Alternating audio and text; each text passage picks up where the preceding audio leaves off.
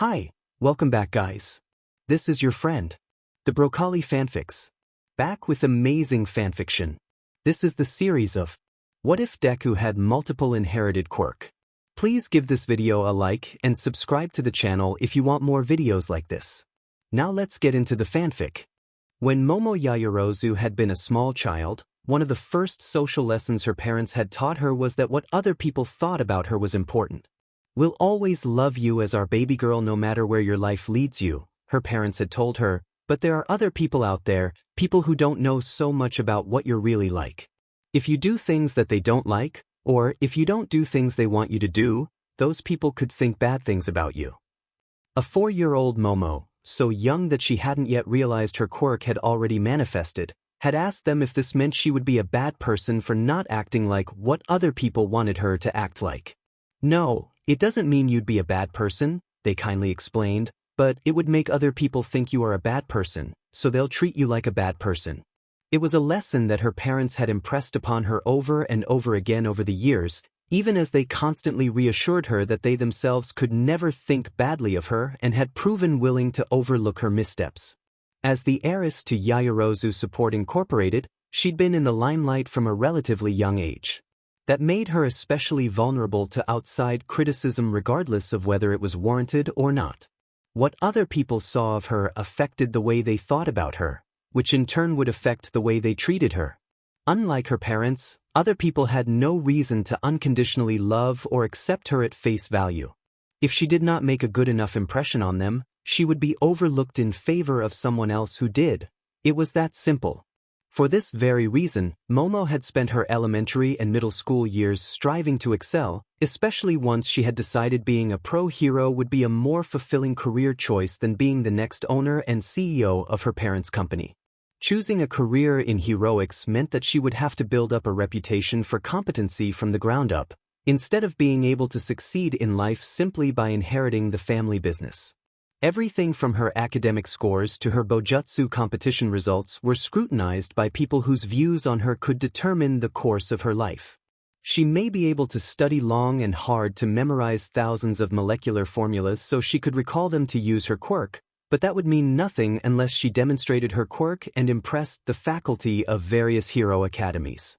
It was ultimately up to others, rather than her own efforts, to decide if she'd receive the opportunities she needed to set her on track for a successful hero career. If she hadn't paid so much attention to how she'd be seen by others, she might never have been given a shot at attending UA under recommendation. Yet, once she had made it to her dream school and then moved into Heights Alliance at the start of her second term, she had pushed this concern to the recesses of her mind.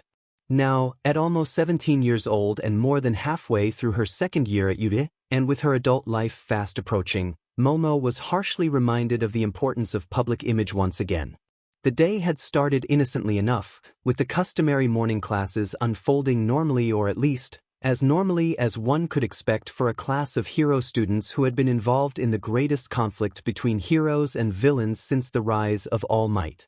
The press were starting to call the rise and fall of the League of Villains the Paranormal Liberation War, after the villain organization that had emerged once the League defeated and absorbed what turned out to be a rebuilding meta-liberation army and became an existential threat to society.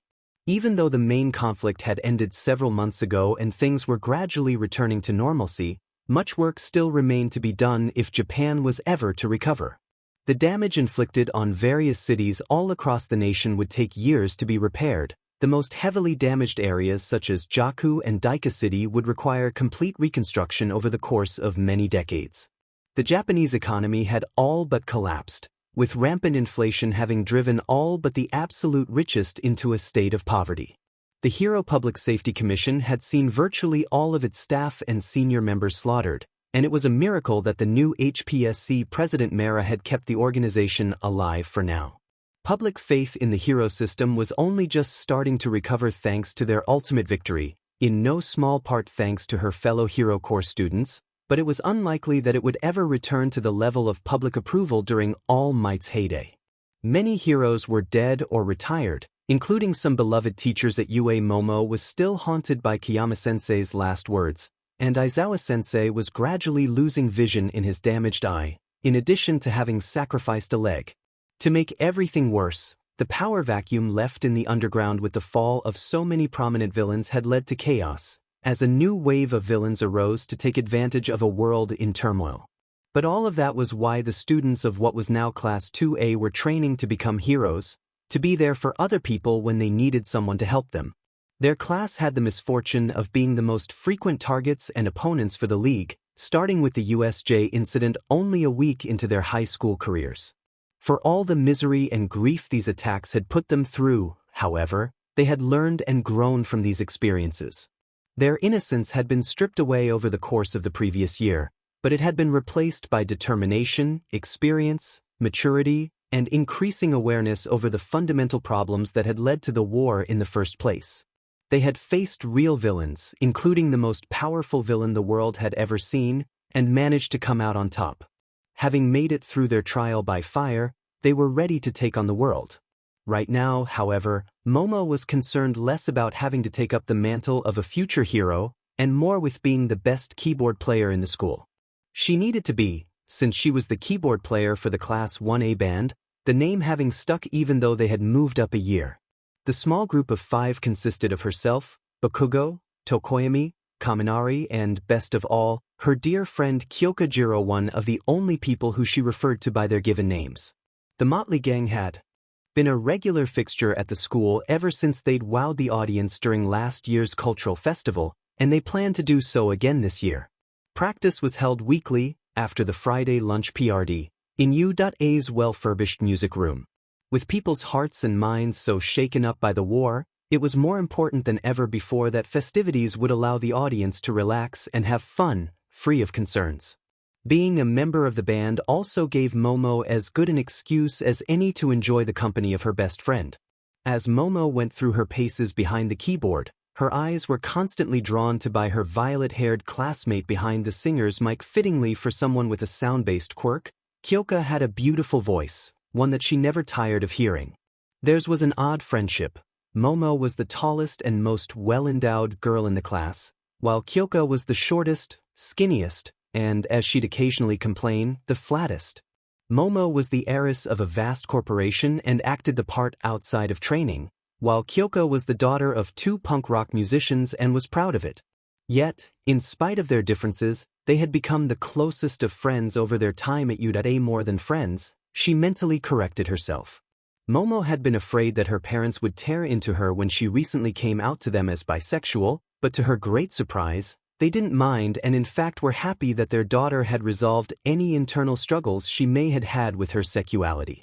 They already had made plans to hand off direct management of Yaoyorozu Support Incorporated to another branch of the family and only install her as the company's future owner once she had made her future career choice clear, so it wasn't as if succession was a serious problem.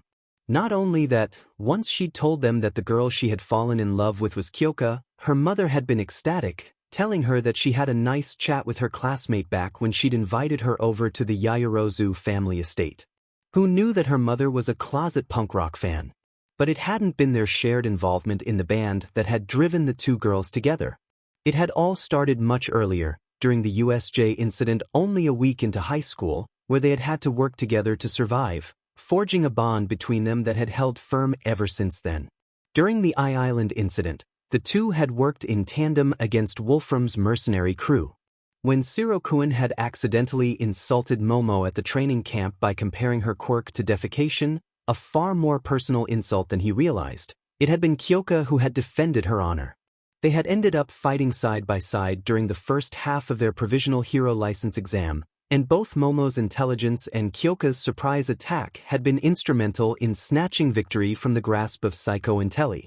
In between these events had been numerous group study sessions, band practices, and numerous other little interactions that had, over and over again, reaffirmed their bond. The heightened emotions during the Paranormal Liberation War had only intensified Momo's feelings towards her best friend, and those feelings had become almost unbearable over the past few months. It was then, and only then, that she had finally realized she'd been harboring a romantic desire for Kyoka all this time. As the practice session wound down, the 5 students began to pack up, ready to head off to get some free time in before the start of the afternoon heroics classes. It was at this point that Kaminari asked a question she desperately wanted to not answer. I guess this is the last practice we're doing before we become all busy with our work studies. So, who's everyone going with? I'm going to be at Gang Orcas again, Kyoka replied. The Violet had worked as an intern for the killer whale hero once before, and he had proven himself to be both a wise mentor for her as well as a valuable connection to the upper ranks of hero society. Momo was genuinely happy that her heart's desire had such a desirable mentor. Kyoka was one of her more capable classmates and deserved to be noticed by such a powerful hero. Hawks has sent me another invitation to Fukuoka, Tokoyami said. He had interned under Hawks during his first internship and had never chosen any other mentor.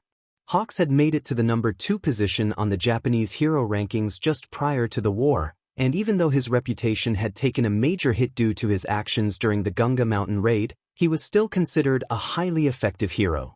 According to Tokoyami, Hawks had taken a special interest in him immediately after the sports festival and planned to bring him on board as a sidekick the moment he graduated, giving him a near-certain chance at making it to the top 10 himself later down the line. Enjoy your work studies, shitty extras. I'm still on FNG probation. Bakugo grumbled. He had been injured to the point of clinical death during the final battle against Shigaraki.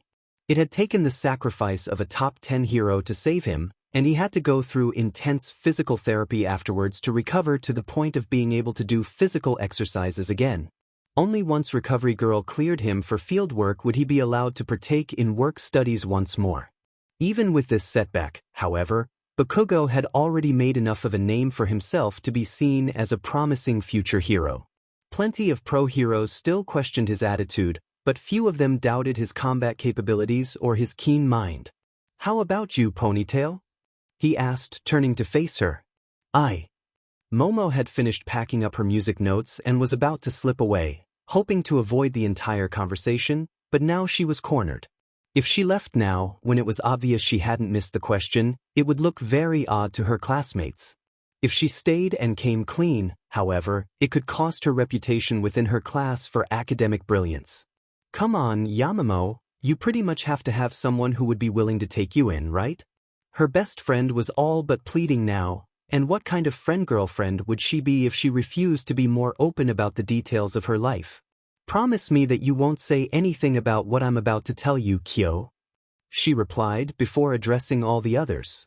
This applies to the rest of you too. We'll keep quiet, so spill it, Ponytail. What's the big secret with your work study? Bakugo pressed. A deep breath, there's no escaping this now, and told them something she wanted to keep hidden from the rest of the world. That I'm not allowed to do work studies either?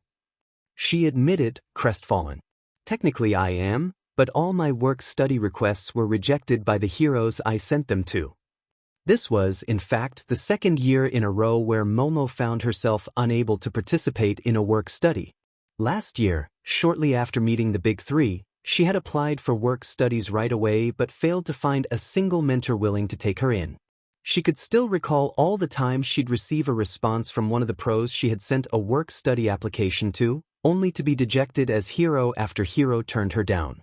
She had even gone as far as to ask Amajiki-senpai to introduce her to Fat Gum for her work study, on the grounds that the former's versatility and the latter's lipids-based quirks were both connected to aspects of creation, only for Amajiki-senpai to reject her in favor of Kirishima. None of the heroes she'd reached out to this year had accepted her requests, either. She was being left behind in terms of field experience as her classmates were pulling ahead, further taking away connections and opportunities that could have gone to her. Her bandmates started at her as if she'd lost her sanity. But why? Kyoka asked, how is it possible that I can get a work study under a top-ranking hero but nobody wants you as a work studies intern when you're so much better than I am? You have a stronger quirk, far better grades in both academics and heroics, and you got in on recommendation. She scoffed, indignant that her best friend was not receiving the attention she deserved. Tokoyami also expressed his sympathies.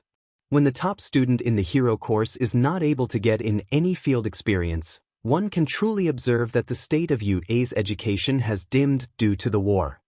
The raven-headed goth had become one of Momo's strongest supporters within UA. He greatly admired her for her tactical and strategic acumen, and he was more than eager to point this out whenever students from Class 2B or the other courses questioned if she truly belonged in the hero course. Which was ironic, as Tokoyami was the reason Momo's qualifications were being questioned in the first place. Had anyone cared enough to ask, Momo could have told them exactly when and where all this trouble for her had begun. Her defeat and public humiliation at Tokoyami's hands during her first sports festival. Had she been merely defeated by him, things wouldn't have been too much of an issue. Dark Shadow was a very powerful quirk, after all, and losing to it was no great shame. But the way in which she had lost, being pushed out of the ring in seconds without even having time to create an appropriate weapon to fight with, meant that she had appeared to be incompetent and pathetic from the perspective of the audience. It was an awful way for any hero in training to make an impression, and it would go on to affect all of her studies in one way or another. Being humiliated on the international stage was bad enough, but her defeat had much more dire consequences for her future career. The first-year sports festival was what determined the first batch of internship offers, and by extension it was the first and most important opportunity for a new hero student to earn public recognition and make connections within the hero industry. Students who had performed well received more and better internship offers from higher-ranked pro heroes, heroes who could hire them in the future as sidekicks or introduce them to other high-ranking heroes. On the other hand, a bad first impression at the sports festival meant that a hero student would receive fewer and less reputable internship offers, putting them at a significant disadvantage when it came to networking. With only a limited number of internship offers that a pro hero could send out at a time, it was inevitable that students who were or appeared to be lacking much future potential as heroes would be overlooked in favor of students who had put up good showings during the festival. So when Tokoyami had pushed Momo just over that boundary line, he'd instantly invalidated all her efforts over the years to prove she had what it took to be a hero, as well as the prestige she had earned from entering UA as a recommendation student. She now appeared to be a foolish rich girl with a weak quirk who was ill-suited for a career in heroics, and that was all that the audience including the pro heroes knew or cared about. She didn't have to guess to know this, because she had spent the next 2 days at her family estate, hiding from the world in her spacious room. Even there, she couldn't escape the long reach of negative publicity. The Udata Sports Festival was an internationally broadcast sporting event with a global audience in the billions. Like the Olympic athletes of old, every student who made it to the tournament round was subject to the whims of public opinion for at least the next couple of weeks, whether that be for the better or for worse. For Momo, said attention was overwhelmingly for the worse, and the fact she was defeated after being introduced as a recommendation student only led to more public discourse about whether she deserved her place in the hero course. Hundreds of social media posts, many left on her own public accounts, either mocked her for her defeat or questioned just how someone so incapable ever made it into UA, with one post outright demanding that she transfer out of the hero course so that someone who actually deserves the spot could take her place. One blogger called her a sore loser for supposedly trying to fight after she'd already lost. Another, who had apparently not seen her use her quirk during the match, claimed that she had cheated by bringing in support items illegally and so deserved to be defeated and humiliated. Her parents were not spared from negative publicity either, as they received several letters accusing them of bribing UA to let their incompetent daughter into the hero course. Somehow, those 2 torturous days had still ended up being a relative reprieve from what had come afterwards. When Momo had taken the train to Mustafu for the first day back after the festival, more than a few people aboard had recognized her and stared at her, looks of disapproval clear on their faces. Several of them had been eager to tell her to her face exactly what they'd thought about her. A much smaller number of people had been more sympathetic, pitying her for being matched up against such a powerful opponent. As if she wasn't powerful in her own right. As if she wasn't capable enough to be in the company of such peers. When internship offers had been handed out at school on that day, she'd been disappointed, but unsurprised, to see her name close to the bottom of the list with only 108 offers. She told herself that 108 offers was still more than most of her peers. Over half the class had received no offers at all, but that was still a disappointingly small number of offers for a recommendation student. Even Kaminari had received more offers than she had, He'd been taken more seriously by the heroes than her despite not even being able to control his quirk. The relatively few offers that Momo had received had come from obscure heroes who were desperate to get their hands on any intern from the U.Hero course, or from those who simply wanted to get into the good graces of the powerful Yaoyorozu family. At least one had come from someone who planned to take advantage of her at the expense of her agency and self-worth. Unfortunately, that had been the option she'd chosen, though she couldn't imagine the alternatives would have been any better had she gone with them instead. At the start of the year, Momo had been confident in her own abilities, not afraid to criticize others for their mistakes or to assert herself when people disagreed with her. But the onslaught of negativity following the sports festival, combined with the knowledge of how her new reputation for failure would affect her in the future, had led to her confidence taking a nosedive as she asked whether she had overestimated her own abilities. If so many people saw her as an imposter who should never have been part of the hero course, maybe they were right. Even if they were wrong, what good would it be for her to remain in the hero course, when her odds of making it as a successful pro hero had already been shot? It wasn't until the practical exam where she'd faced off against Aizawa-sensei that she had realized that her initial confidence had never been misplaced, and that what other people assumed about her had little to do with her own capabilities. But even knowing that she was much more capable than she gave herself credit for had done nothing to change what other people thought about her, and it meant little as far as her future career prospects were concerned. That much had become clear the moment she found herself unable to participate in work studies after getting her provisional hero license. There is no goddamn way you, Ponytail, of all people, can't find a work study. Bakugo's sudden shouting snapped Momo back to the present. The blonde had finished putting the school's drum kit back into storage, and was now getting confrontational with her. Either you're hiding something, or you're a lazy excuse for a recommendation student. You think you're good enough to coast by without putting in any effort? He demanded, now all but glaring at her. Momo was suddenly reminded that, out of the very large list of things that angered Bakugo, a rival who wasn't giving it their all was near the top of the list. Tokoyami came to her rescue, summoning Dark Shadow to create a barrier between her and the explosion user. Normally, she would have been glad for anyone who would stand up for her, but when it came to Tokoyami, she found herself regretting that she had never confronted him for ruining her public reputation. Maybe if she had, he'd have realized just how much harm he'd done to her. Maybe then he'd have tried to make amends, instead of trying in vain to defend her from a problem he did not realize he'd started. What the bird brain? Cease your quarrel with Yaoyorozu-san. It is through no fault of her own that If she wanted a work study so badly, maybe she should have bothered to Do not blame our vice representative for the dim minds of those who should have seen her wisdom The embarrassment of having to admit she was unable to find a work study had already put Momo on edge over the course of the conversation. Bakugo's in-your-face attitude, and Tokoyami's attempts to defend her without realizing he had put her in this situation to start with, proved to be the breaking point. She couldn't bear to be in the same space as either of them, and she all but slammed the music room doors open before speed-walking away from the music room as fast as she could risk without being punished for running in the halls. Bakugo yelled after her, but she paid him no mind. Her thoughts were too preoccupied elsewhere to be concerned about how her bandmates would react to her abrupt departure. I have to find a way to prove myself to a public audience, and soon, if I am to ever make it as a successful hero. For all his callousness, Bakugo did have a point. Most other students in her class had either proven themselves in the field during various battles with villains, or had made a good enough impression during the sports festival to attract attention from established heroes and agencies early on.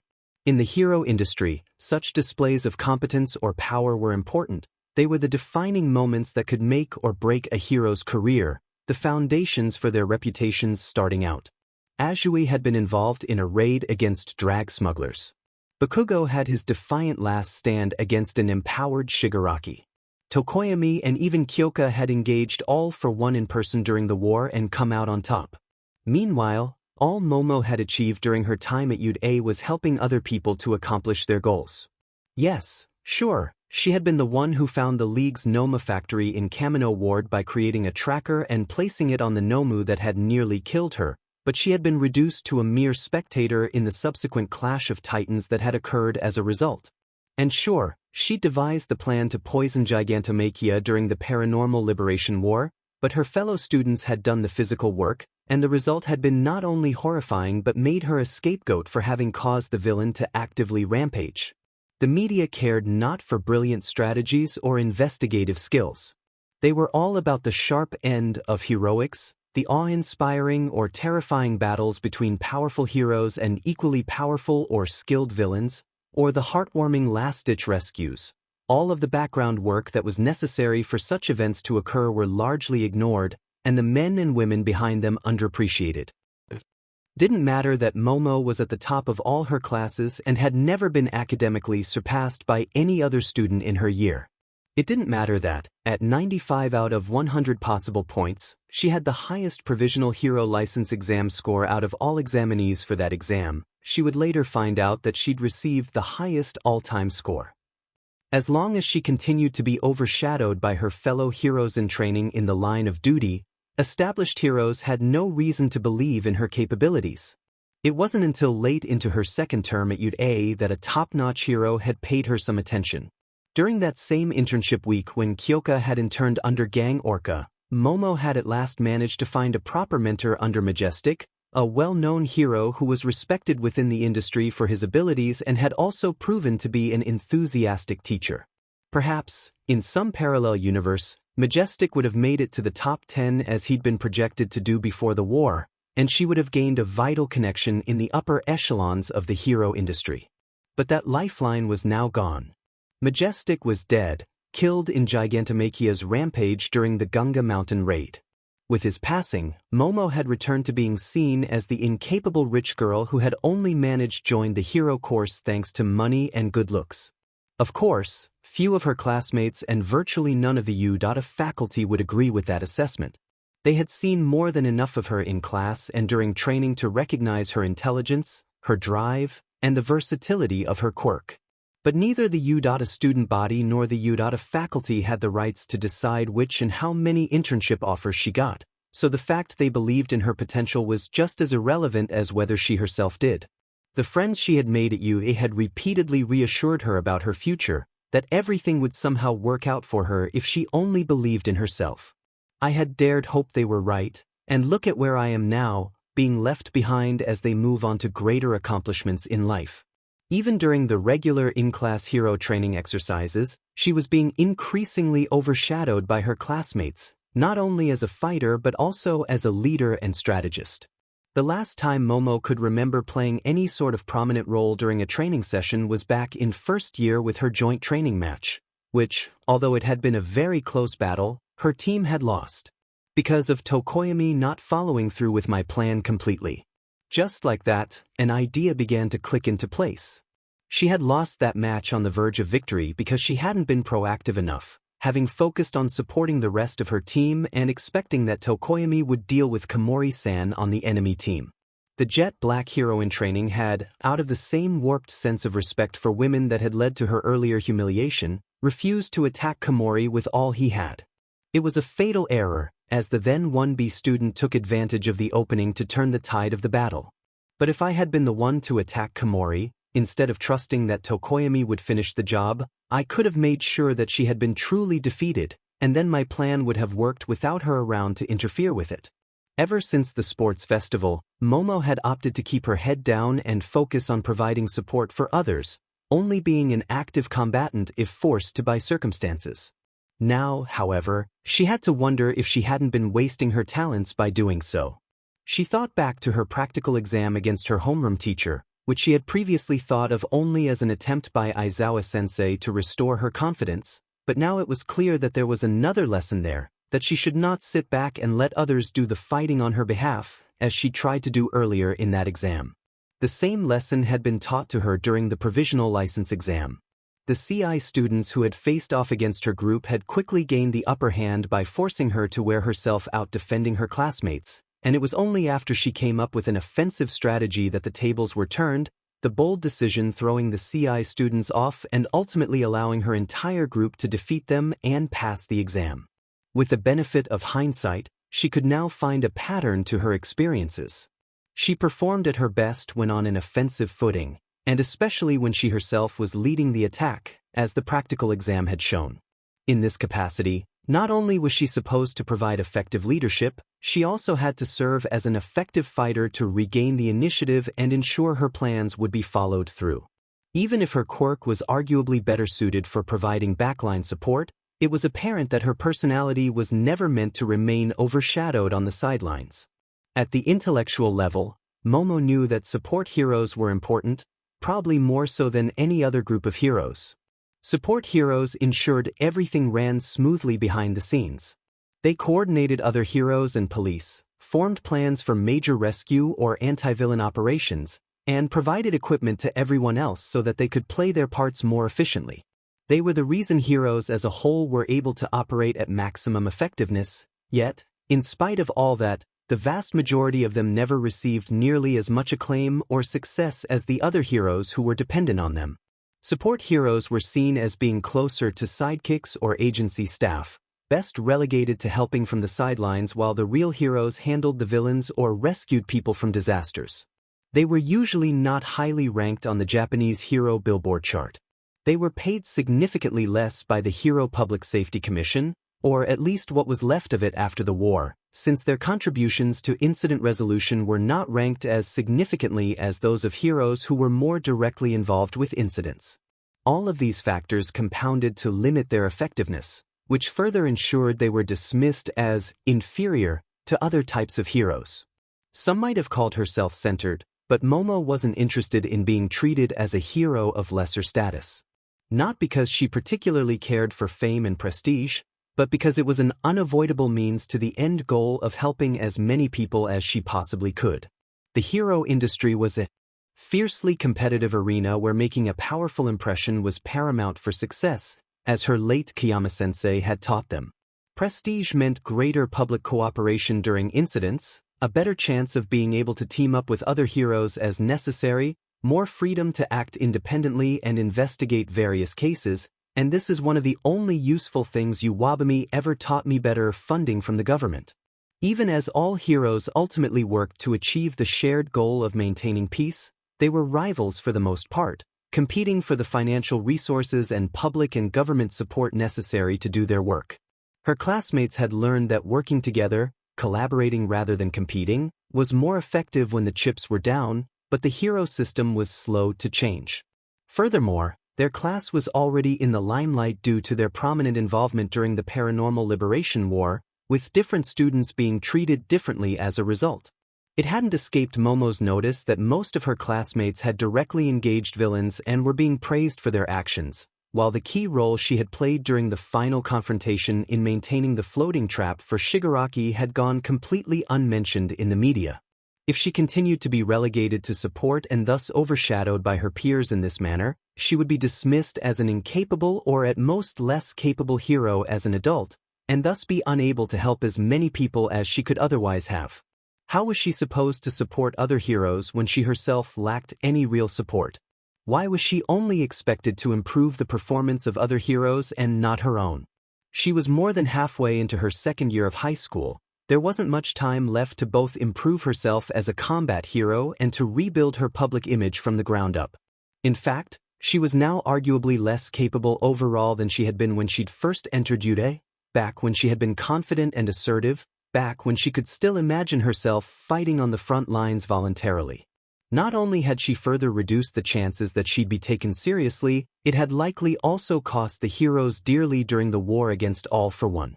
Maybe the final confrontation with Shigaraki wouldn't have required Edgeshot to sacrifice himself to save Bakugo if she had been more proactive and added her firepower against Shigaraki. Maybe if I hadn't foolishly restricted my involvement during the Gunga Mountain raid, Majestic and Kiyama-sensei might still be alive. Furiously shaking her head, Momo forced herself to stop entertaining such thoughts. She couldn't change what had already happened. All that she could do now was to compensate for it by saving far more people than she had gotten killed.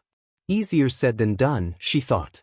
She'd have to master a completely different role than the one she had tried to force herself into, and there was a limited window of time to do so in. And that wasn't even the greatest obstacle in her path. Even if she did manage to catch up to her peers, It would ultimately prove futile as long as potential mentors continued to remain ignorant of her capabilities. What she needed more than anything else was a way to break out of the rut she'd been pushed into, a way to prove to the world that she merited a second chance to prove herself. There was just 1 year left to convince anyone who'd listen that she wasn't a failure. 1 year left to ensure that Majestic and Kiyama-sensei hadn't died in vain. I don't think you really need my help to become a great hero. You're already one of the best in our class. Just about everyone within you today, and most people outside it, considered Izuku Midoriya to be the star of the hero course, the greatest heroic student to have ever walked its halls. It was a point of pride for most of the current U.A student body that they could consider him to be among their peers. He was incredibly powerful, having the speed and strength to rival All Might during his prime, which was, as his classmates had found out during the war, due to the fact he was none other than All Might's successor, the current wielder of the unique transferable quirk known as One for All. Due to its nature as a stockpiling quirk, One for All continuously became more powerful, meaning that Midoriya was already well on his way to surpass his predecessor in capability. That was without taking into account that he'd inherited the quirks of previous holders of One for All, making him the only hero student anywhere who had more than one quirk. What was a less well-known aspect of Midoriya, at least for those outside of U.A, was his passion for quirk analysis. It was an area where Momo conceded he had the upper hand over her, for while she was the superior long-term planner, Midoriya was better when it came to short-term tactics due to his knack for quickly analyzing an opponent's capabilities. He had entire notebooks dedicated to analyzing the quirks of various pro-heroes, villains, and his classmates. These notebooks contained information on their strengths, weaknesses, potential abilities, counters, most suitable team-ups, and equipment suggestions, among many, many other important details. If anyone could find a way for Momo to function as a frontline combatant who people would treat with respect, it was Midoriya. Which was why she had asked to meet him in his room on the very same day she'd realized that she needed to stop letting herself be sidelined. But now, Midoriya was telling her that she didn't need his help to become a successful hero because, in his eyes, she was already one. Momo wasn't quite sure how to explain that her own capability didn't matter, not as long as potential mentors and future employers failed to realize it. Midoriya always saw the best in everyone, even in many of the villains he had fought, and he subconsciously assumed that everyone else did the same. He couldn't grasp the idea that other people might not hold his peers in as high a regard as he himself did, or that most other people weren't as good as him at seeing the strengths of others. It was just the way how his mind worked. Other people don't see things that way, Midoriya-san. She explained. They think I shouldn't be out there on the front lines, that I should be restricted to support and allow the real heroes to handle incidents. If I want to become a great hero and help as people as I can, I need to convince them that I'm not just a source of equipment. But you're already so much more than that, said Midoriya as he got up and walked over to his bookcase, an entire section of which had been filled with his notes. After a moment, he pulled one of them out from its place, brought it to her, and opened it, revealing the entry in which he'd analyzed her quirk. The opening line immediately caught her eye. Yaoyorozu-san's quirk is possibly the most powerful quirk I have ever heard of, and definitely the most powerful in our class. When such a claim was being made by a classmate who was capable of punching entire city blocks to oblivion or breaking the sound barrier, it deserved further consideration. Do you really think I'm the most powerful student in our class? She asked Midoriya. What about you or Bakugo or Todoroki? Sheer strength isn't the only thing that makes a quirk powerful. He replied. No quirk is good at every possible situation it might encounter, but your quirk comes close. You can do more different things with your quirk than the entire rest of the hero course combined. You're going to be Japan's most adaptable hero. Not only that, there are a few things you could do in theory that would be as outright destructive as anything I could do. I used to think that too, but my poor showings over the past year and a half has convinced everyone else that I'm unfit to be anything more than support. She did in fact know that she could fight, but with only one witness, and said witness being someone who was neither a hero nor a hero in training, there was no reason for those in the industry to reassess their views on her based on a detail they knew nothing about. Do you mean what happened during the sports festival? Midoriya asked. When she nodded to indicate yes, he gave her a smile. The tournament isn't like an actual villain fight, so don't think you're a poor fighter because of your defeat. The sports festival doesn't let you create weapons to fight with before the match starts. If you did that, it would be considered cheating, since the rules usually don't allow someone to bring in support items unless they're not from the hero course. That means your opponent gets to attack you as soon as the match begins while you're busy creating something to fight with. Momo continued to nod along, recalling that this was exactly how Tokoyami had defeated her. He had forced her back from the get-go with a series of powerful blows, not giving her time to create any significant light source, leaving her only with a quickly created shield to futilely try to fend him off. In an actual villain fight you don't have that handicap, since heroes are supposed to assess a situation before engaging a villain anyways, and most of the time you also don't have to stay within a specific boundary. There's nothing to stop you from creating a weapon before you engage the villain. Something Midoriya had just said stood out to her. The tournament isn't like an actual villain fight. What she was capable of accomplishing during a tournament round, where she was banned from creating items before the match started and where she only had a limited amount of room to work with, was not the same as what she could accomplish during a mission, when neither of these rules would apply. All this time, she had thought that her defeat was the result of her own failings, that she hadn't trained hard enough or been clever enough compared to her classmates. Even after her term finals had shown her that she was more capable than she had been led to believe, she still thought of most of her classmates as being more capable fighters than herself. What she was now being told threw all of that into question. But that would mean... Momo let out a near-inaudible gasp as she came to a chilling realization. The true reason I lost that match, the reason why everyone outside U.A thinks I'm incapable, was because the rules of the tournament are biased against my quirk. The best quirk analyst she had ever known had just shown her how the sports festival had been designed to eliminate her from the start.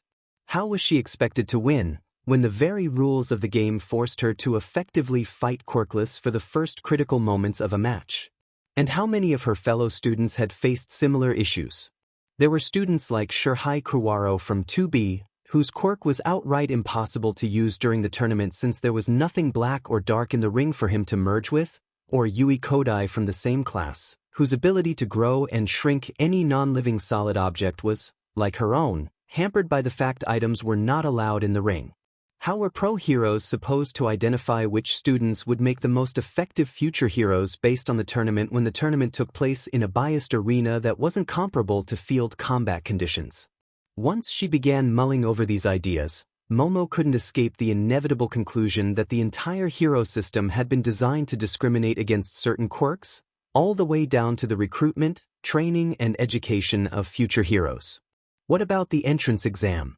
Wasn't that the whole reason Shinsokuin had to transfer in from general studies, having a quirk that was useful against human opponents but useless against robots?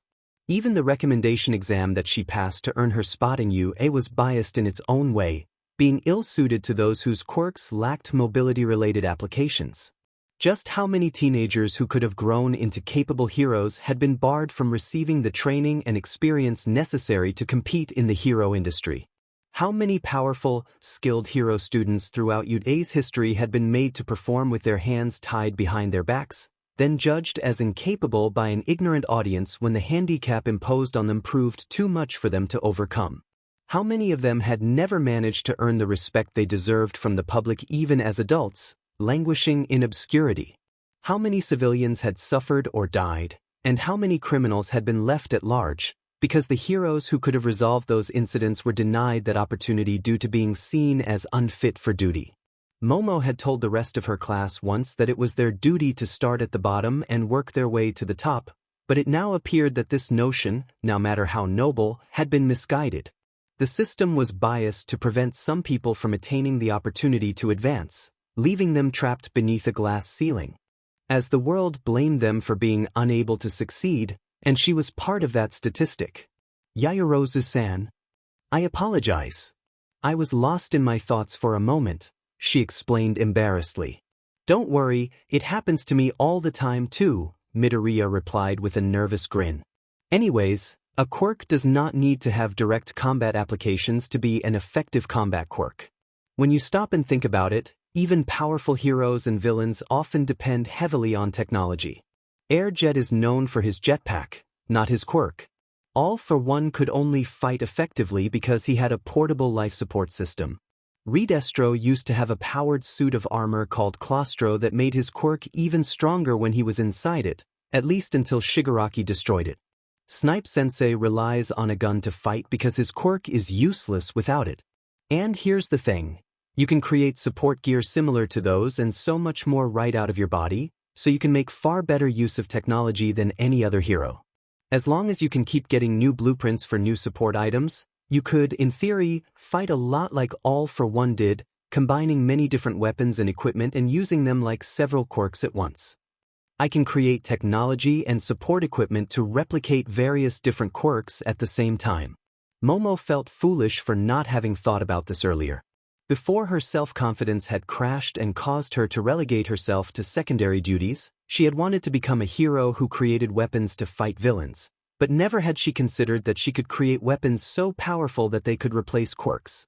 For heaven's sake, she was the heiress to a support gear corporation. Do I really deserve a place in the hero course when I am so short-sighted that I cannot comprehend even something as obvious as this?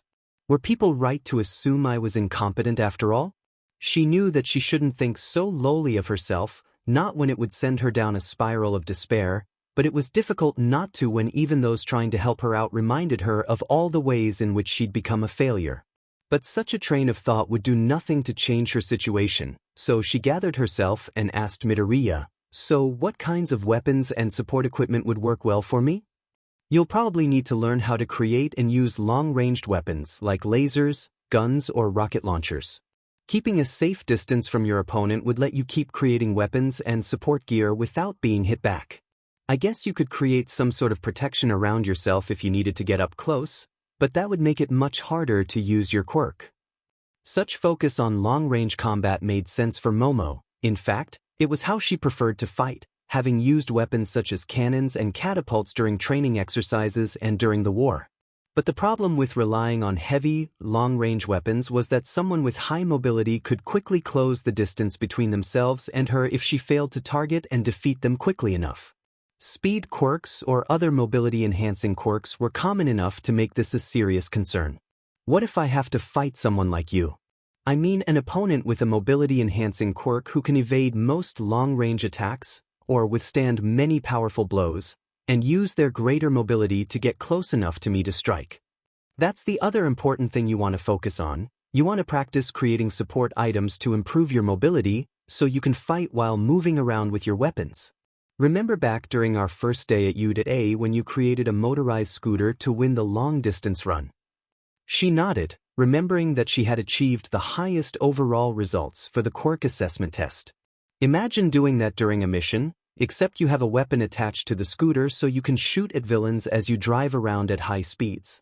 That way, you could maintain a safe distance by repositioning as necessary while continuing to attack your opponent.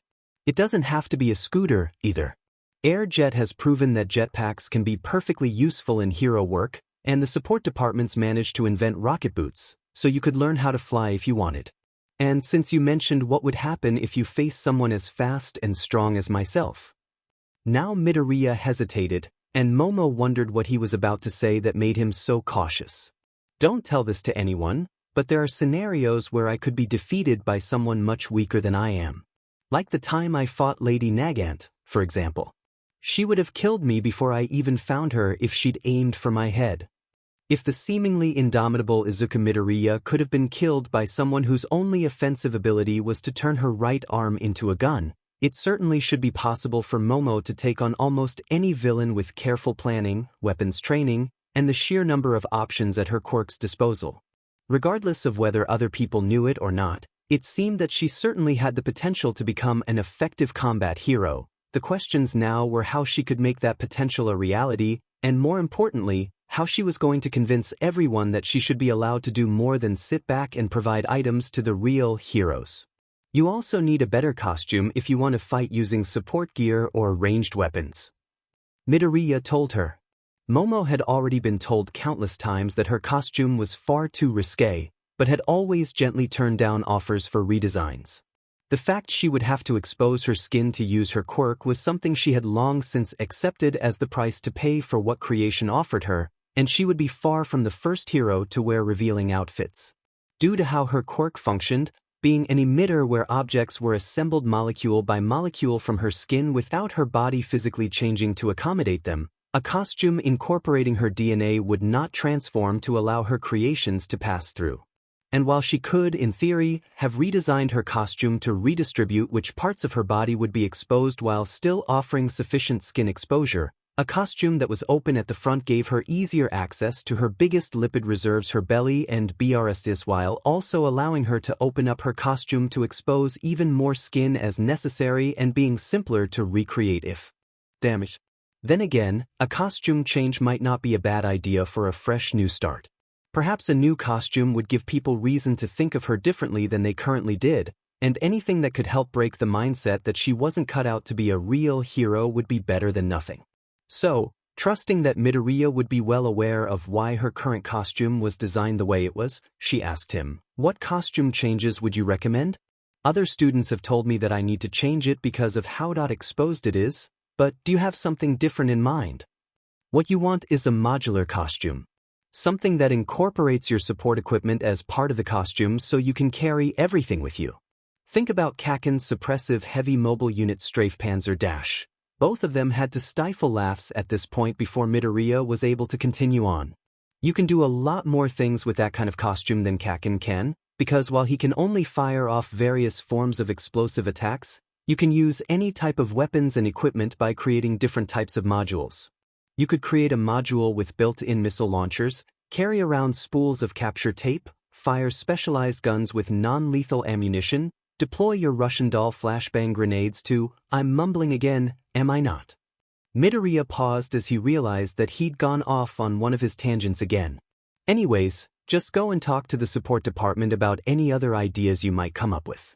Mei and Power Loader Sensei said you were welcome there at any time, and I can recommend Mei from personal experience, as she designed most of my current gear. You mean Hatsum-san?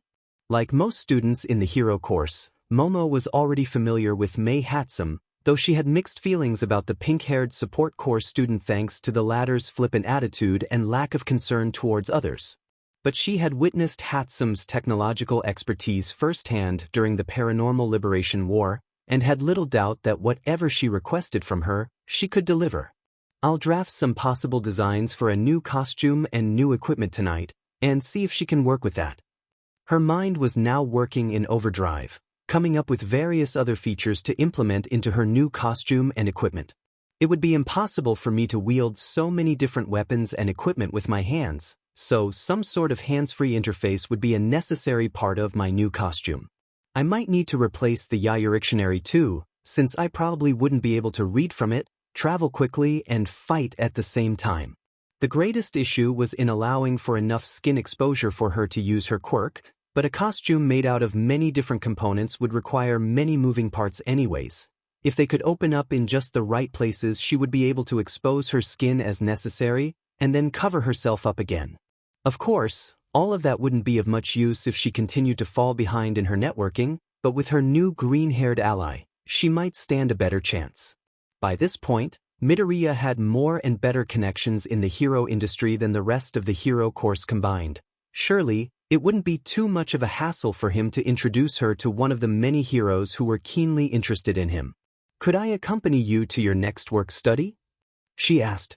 I don't believe that any of the pro heroes outside this school would trust me to hold my own during an engagement with villains, unless a more respected student like yourself could vouch for me. Midoriya seemed to be taken aback at that statement, as if he was trying to comprehend the idea that other people might not recognize the vast potential creation would bring to a fight. I'm sure the heroes are already aware of how skilled and smart you are. Something deep inside Momo's heart was set off by that response, and not in a good way. In stating that the heroes had already recognized her for her capabilities, Midoriya was implying that the problem of being dismissed as incapable, the problem she had been facing for most of her time at Udare, had never existed. He refused to understand that what other people thought about her mattered. So she snapped back at him, her voice much harsher than it had been just moments ago. If the heroes had already realized my true value, I wouldn't be having this problem in the first place. Instantly, Momo regretted her words. Midoriya had provided her with more help than she'd asked for, and she should be showing gratitude for what he did, not anger for what he refused to do. What kind of future hero am I to lash out at someone who's genuinely trying to provide me aid? I'm sorry about my conduct just now, she apologized. You see, I am in a bit of a conundrum. If I want to prove myself in the field to increase my chances of a successful career after graduation, I need an internship or work study with a highly ranked or well-respected pro, but they'll only consider me worth their time and effort after I have proven myself. Fortunately, Midoriya seemed to take it all in stride. We still have the third-year sports festival to display our skills before we graduate. This year's sports festival had been cancelled due to the money and resources being desperately needed elsewhere, but Principal Nedzu had announced that the one scheduled for the following year would go ahead. So you're still guaranteed one last chance to prove yourself. Togata-senpai was seen as a total failure in his first 2 years, but in his third year he won the third-year festival and people took him seriously, and he managed to do work studies in between as well. Granted, the reason Sir Night-Eye took in Togata-senpai for work studies and allowed him to get in-field experience had nothing to do with his abilities. He wanted All Might to give one for all to him and was training him up for that. So Togata-senpai's situation wasn't the same as mine then. Togata-senpai had someone who was willing to train him and provide him with opportunities to show his skills in the field. It meant that once he'd mastered his quirk, he never had to worry about finding a mentor who could be convinced to give him another chance. That was quite a far cry from Momo's own predicament, where she had no such mentor, not even someone like Sir Night-Eye who would only let her prove herself to craft her into their masterpiece. He was the best example I could think of. Midoriya admitted. It's still better than giving up just because nobody thinks you can make it as a hero. And even if nobody is willing to give you a shot, the internships following the sports festival are mandatory, so you can pick someone out of the 40U.A affiliated internship providers and then hope they'd let you return for work studies.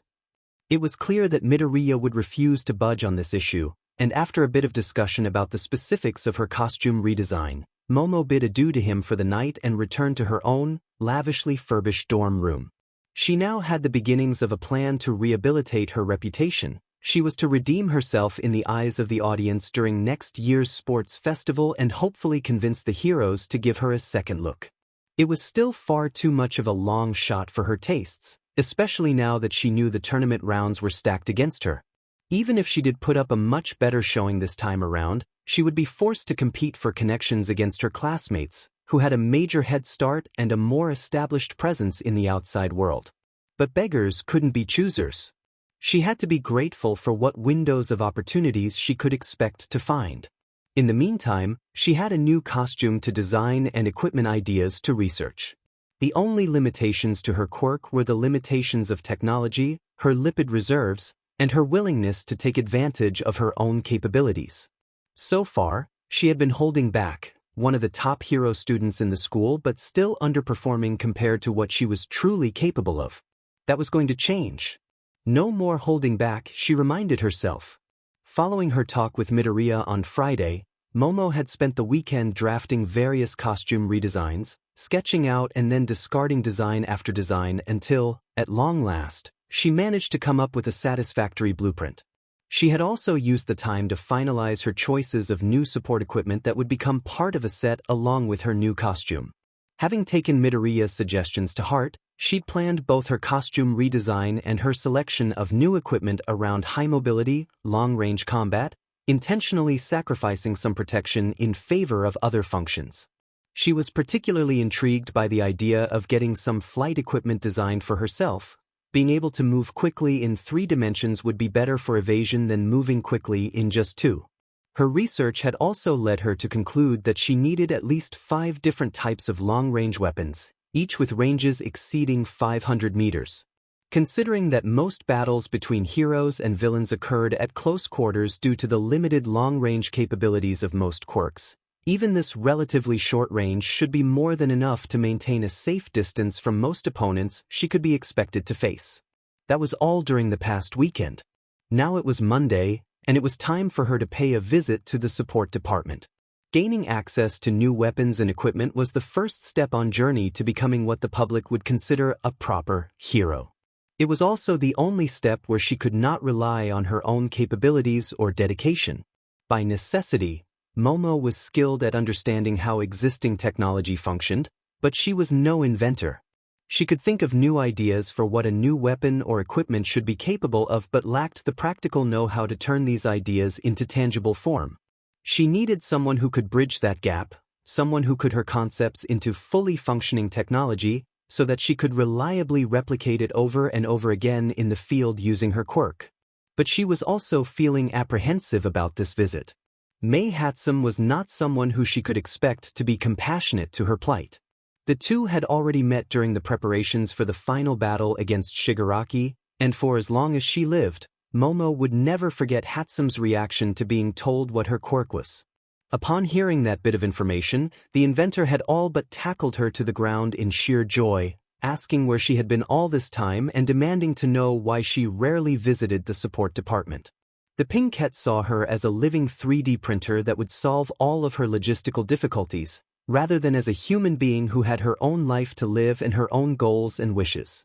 To make matters worse, so did everyone else in the support department. As a result, Momo had been assigned to the same division as the support department for the final battle against Shigaraki, to maintain and repair the battlefield itself. While Hatsum had been in charge of monitoring the anti-gravity engines that turned the campus into a series of floating battlefields, she'd been ordered to create as many of the replacement floor panels as necessary to continue maintaining a solid airborne arena against Shigaraki's destructive potential. Even at the time, she'd felt that she was letting down Majestic and Kiyama-sensei. They had believed in her potential as a future top hero and brilliant leader, and had sacrificed their lives out of that belief, only for her to reduce to a human supply depot that blindly followed orders.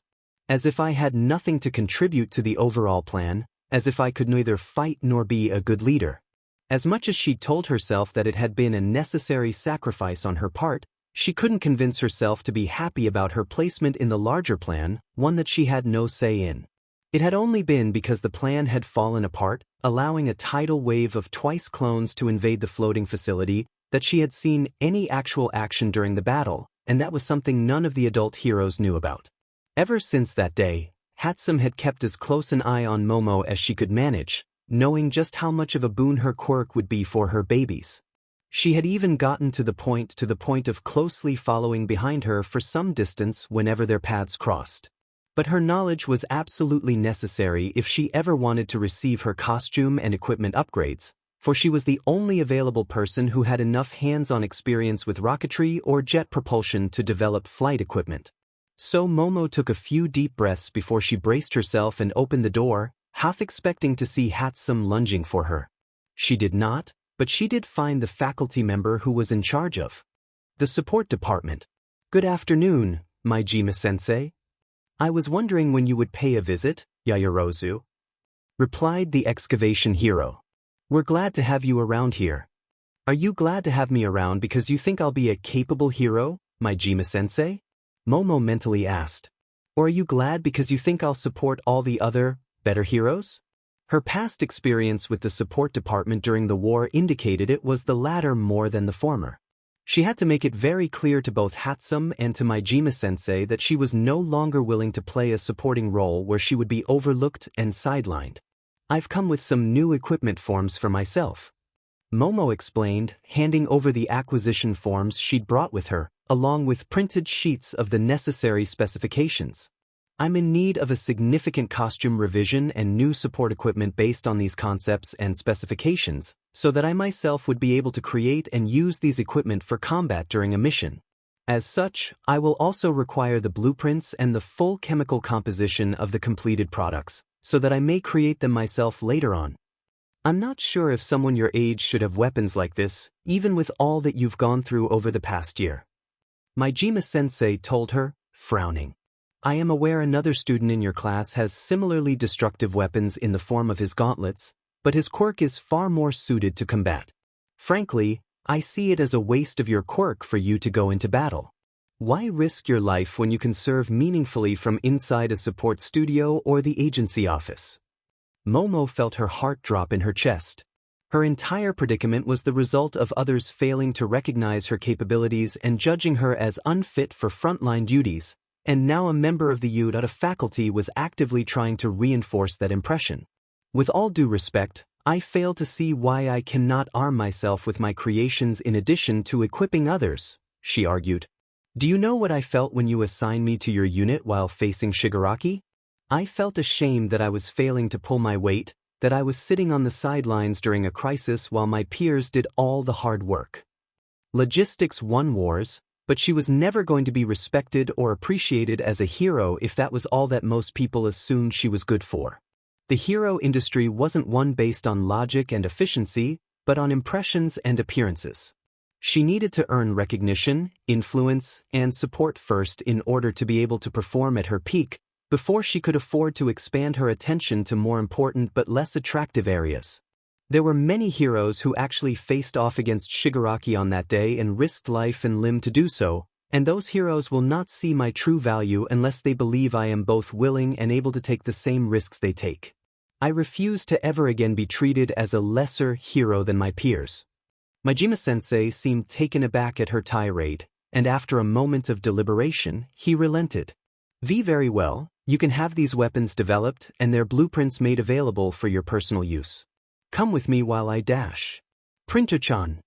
A pink blur crashed into the raven-haired heiress, knocking her down onto her rear end. Some personal space, Hatsum-sen, she chided as she got back to her feet and pushed the support student off her lap.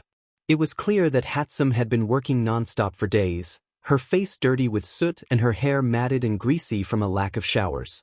From what Momo has seen before and heard from Midoriya, this was par for the course. Don't get nervous, Momo, she thought to herself. She knew that she needed to assert herself to avoid being taken advantage of.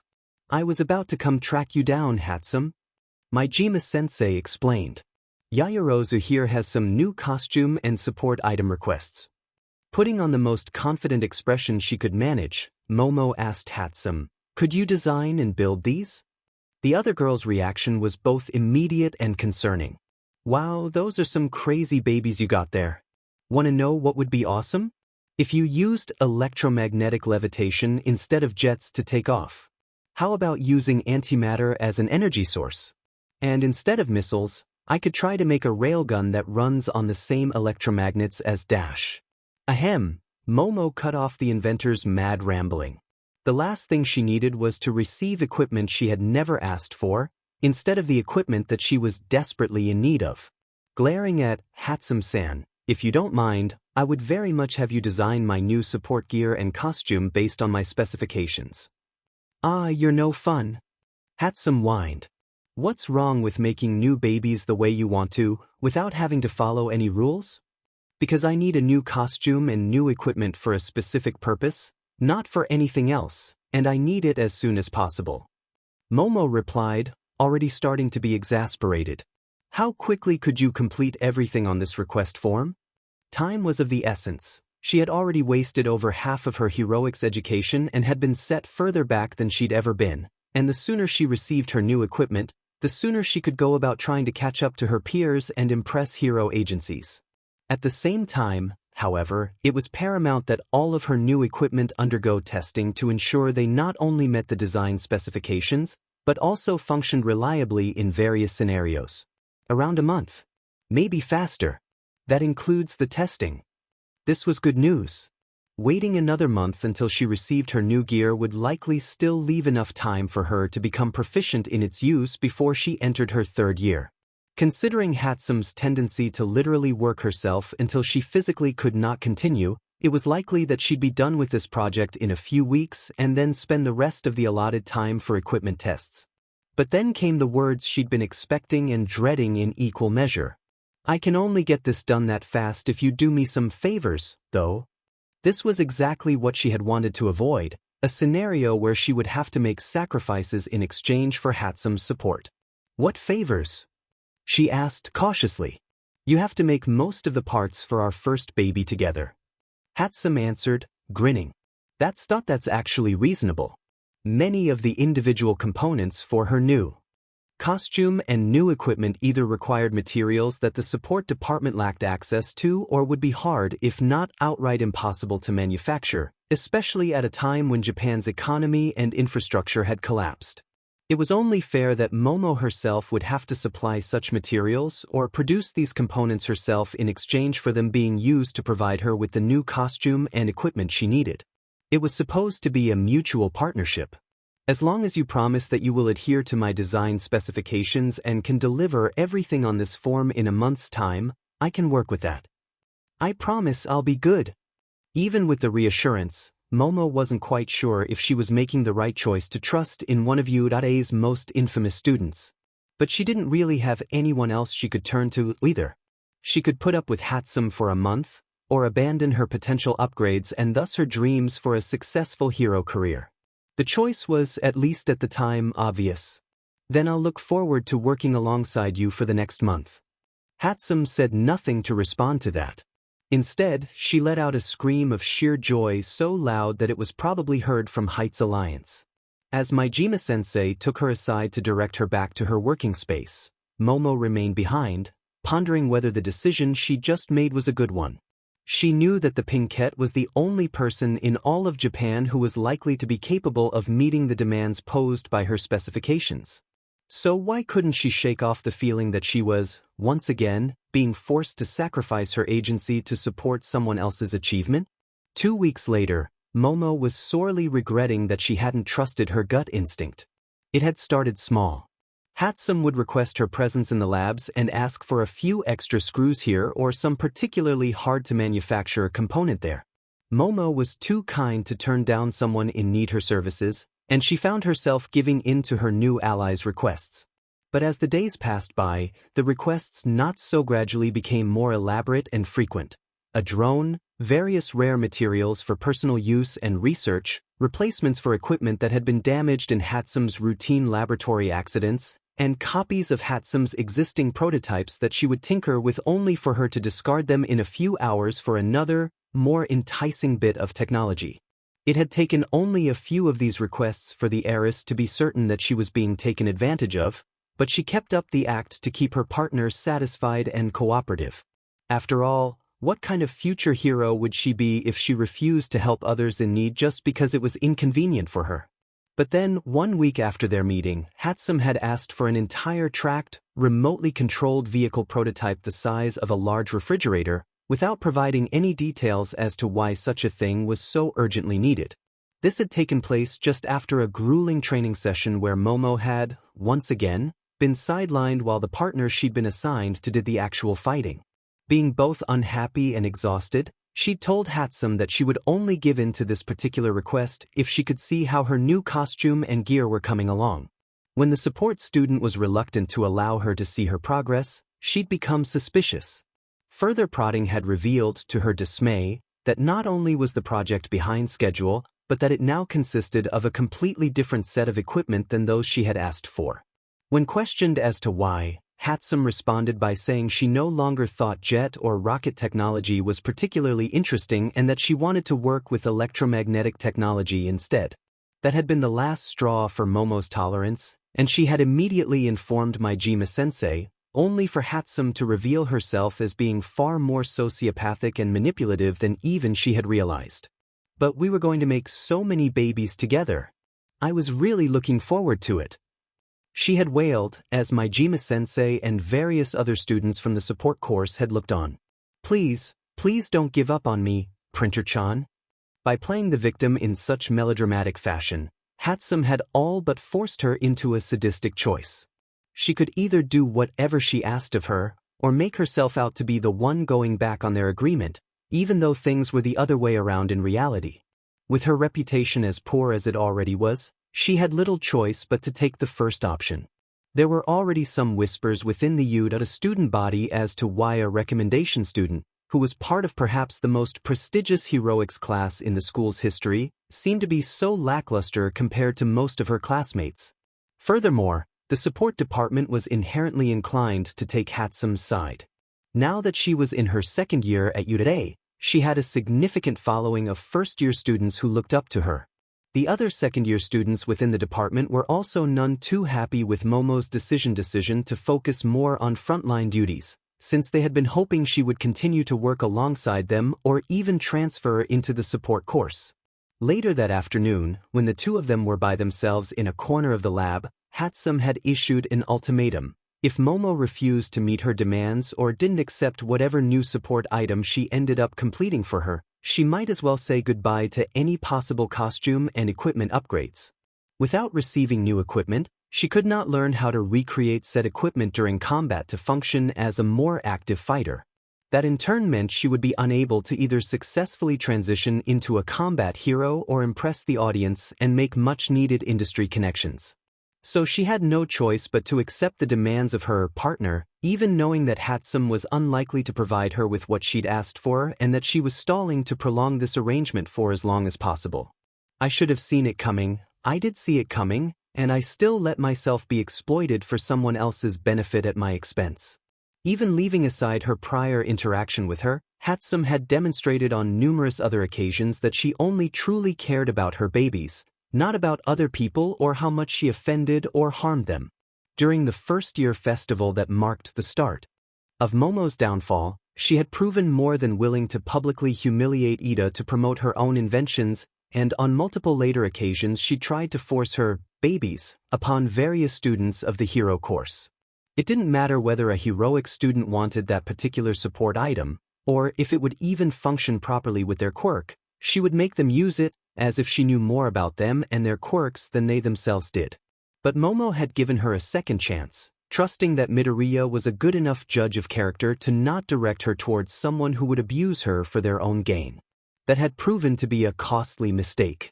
When she had gone to Midoriya for a second time to complain about Hatsum's behavior, in the hope that he might have enough of an influence on her to get her to stop, he denied that she could be as controlling as she had found her to be.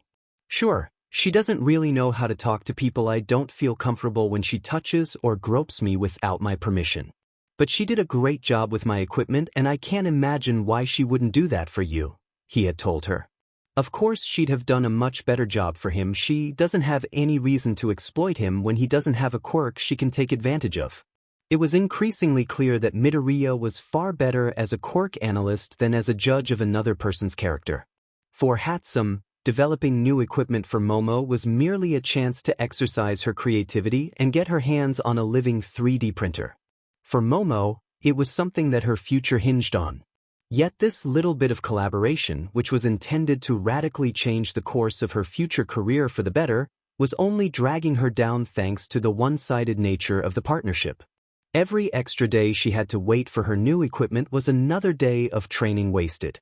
It pained her to know that she had been once more reduced to an on-demand supply depot, while most of her classmates were not only gaining field experience but also proving themselves to future partners and employers.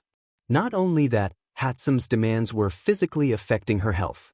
The raw capacity of her quirk was significant to start with, easily exceeding the combined mass of her lipid reserves, and had increased further over her time at UTA, but she couldn't entirely avoid using up some body fat every time she created something. There were still limits to how much matter she could create without becoming dangerously thin. Hatsum was increasingly forcing her to work well over that limit, and both her health and her physical performance during training had suffered as a result. And there was nothing she could do about it without further compromising her chances of becoming a great hero in the future. At least, not until some rumors about an unexpected guest on campus had reached her ears earlier today. "I am here to open the door." In spite of her desperate circumstances, Momo couldn't help but smile at the former #1 hero as he let her into his office. With All for One finally dealt with and the legacy of One for All entrusted to Midoriya's hands, Yagi-sensei was starting to get used to having a life outside of being All Might, and she no longer referred to him by his hero name in order to acknowledge this transition. All Might the hero was the idol every child and most adults had looked up to, but Toshinori Yagi was the man behind the legend, and the man who, while far from the most adept teacher, genuinely cared about his students and put in as much effort as he could to support them. Yagi-sensei gestured her towards a visitor's seat and asked, "What you need from me, young Yaoyorozu?" "I've heard some stories about Shield-san being on campus," she began by saying. I was impressed by her during last year's Expo, and though I have been trying to work with Hatsum-san for a new costume and a new set of support equipment, I believe that Shield-san might do a better job. If you don't mind, is it possible for you to arrange a meeting with her, preferably as soon as she's available? Momo knew that Yagi-sensei tended to look down on support equipment, believing that heroes should be able to work effectively even without such crutches. At the same time, however, he was quite fond of the daughter of his former sidekick, David Shield. Melissa Shield was a niece to him in all but name, and he held her skills as an inventor and engineer in high regard. After a moment of consideration, Yagi-sensei accepted her request. It certainly would be nice for young Melissa to have another friend, especially considering what she has been going through. He replied. In fact, you might want to take a seat and wait here while I call her to see if she can come right now. He then picked up his phone to summon her. Yes, young Melissa, I am here with a visitor and oh, it's not the media, it's one of my students who you've met last year. Not young Midoriya? Sure, if you want to see who it is you can come right now. With the call over, he turned back to her. Young Melissa will be here shortly. As Momo sat there waiting, she recalled her previous encounter with Melissa Shield. Certainly, she had been far better company than Hatsum, and at least as capable of an inventor. She was already fairly well known in the United States, not only because of her contributions to support gear designs at such a young age, but also due to being the daughter of David Shield, one of the greatest scientists and inventors the world had ever known. Yet, in spite of her lofty position, Melissa had been rather informal and relaxed around her and the other students who were attending the expo. She had insisted on being referred to by her given name, and Momo had done so since their encounter, one of very few people she didn't refer to in speech or in her thoughts by her surnames. But her most vivid memories from that expo didn't involve Melissa, but rather an armed mercenary attack led by the villain Wolfram. It would become known as the Island incident, the only time that the well-defended facility was successfully attacked and taken over, albeit briefly, by villains. With every pro-hero present at the expo restrained by the installation's own security systems, it had come down to the hero students to escort Melissa somewhere where she could hack into the island's infrastructure to free the hostages. Momo herself was among the students present, and it had been the first time in her life where her Quirk's capacity for production reached its absolute hard limit, as she'd found herself running out of lipids partway through the battle. As a result, she had been forced to fall back and missed out on the conclusion of the battle. It was on the flight back that she and most of the other students involved had heard the full story. The Elder Shield had seen Yagi-sensei became increasingly weak during his final years as All Might. In a desperate bid to return his old friend to his prime, he had invented the Quirk Enhancer, a helmet that dramatically increased the capabilities of its wearer's quirk. The American government, however, had confiscated the Quirk Enhancer to prevent it from falling to the hands of villains. Desperate to regain access to his greatest invention and turn it over to Yagi-sensei, he had secretly hired Wolfram and his mercenaries to attack his own laboratory and retrieve the helmet for him with the help of his assistant. He hadn't counted on the fact his assistant would betray him or that Wolfram had plans to claim the Quirk Enhancer for himself. As a result, the Shield's laboratory on Island and all of its research had been immediately placed under investigation by the American government shortly after the incident. David Shield was arrested for treason, his career over and his reputation forever tarnished. Melissa herself had been legally declared innocent, but she was seen as guilty by association in the eyes of many, and she was destitute after her family's entire finances became frozen as part of the investigations. With her already established talent for support gear design and development and her close relationship with her father, the idea that she too had been an accomplice didn't sound unlikely to those who had never interacted with the girl. Things had become even worse several weeks later as All for One gained international infamy thanks to the Battle of Kamino Ward, which inevitably had led to a flurry of public interest about the symbol of evil and further investigations on his more recent activities. Said investigations had led to, among other discoveries, the finding that he had specifically aided Wolfram and his mercenary crew in the attempted heist of the Quirk Enhancer. The revelation that All for One had been involved in the Island incident had brought further legal charges and negative publicity upon David Shield, and thus inevitably to his daughter as well. And then had come the twin disasters of the Jaku General Hospital and Gunga Mountain raids, all for one's escape from Tartarus, his machinations to undermine the American government to head off any intervention from across the Pacific, and the sacrifice of Star and Stripe. As the symbol of evil entered the international limelight once more, his impact extended far past areas under his direct influence, and the civil unrest he had incited in the United States was still ongoing in spite of his defeat. The loss of Star and Stripe in particular had been a bitter blow from both a symbolic and practical perspective. Symbolically, her death meant the loss of America's own version of the symbol of peace. In more practical terms, it had meant the loss of one of the most powerful heroes the world had ever seen, a critical blow during such a major crisis. The American public had needed someone, anyone, to blame for the loss of their greatest hero and their ongoing troubles. Anyone who had provided any sort of benefit to all for one, even unwittingly, was now seen as an enemy of the state. That included the now incarcerated David Shield, and in the eyes of the American public, it also extended to his daughter. Melissa may have been proven innocent by the law, but she had been convicted by the court of public opinion. Her once bright future had become bleak, saddled with a controversial family legacy. Before her father had done the unthinkable, Melissa had received dozens of scholarships from numerous prestigious universities, but afterwards those same universities considered her too controversial to enroll. She wouldn't even have received her high school diploma if not for how close she had been to graduation at the time of the I-Island incident. Without financial support or much likelihood of receiving the post-secondary education she deserved, and with her family name now associated with the worst villain the world had ever seen, she had fled to Japan to take refuge under the one remaining adult in her life who she could trust and where she was more likely to find some anonymity, quietly being brought onto the U.A campus 2 days earlier in a nondescript vehicle that had been loaned for the purpose. In spite of the secrecy of her arrival, rumors of her presence and of her alleged association with criminals had already started to circulate throughout the school. To Momo, however, Melissa wasn't a villain to be feared. She offered a potential escape from Hatsum's grasp.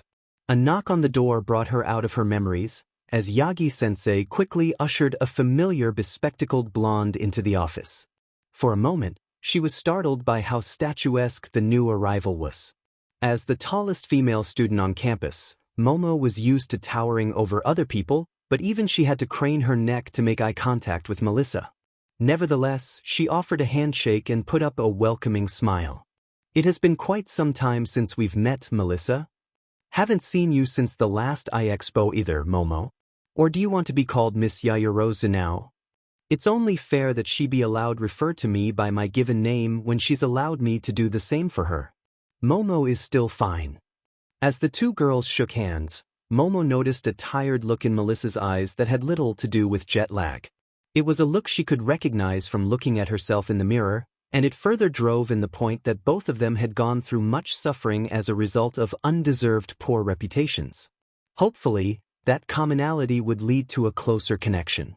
Young Yaoyorozu is in need of support gear and costume upgrades, and wanted you to be the one entrusted with that responsibility, Yagi-sensei explained. Momo then told everything that she was being overlooked by potential internship and work studies providers thanks to a single bad impression caused by a tournament's biased rules, how she had decided to change virtually everything about the way she operated as a hero to improve her odds of being recognized, and how she had sought out Hatsum's expertise only to be forced into an abusive partnership. Why am I not surprised to hear that Beach only saw you as a resource? Melissa reacted, in a deadpan tone that indicated a lack of surprise. Her much-beloved Uncle Might, in contrast, was in a state of disbelief. Young Hatsum has been a great help to all of us over the past year, and we couldn't have triumphed without her, Yagi-sensei sternly reprimanded them. Young Melissa, young Yaoyorozu, do not demean or talk badly of her. If you had spent time with her, Uncle Might, you'd know what kind of person she really is. Melissa fired back immediately. You know that I went straight to the support department as soon as everything was unpacked, right? Seeing Yagi-sensei give an affirmative nod, she continued on. I ran right into her the moment I stepped foot into the building. In hindsight, she'd probably been waiting for me, though I have no idea how she learned so quickly that I was here. I was wearing contacts instead of my glasses and had a hat on to hide my hair, but she recognized me easily. She seemed really friendly at first, if a bit overenthusiastic. She showed me a bunch of her babies and how they worked, and I have to admit, much of her work is innovative. But there was something about her made me uncomfortable. Still, it was nice to be able to talk to someone else who was just as knowledgeable as myself about support items and engineering and such, and for a while we had a nice little chat. She shuddered. To think that all of that was a trick. It was easy for Momo to understand what had gone down. Hatsum had approached Melissa and pretended to be a new ally, just as she had done with Momo herself. After being driven from her homeland to the far side of the world, it must have been a massive relief for the American to find someone else who spoke the same language of physics, circuitry, and engineering her life revolved around. That, however, had been a ruse to approach Melissa and earn her trust, in the hope of being able to coax information on various technology out of her to be used for her own babies in the future. But what information would she have that Hatsum didn't already know or couldn't figure out on her own? Oh no. Melissa's next words confirmed her fears. She said that there were many cases in Japan, especially in the past year, where technology that directly manipulated quirks had been used in combat by villains. And she wanted to experiment with such technology herself to come up with new support items, except the only person around who had information regarding such technology or she thought had information regarding such technology was me. A look of horror was evident on Yagi-sensei's expression. No doubt, he was thinking back to that first Nomu he had encountered at the USJ, an abomination formed from quirk experimentation. On top of that, going one step too far in the study of quirks had proven to be the downfall for the Shields and, ultimately, the reason why Melissa had to flee her home country. Young Melissa, surely you don't mean she asked for Dash? Yes, I do. Melissa bitterly replied. Hatsum asked me if I knew anything about the quirk enhancer and if I could help her build a second one. Silence descended upon the trio. One could have heard a paper towel drop in that office. Yagi-sensei knew his honorary niece too well to ever believe she would knowingly spread falsehoods about other people. But if what she was saying was true, it meant that the moral character of the best student in the support department, someone who had been so helpful in the fight against All for One, was nowhere near as altruistic as the U.A faculty had assumed. Momo, too, was astounded that Hatsum would stoop that low for the sake of her curiosity and pathological need to innovate. Eventually, Melissa worked up the courage to continue speaking. I told her that I didn't even know the quirk enhancer existed until I-Island was under attack, but she didn't believe me. She even questioned my credentials, claiming that a real scientist would never be too afraid to reveal new, important information. This was all in earshot of the other students too, so now they might think I had something to do with the attack on I-Island. As if that DMN helmet hadn't caused enough problems already. Hatsum-san is a brilliant inventor, no doubt, but she's not doing it because she wants to help people, she's doing it because she likes to invent things, without caring about the consequences of doing so. Momo added. In fact, that's why I came to you, Melissa. She isn't just using me as a 3D printer, she's also using my request as an excuse to build what she wants instead of meeting my design specifications. As much as I am also guilty of wanting to invent crazy new stuff for the sake of it, I would never do that if I knew someone else was counting on me for their support items. By this point, it was clear that Melissa was just as opposed to Hatsum's actions as Momo herself was. Well, seeing as I'm stuck in Japan indefinitely, I might as well take you up on your offer. It's certainly better than hiding away in Uncle Mite's place because I'm too afraid to show my face in public. Thank you. I'll be certain to repay this debt. Perhaps the two disgraced heiresses would be able to lift each other out of the mire they'd found themselves stuck in. If Melissa's expertise could provide Momo with the equipment necessary for her to earn the recognition she needed, she would be more than happy to return the favor. Yaoyorozu Support Incorporated would certainly be willing to nurture such a promising young mind. My parents run a major support gear design and production firm. I'll talk to them and see if they're willing to work with you. There's no need for that, though thanks for the offer. Melissa replied, her passion for invention reigniting. It'll be my pleasure to knock down the U.A support department a peg. In fact, if you want any further upgrades to your equipment after this, it's on the house. Bring it, Hatsum. Let's see who's the real best support gear developer in the world. Almost a month later, Momo beheld what was likely the single greatest piece of engineering ever applied to support gear. Immediately after the meeting in Yagi-sensei's office, the three of them had made a visit to the support department. Hatsum's dominance within the laboratory had proven to be no match against the authority of the still highly regarded former number one. It had helped that she had inadvertently incriminated herself by once again pestering Melissa about the Quirk enhancer more than enough evidence to convince both Maijima-sensei and Yagi-sensei of her true character and motivations and leading to a temporary suspension. Once Melissa had taken over the reins of the equipment development project and Momo was given much more of a say in the proceedings, things had progressed much more rapidly, and in the process they had kindled an unexpected friendship. Working with Melissa was a major refresher for Momo after her earlier experiences with Hatsum.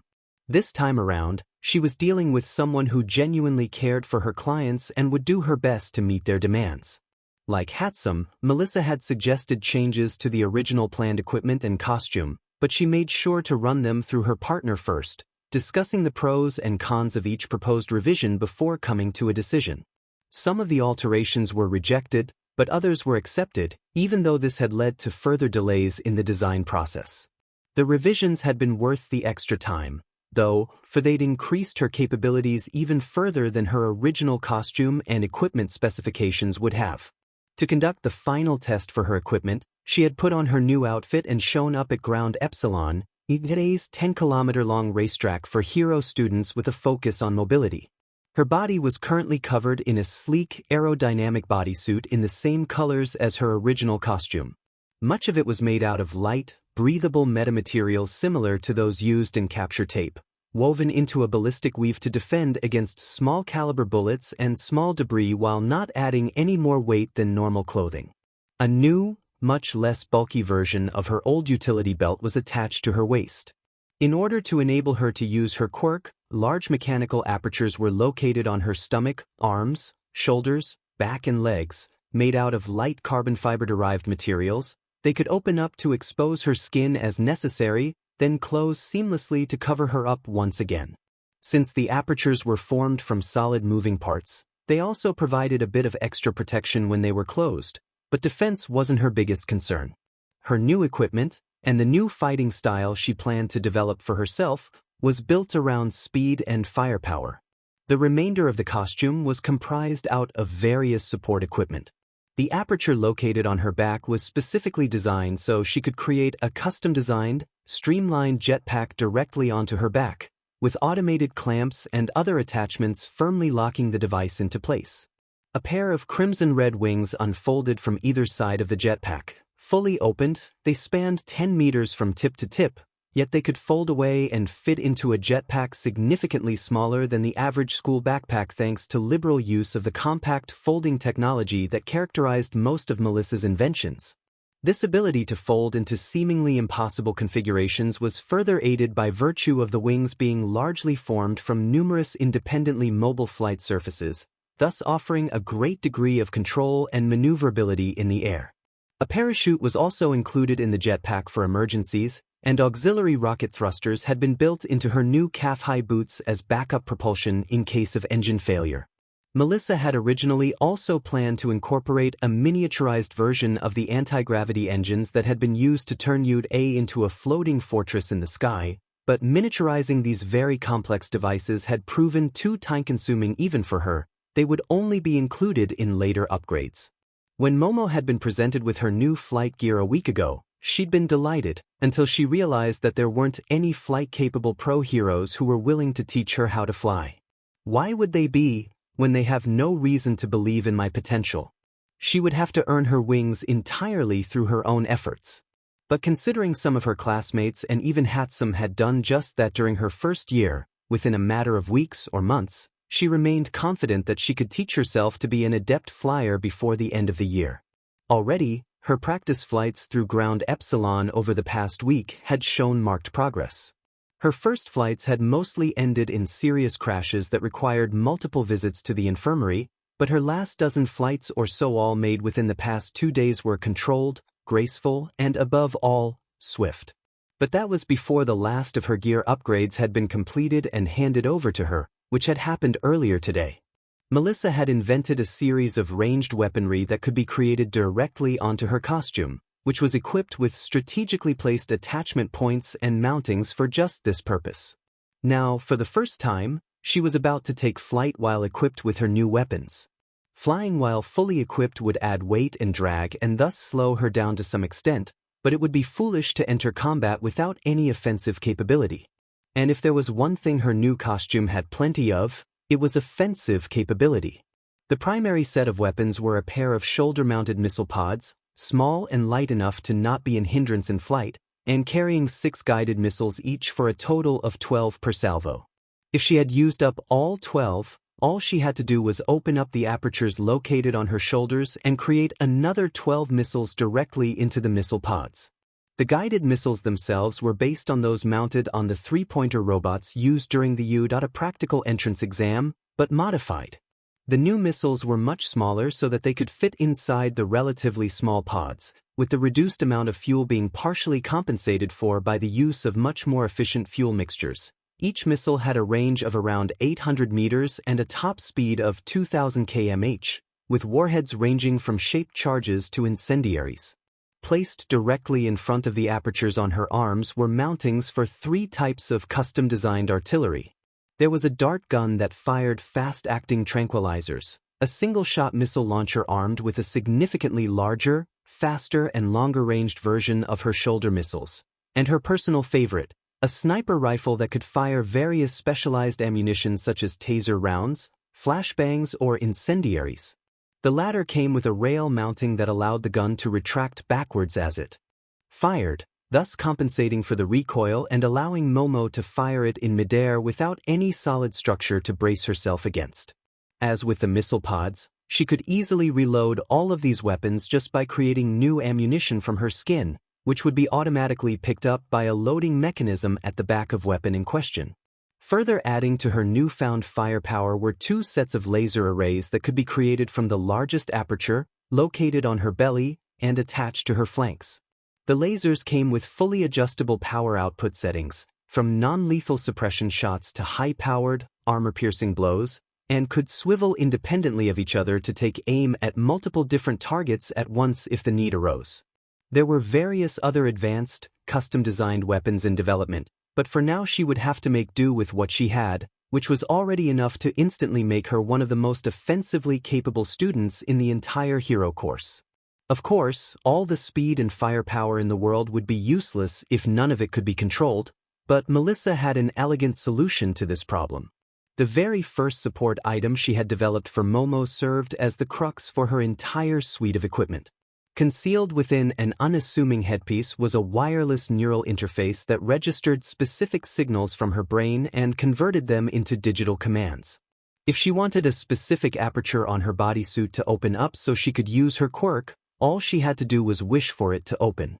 If she wanted to alter her flight speed, direction, or orientation, the fly-by-wire system integrated into the interface would adjust the controls of her flight equipment for her, thus allowing even complex aerial maneuvers to be executed solely by mental commands. If she wanted to open fire against a target, the software would automatically aim her weapons at it. Any new weapons she might have to create during a mission would also become connected to the same interface, either wirelessly or via the mountings on her costume. This was all further enhanced by the fact the headpiece could unfold into a HUD, which could display a digital copy of the Yaoyorozu, which now included the blueprints and molecular formulas for the new bodysuit, jetpack, weapons, and even the HUD itself, pick up thermal signatures, zoom in on distant or small targets, and provide targeting data.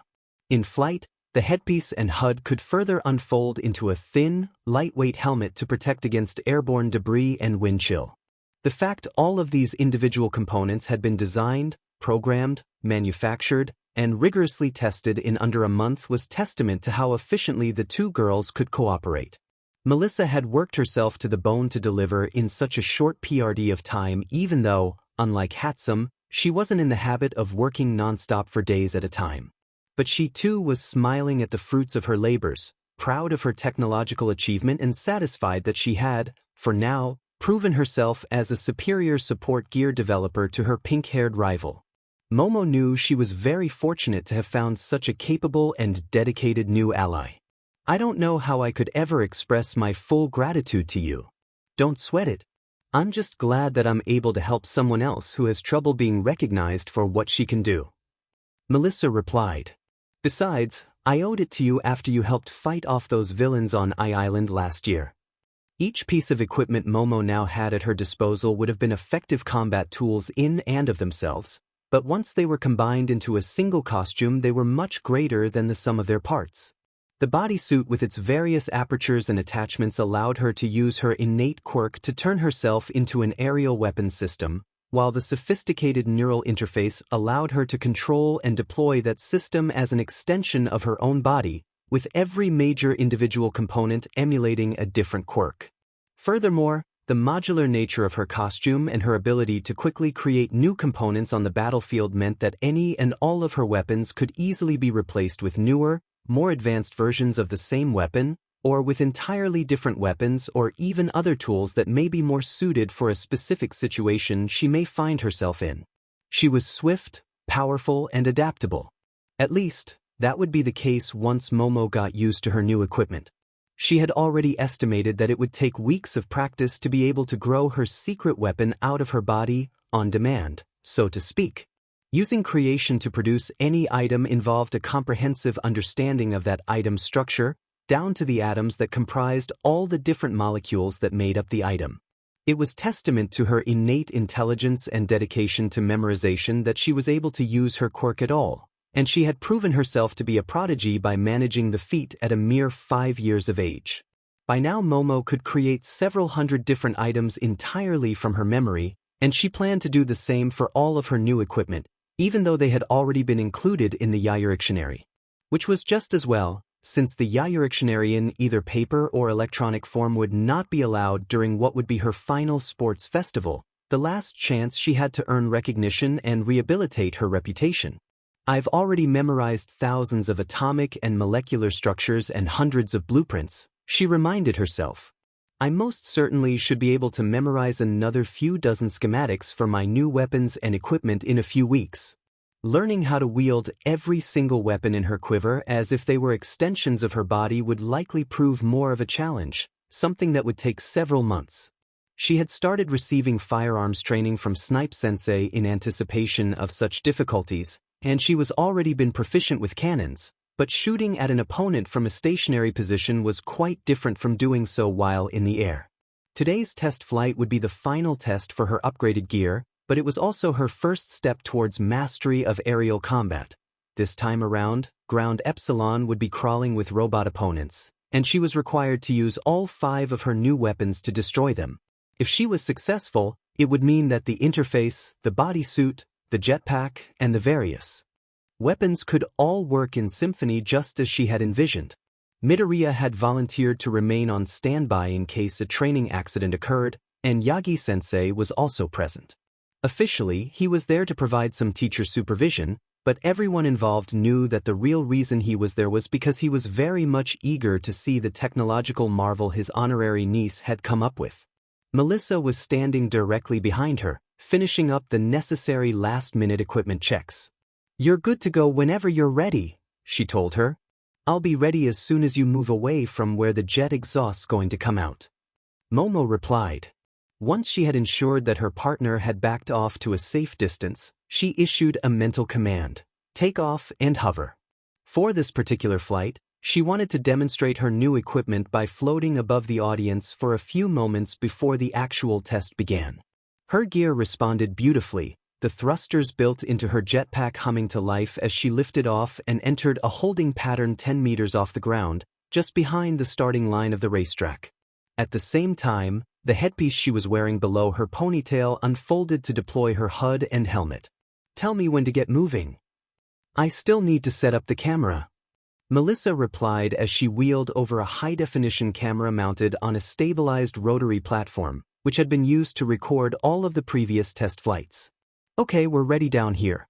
3.2.1. Go." The mere act of thinking go was enough. One moment, Momo was hovering in place, And the next thing she knew, she was flying headlong into ground epsilon, following the course of the racetrack as she rapidly picked up speed. Being airborne under her own power was still a novelty. It was concerning, knowing that if something went wrong the consequences could be lethal, but also thrilling at the same time. Especially since this time, she was armed and ready to do more than just fly over the training ground. Descend to an altitude of 3 meters, she thought, and her equipment obeyed, the flight surfaces of her mechanical wings adjusting to bring her closer to the ground. At such low altitudes she had to take care to follow the twisted path of the racetrack and evade the various obstacles placed in and around it for training purposes.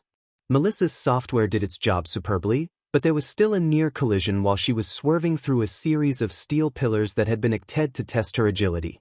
She didn't dare dwell on the mishap. If she stopped focusing on her flight path ahead, an actual collision would be sure to follow.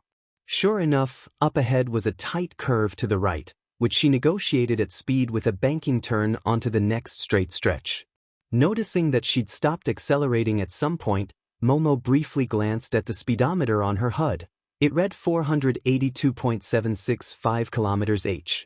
That was a slower airspeed than the fastest she'd gone while unarmed, but it was still blisteringly quick, swifter than Deku, and swifter, even, than Hawks, the current fastest pro hero in Japan. Only Midoriya and maybe Yagi-sensei back in his prime could have claimed to have gone faster. And with Melissa already having promised further upgrades that would allow for more efficient jetpack designs in addition to further weaponry and software developments, there was always the chance she could surpass even them in terms of speed in the future. Up ahead, a small group of 1-pointers and 2-pointers was walking across the racetrack, mobile practice targets for the new weapons. Swiftly closing in on them, Momo commanded her shoulder-mounted missile pods to unleash their payload, while also preparing herself for a reload by bringing up the missile blueprints and molecular formulas onto her HUD. At a distance of 600 meters, she loosed off a full 12-missile salvo, equipped with high explosive charges, towards the congregation of robots. The moment the pods were emptied, she activated her quirk and created another full salvo's worth of missiles, simultaneously climbing and banking to make another pass.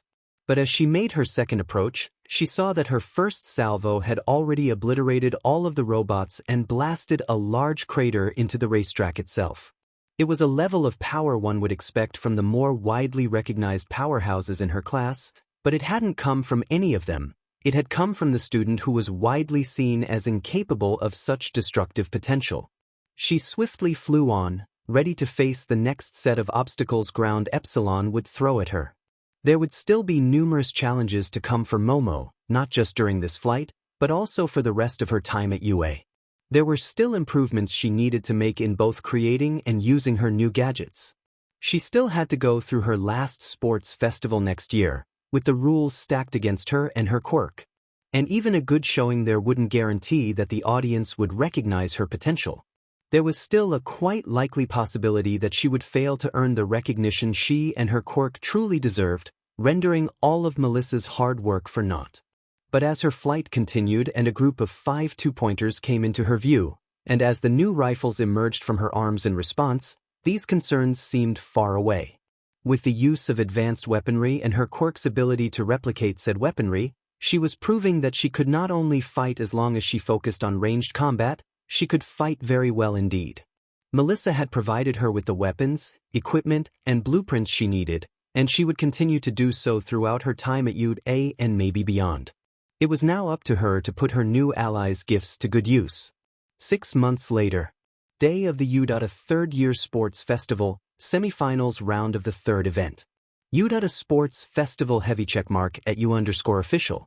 After that spectacular clash of the Titans, with Todoroki barely overcoming Midoriya via ringout, we're more hyped up than ever for our second semi-final match.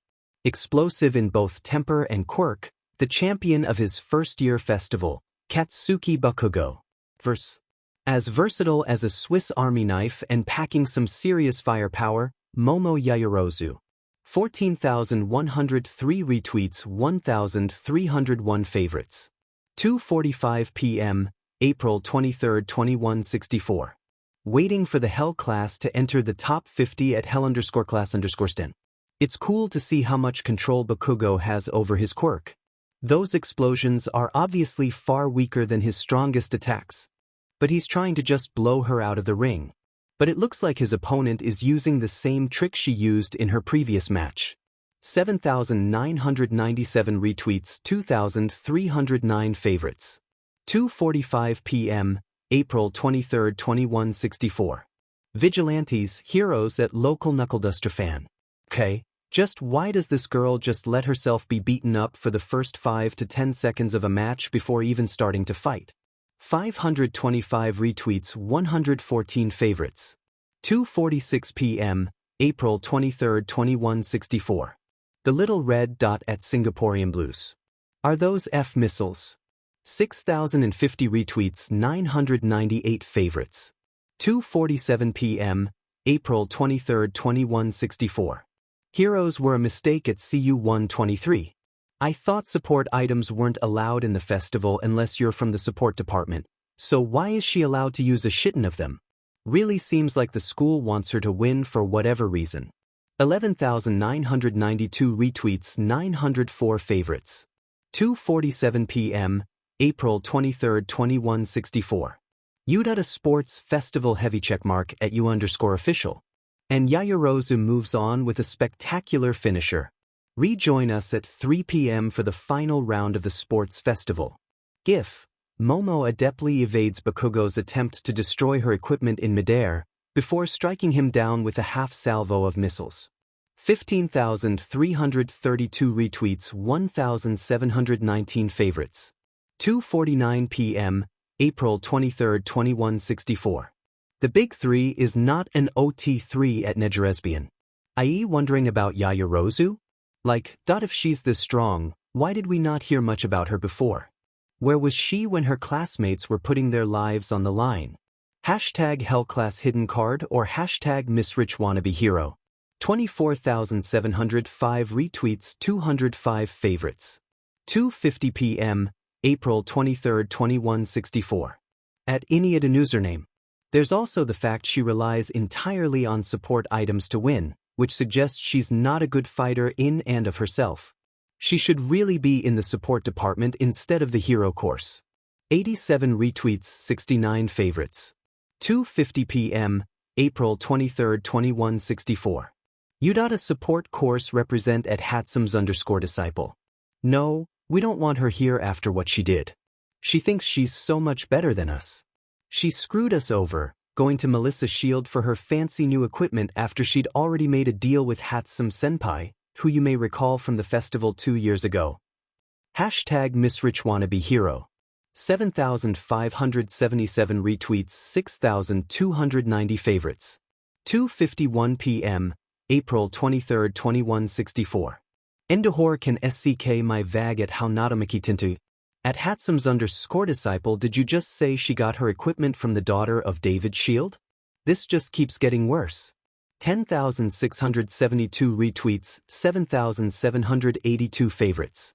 2:51 p.m., April 23, 2164. Press F for the edgy shinobi at Tribute 4 Edge Shot. I'm not sure a bad showing at her first-year festival is a reason to assume she cheated this time around. She could be a hashtag Hellclass Hidden Card, not a faker. Remember how bad Lemillion used to be compared to how badass he is now? 151 retweets, 103 favorites. 2:51 p.m., April 23, 2164. The Big Three is not an OT3 at Negeresbian. That's just the thing though. Speaking as a Big Three stan, Lemillion showed legit improvement during his time at U.A and put in the work necessary to improve. As far as I know, Yaoyorozu has done nothing to show she's improved since her first year. Photo: Mirio Togata in action during the Jaku raid as filmed by a civilian survivor, engaging the near high-end Nomus. 45,435 retweets, 4,683 favorites. 2:52 p.m., April 23, 2164. False hero watchdog at _apologist. Yaoyorozu is the same student that got pathetically trashed in her first year after being hyped up to hell, and then did a commercial with Iwabami. In all likelihood she's just in the hero course for the fame of it. Hashtag misrich wannabe hero, hashtag future fake hero, hashtag fakes teaching fakes. Photo 1. Still from video footage of the infamous Yaoyorozu vs Tokoyami match. Photo 2. Yaoyorozu, Kendo and Iwabumi on stage, filming a commercial. 12,528 retweets, 1,076 favorites. 2:52 p.m., April 23, 2164. Can I please get some money at Ilivetoba miserable? Based off on what at @number_stain_apologist has just pointed out, everything seems to point towards Yaoyorozu cheating her way to the finals. If the heroes are going to be like this, why should we trust them to keep us safe? Why are we not allowed by law to defend ourselves with support gear or the quirks we have at our disposal? Hashtag misrich wannabe hero. 14,093 retweets, 8,868 favorites. 2:53 p.m., April 23, 2164. Nito Monoma Udata Sports Festival third-year quarter-finalist at official Phantom Thief. Just another sign of how awful the so-called hell class really is. Hashtag misrich wannabe hero, hashtag the superior class 3B. 2,034 retweets, 387 favorites. 2:53 p.m., April 23, 2164. Proud to stand against the system at Civilians Rise Up. Really, the only reason she's even in the hero course is because Yaoyorozu Support Incorporated provides much of the funding to UA. After Detnerat, should we really be surprised another big support gear firm is corrupt? Hashtag eat the rich. 21,004 retweets, 4,532 favorites. 2:54 p.m., April 23, 2164. Lady Linen heavy checkmark at the Cotton Gin Hero. I'm disappointed in my alma mater for skinging up to Yaoyorozu. I've ran into her a few times while at UA and she really didn't strike me as hero material, book smart, yes, but basically useless in an actual battle. From what I've overheard, she really screwed up during the Paranormal Liberation War, though I can't remember how. 22 retweets, 15 favorites. 2:56 p.m., April 23, 2164. Japan is doomed at WDM. IRC, she went off on an unsanctioned mission to take down Gigantomachia during the Gunga Mountain raid and took most of the Hell class with her to do it. Exactly how she was planning to succeed is unknown. She just made everything worse by making Gigantomachia angry enough to go on a rampage, getting millions of people killed in the process. It took best genist and endeavor to do the job. 86,479 retweets, 55,901 favorites. 2:58 p.m., April 23, 2164. Let children be children heavy checkmark at say no to hero schools. UA has had a long history of encouraging, even demanding, violence from children during its sports festival. Now they've allowed a teenager whose qualifications are questionable to bring deadly support items to the festival and use it against other teenagers. It shows how little concern UA shows towards ethics, safety, or legality. Is this the school you want to send your children to? Hashtag misrich wannabe hero, hashtag down with you. 231,235 retweets, 54,604 favorites. 2:58 p.m., April 23, 2164. From hero victims to villains at Justice __. Well, it's not like her next opponent is any better than she is. That's Endohor's kid, the one who he abused his wife and threw away his eldest child for. His spot in the Hell class was earned by sacrificing his mother and brother and the lives of his brother's victims. Hashtag down with endeavor, hashtag down with the Todorokis, hashtag legacy of shame. 152,391 retweets, 11,626 favorites. 3 p.m. April 23. 2,164. UA Sports Festival heavy checkmark at U_official. This is it. The final battle of the entire tournament. A clash of recommendation students, one wielding nature's raw power and the other representing technology's triumph. The master of the elements, the synergy of ice and fire, Shoto Todoroki. Verse. The mother of creation, the infinite human arsenal, Momo Yaoyorozu. 9,487 retweets, 856 favorites. 3 p.m., April 23, 2164. Standing our bionic bunny queen at handicap not harmless. AO at @U_officials attempts to hype up a sing contest between two spoiled brats, whose parents have ruined so many lives to get them to where they are now. Hashtag legacy of shame, hashtag Miss Rich wannabe hero, hashtag whoever wins, everyone loses. 133,534 retweets, 10,876 favorites. 3:01 p.m., April 23, 2164. Hawks is a murderer at HPS_conspiracy_theorist. What is he waiting for? Just ice her already. 678 retweets, 107 favorites. 3:01 p.m., April 23, 2164. Trying to survive at bad_neighborhood_.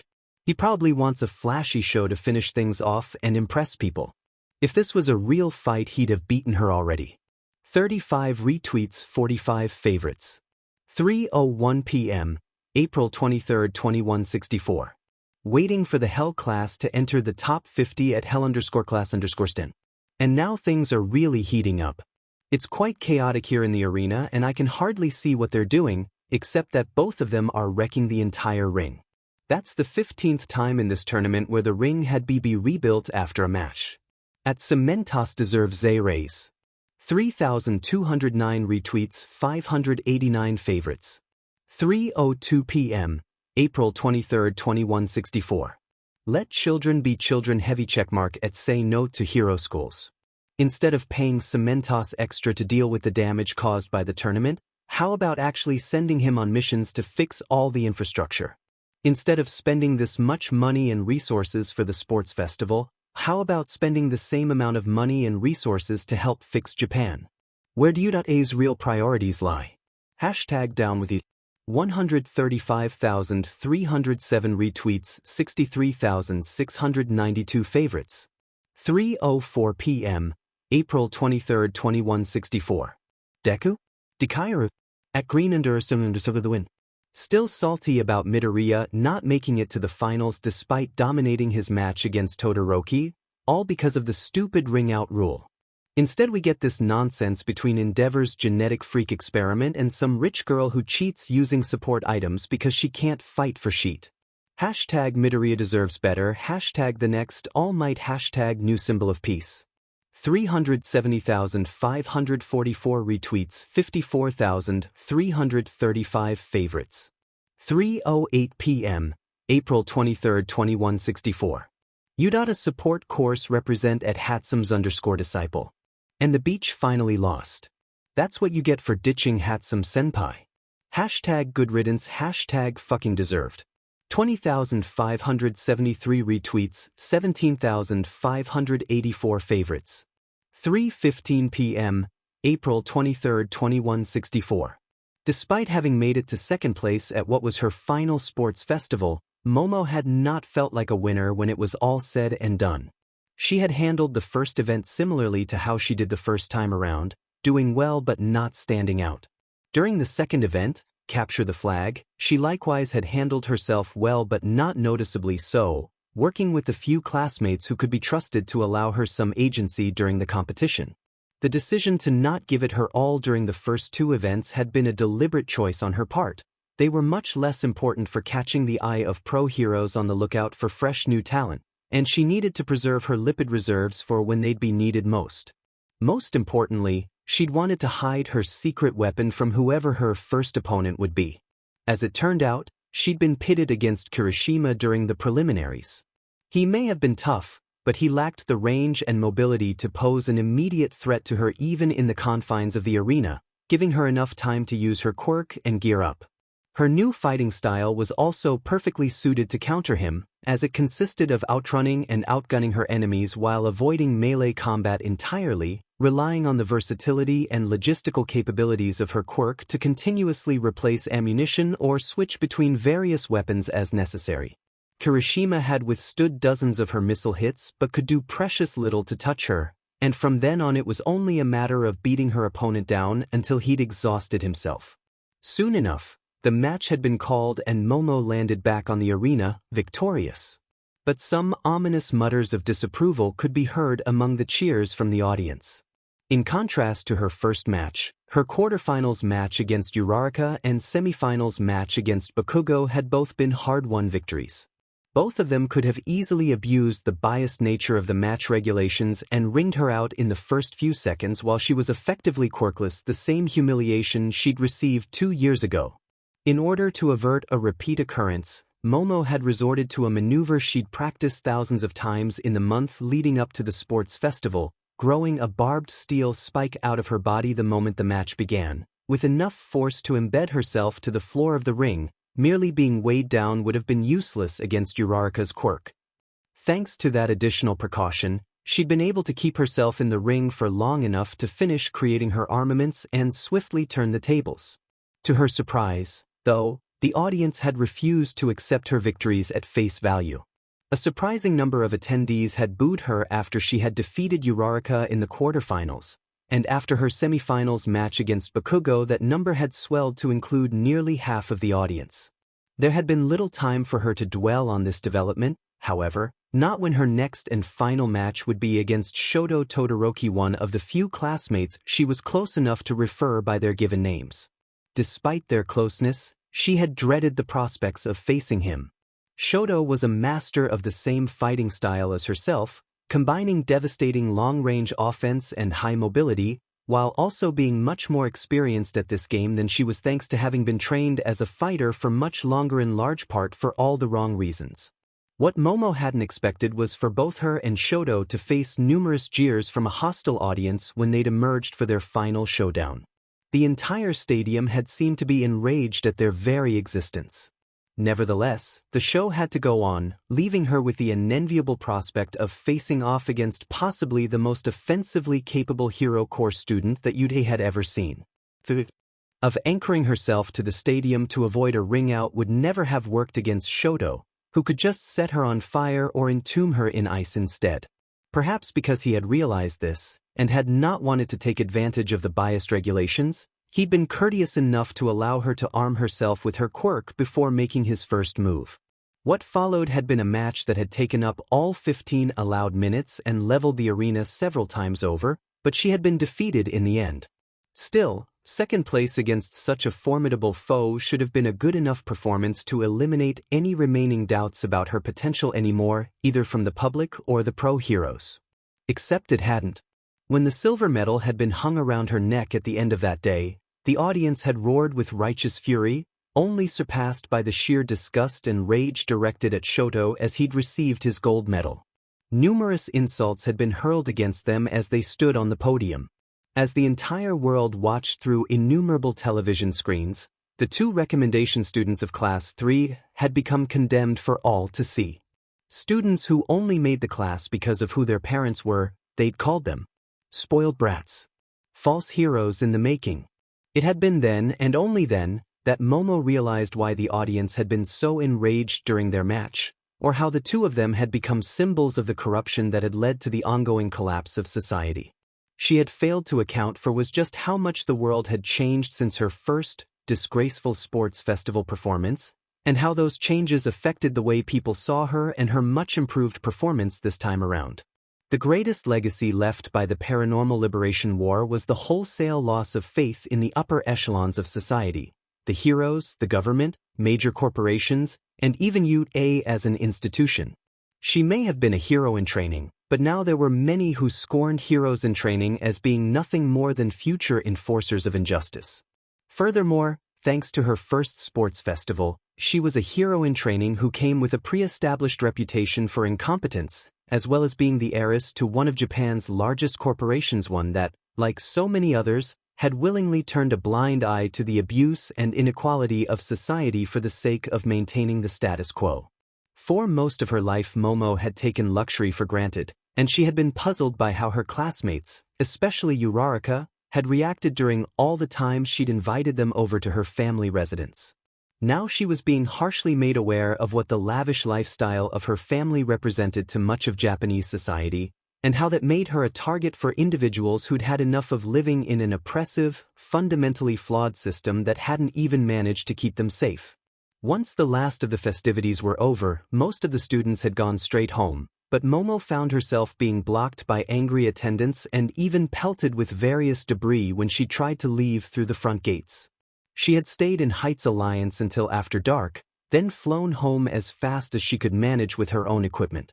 Once home, she'd barricaded herself in her room as she had done 2 years before, but just like back then, she was unable to escape the torrent of social media posts, online articles, tube comments, and hate mail, only continuing to wallow in her self-pity. The same mistaken assumptions and controversy that had tormented her 2 years ago had come rushing back to the forefront at the worst possible moment for her, and they were more threatening than they had ever been. At least this time around, she wasn't alone in her predicament. Shoto was facing at least as much, if not even more flack than she had to deal with thanks to his association with his villainous brother and disgraced father, never mind that Shoto himself had been the greatest victim of his father's ambitions. Even in defeat, Toya Todorokidabi had managed to accomplish his goal of ruining his father's legacy for all eternity. The sordid details of Endeavor's domestic abuse had long since become public knowledge, including how he had thrown away his first child for the sake of his masterpiece of a fourth child, how he had thus pushed his firstborn down an increasingly dangerous path until he'd seemingly died, only to return as a blazing symbol of his family's crime. It had been well over a year since Shoto had been able to show his face in public without someone demanding to know why he deserved to be born. Dozens of people had come to a fiery demise at his brother's hands because of his very existence, and nobody was willing to see past that. Yuta itself was receiving large amounts of negative publicity. Ever since Kamino Ward, there had been murmurs that the school was putting its students at severe risk. After the Jaku and Gunga mountain raids, these murmurs had become grumbles.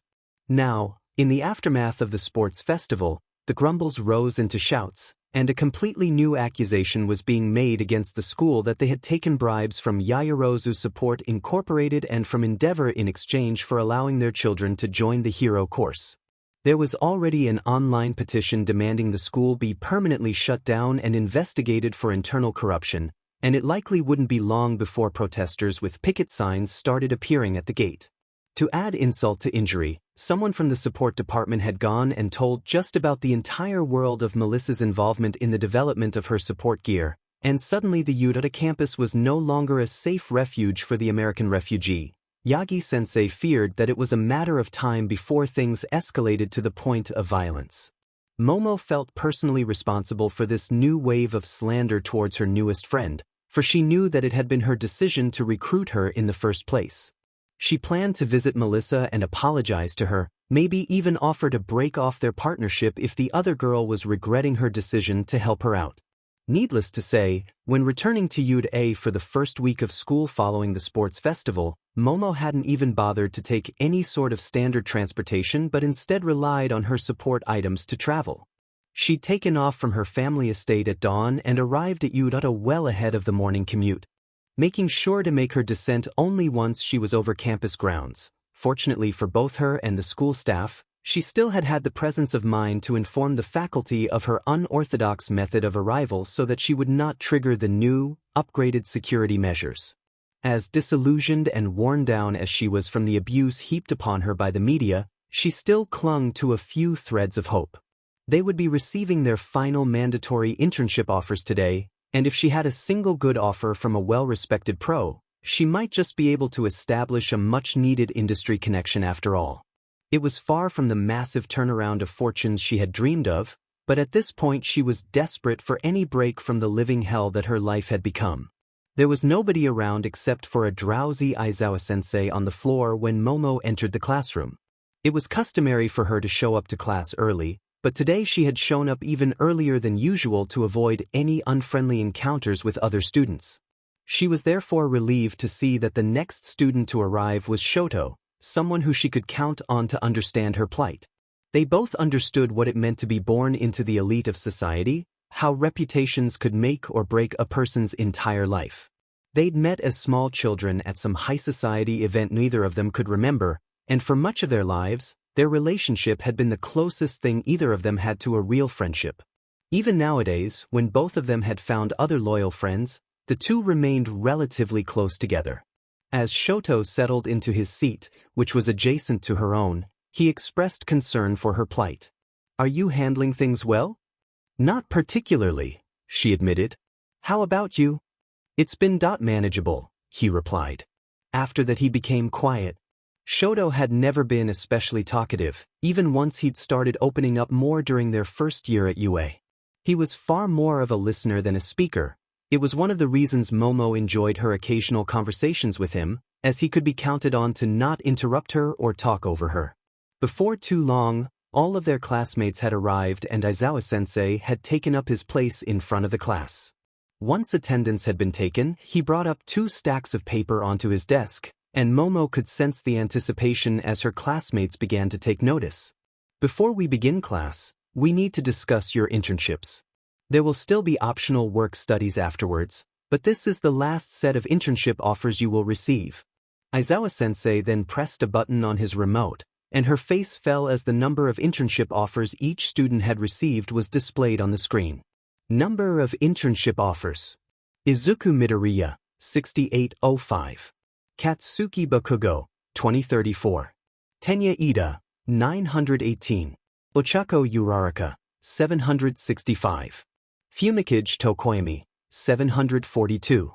Tsuyu Azui, 641. Kyoka Jiro, 425. Shoto Todoroki, 310. Eijiro Kirishima, 305. Mina Ishido, 263. Denki Kaminari, 56. Momo Yaoyorozu, 3. Being the vice representative of the class, Momo handed out the stacks of internship offers for students seated in one half of the classroom, while Ida did the same for students seated in the other half. As she approached each desk, she lowered her face in shame, afraid that her classmates would judge her for her failure. By the time she got to the last remaining desk, her own only a few sheets remained in her hands. Due to the increased media focus on this class over the past 2 years and on a few students in particular he glared at Midoriya and Bakugo the number of offers is not evenly distributed. As this is your final year here, your choice of mentor for the following week may very well determine your future agency postings upon graduation. Choose wisely, and for those of you who have no offers, as before, you are free to select from the list of 40 U.A affiliated agencies.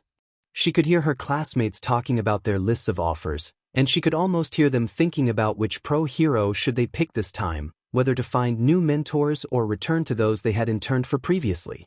And wondering, no doubt, why their vice representative had an abysmal number of offers. "Sensei," she heard Midoriya call out, "there has to have been a mistake. How is it possible that Todoroki only has a bit over 300 offers and that Yaoyorozu-san has only received 3, despite both of them placing higher than myself or Kaken?" There were general murmurs of agreement from most of her classmates, which was quickly silenced by a quick glare. The number of offers is reflective of how your capabilities are assessed by pro-heroes, not by your performance during the sports festival. He explained. Todoroki is a special case caused by his family situation. As for Yaoyorozu, her example should be a reminder to all of you that relying on support equipment is no substitute for improving yourself as a hero. Momo could hardly believe her ears.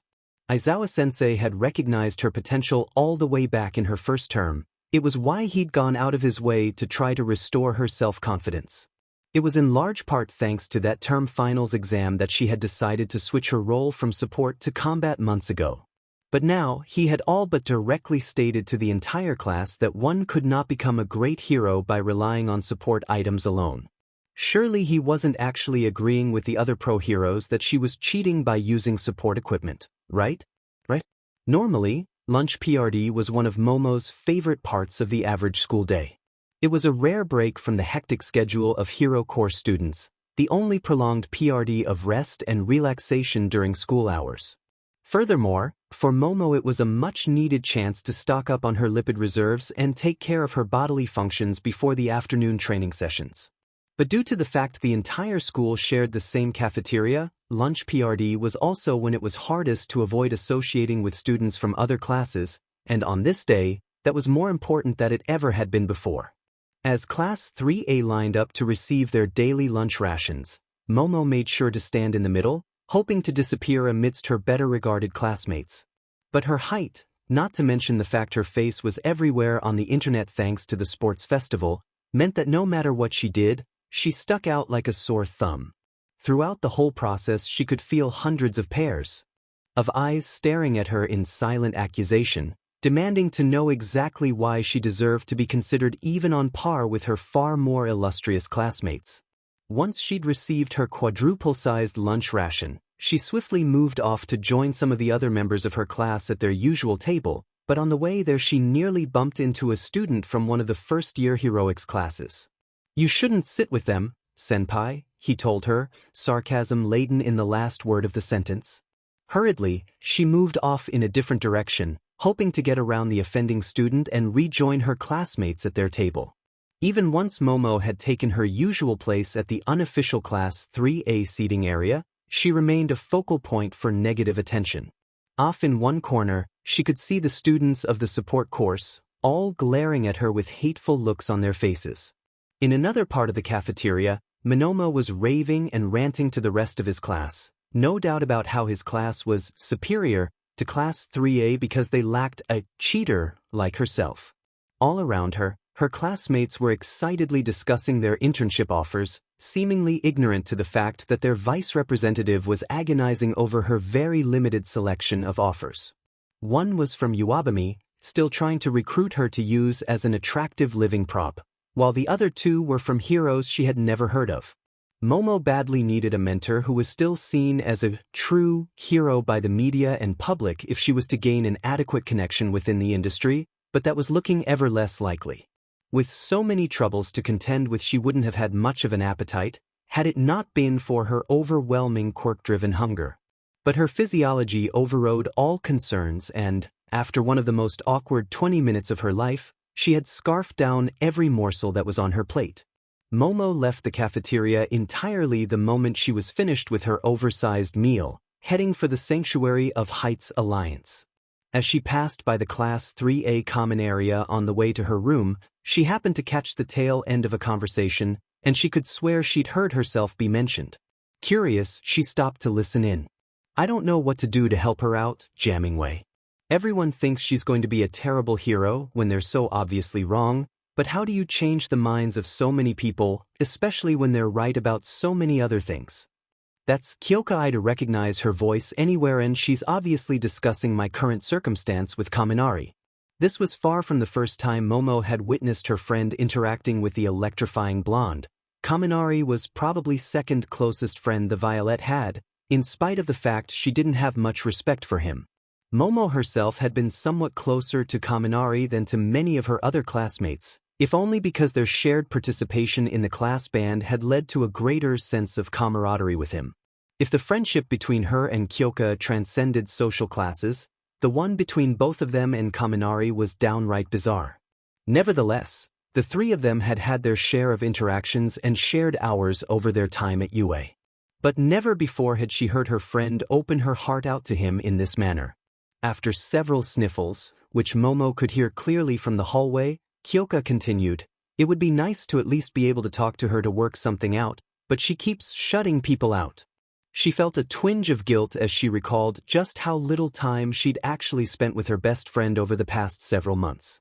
That time had instead been spent on training in order to catch up with her peers for all the good it did for her public standing in the end, and it meant that she rarely talked to her best friend and prospective lover these days. Things became quiet for a few PRGNT moments after that outburst. Considering how much of a chatterbox Kaminari tended to be, Momo was surprised that he kept his mouth closed now, as if he was digesting what their mutual friend had just told him. This was more akin to the conversations she'd occasionally have with Shoto, where she would open up about her feelings and he'd listen. When Kaminari eventually did reply, she was in the perfect spot to hear what he had to say. "Kyo, sometimes what you need is to give people some space to work things out on their own. Do you really think she wants to be around other people right now when she doesn't want to be laughed at or pitted?" Momo didn't bother listening to the rest of the conversation. She had already heard enough. As she moved off towards the stairwell as quietly as she could manage, she couldn't get over the implications of the very first word in Kaminari's response.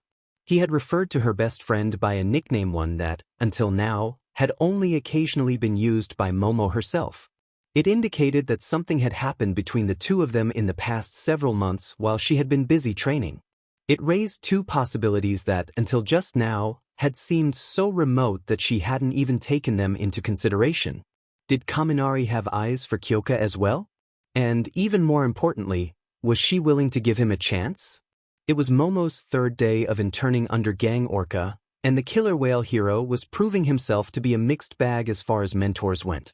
Both Kyoka and Shoto, having had prior experience with him during the winter mandatory internship and the remedial course respectively, had told her that he was rather harsh and strict towards even the best hero students, but also that he was a capable hero. It wasn't exactly a description that led her to believe he would recognize her true potential. Plenty of other capable heroes had failed to do so, so why should this one be any different? Indeed, it was only thanks to her friends that she hadn't been kicked out the door when she'd first shown her face at his agency. He had sent her no offers after the sports festival, and he wasn't on the list of U.A-approved internship providers. But her friends had used their connections with him to convince him that she wasn't, in fact, an incompetent who was cheating her way through the hero course, resulting in him sending her a very late offer that arrived at U.A mere hours before the deadline for submitting internship request forms. Given that the alternative involved returning to Uwabami and being forced to smear her own reputation. Even further, it had been an easy decision. But even her friends' efforts could only get her so far. Gang Orca had made it clear from the get-go that he expected little from her. Under his supervision, Momo was not to intervene in villain fights, and during incident resolution she was expected to follow orders without coming up with decisions and ideas of her own. He still took her out on patrols, but strictly in the role of equipment resupply. Thus, her newfound martial talents were rendered irrelevant for the purposes of her internship, as were her formidable strategic and tactical skills. The entire arrangement had struck Momo as worse than pointless. Even if she was to be restricted to a supporting role, she still actually had to be present on site to be able to see what was going on and provide equipment to the real heroes as needed. Keeping her out of combat therefore failed to keep her away from danger, and it would have been more logical to allow her to engage hostiles so that Gang Orca wouldn't have to worry about defending one extra person in addition to any potential civilians caught in the crossfire. It was all reminiscent of the way she'd been treated by her classmates, her teachers, and by the assembled heroes during the final days of the Paranormal Liberation War. In spite of her efforts to never again suffer that particular fate, it seemed that there was no other destiny for her. It was testament to just how bad her first internship under Uwabami had been that this was still a vast improvement over her treatment under her mentorship. At least Kyoka is having a much better time than I am, she consoled herself. Gang Orca considered her friend to be capable enough to not require constant supervision, and had granted her the authority to engage villains as needed, in addition to allowing her to figure out how best to handle a situation on her own as long as she double-checked her plan with him before putting it into action, of course. Kyoka had been one of the students who ended up personally facing off against All for One during the final battle of the Paranormal Liberation War, and that had brought her some much-needed publicity, as well as considerable respect from various high-ranking pro-heroes. Momo had been happy for her friend, but every bit of attention any of her classmates received was leaving her further and further behind when it came to making connections and building up support for her own career. Now, she was seeing this principle in action. Then again, Kyoka probably merited more attention from their mentor anyways while on patrol, if for no other reason than her safety. One of the biggest outcomes of the Paranormal Liberation War was an increase in anti-mutant sentiments, something that had previously only been a major problem at the local scale. Now, however, anti-mutant mobs were a dime a dozen on the streets, as frightened citizens took matters into their own hands to preemptively defend themselves against anyone who looked like a villain. Hardly a day passed by without news of someone being assaulted or murdered for having a mutation quirk. There were even rumors of the creature rejection clan becoming more powerful once again, using the uneasy atmosphere to their advantage and preying on the fear of civilians. Much of Gang Orca's work since the war had thus been focused around countering the increase in anti-mutant sentiments. As a mutant himself, he had personal stakes in this struggle, especially since he was considered one of the most villainous-looking heroes around. On a daily basis, Gang Orca would take both of his interns out and patrol the area around Hosnian Square, which had become a regular location for peaceful protests by mutants demanding an end to the persecution. There had already been cases of other civilians antagonizing the protesters or even assaulting them with their quirks or with illegal support items. This patrol, like the last, was intended to be a show of force to deter anti-mutant activities, while also serving as a reminder to the gathered mutants that the heroes hadn't abandoned them. Given her recent experiences, however, Momo had to wonder if this wasn't just raising tensions further. Her presence probably wasn't helping, as several members of the public had already harassed them over the fact she was allowed to be on duty even if she might as well have been left back at the office for all intents and purposes. It wasn't only these acts of aggression towards her that was keeping her two companions on edge, however. Between Kyoka's quirk and Gang Orca's naturally enhanced hearing, the team was well suited for scouting and gathering information, but it also meant that they were forced to listen to every insult being hurled against the mutants that they were here to defend. As the patrol wore on, Momo continued to check her friend's facial expression as a gauge of how volatile the mood around the mutant demonstration was, and it had continued to get worse as time passed. But it was only 2 hours into the patrol that she realized something was about to go down, as a sudden feeling of dread swept over her. There are at least a few dozen people who are quickly forming into a large group facing the demonstrators, Kyoka breathlessly reported. I heard what sounded like a signal to start something. We need to move dash. A piercing scream coming from the general direction of the protest caught everyone's attention. An alarming number of villains were emerging from the frightened crowd and rushing the protesters, brandishing whatever implements they had on hand, wielding various emitter quirks ranging from laser eyes to corrosive spit, and wearing skull-faced masks. The significance of this last detail wasn't lost on Momo. It gave away the identity of the villains, and a shared glance with Kyoka told her that she'd figured it out as well. Looks like the rumors about the creature rejection clan were true, their mentor remarked. Without skipping a beat, all three of them headed towards the center of the rapidly growing mayhem. They were the closest heroes to the scene, and it was their duty to step in and hold the line, at least until backup could arrive. Gang Orca was quick to form the basic outline of a plan as they made their approach. I'm going to keep them occupied and lure all of them into the square and away from the protesters, while my sidekicks handle civilian evac. Earphone Jack, take up defensive position on the other end of the square and await further instructions, and listen for any further trouble on the way there. Creati, go with her and do whatever she needs to help her out. Do not engage unless absolutely necessary. He then charged into the mob of masked faces, knocking several CRC members down onto the ground and grabbing one of them, then quickly turned tail and headed in the other direction with more than half the remainder in hot pursuit exactly as he'd wanted them to. It was a sight that left Momo awestruck. It was hard to believe such a big man could move that swiftly, especially while carrying a captured villain. Come on, you heard his orders. Let's get moving.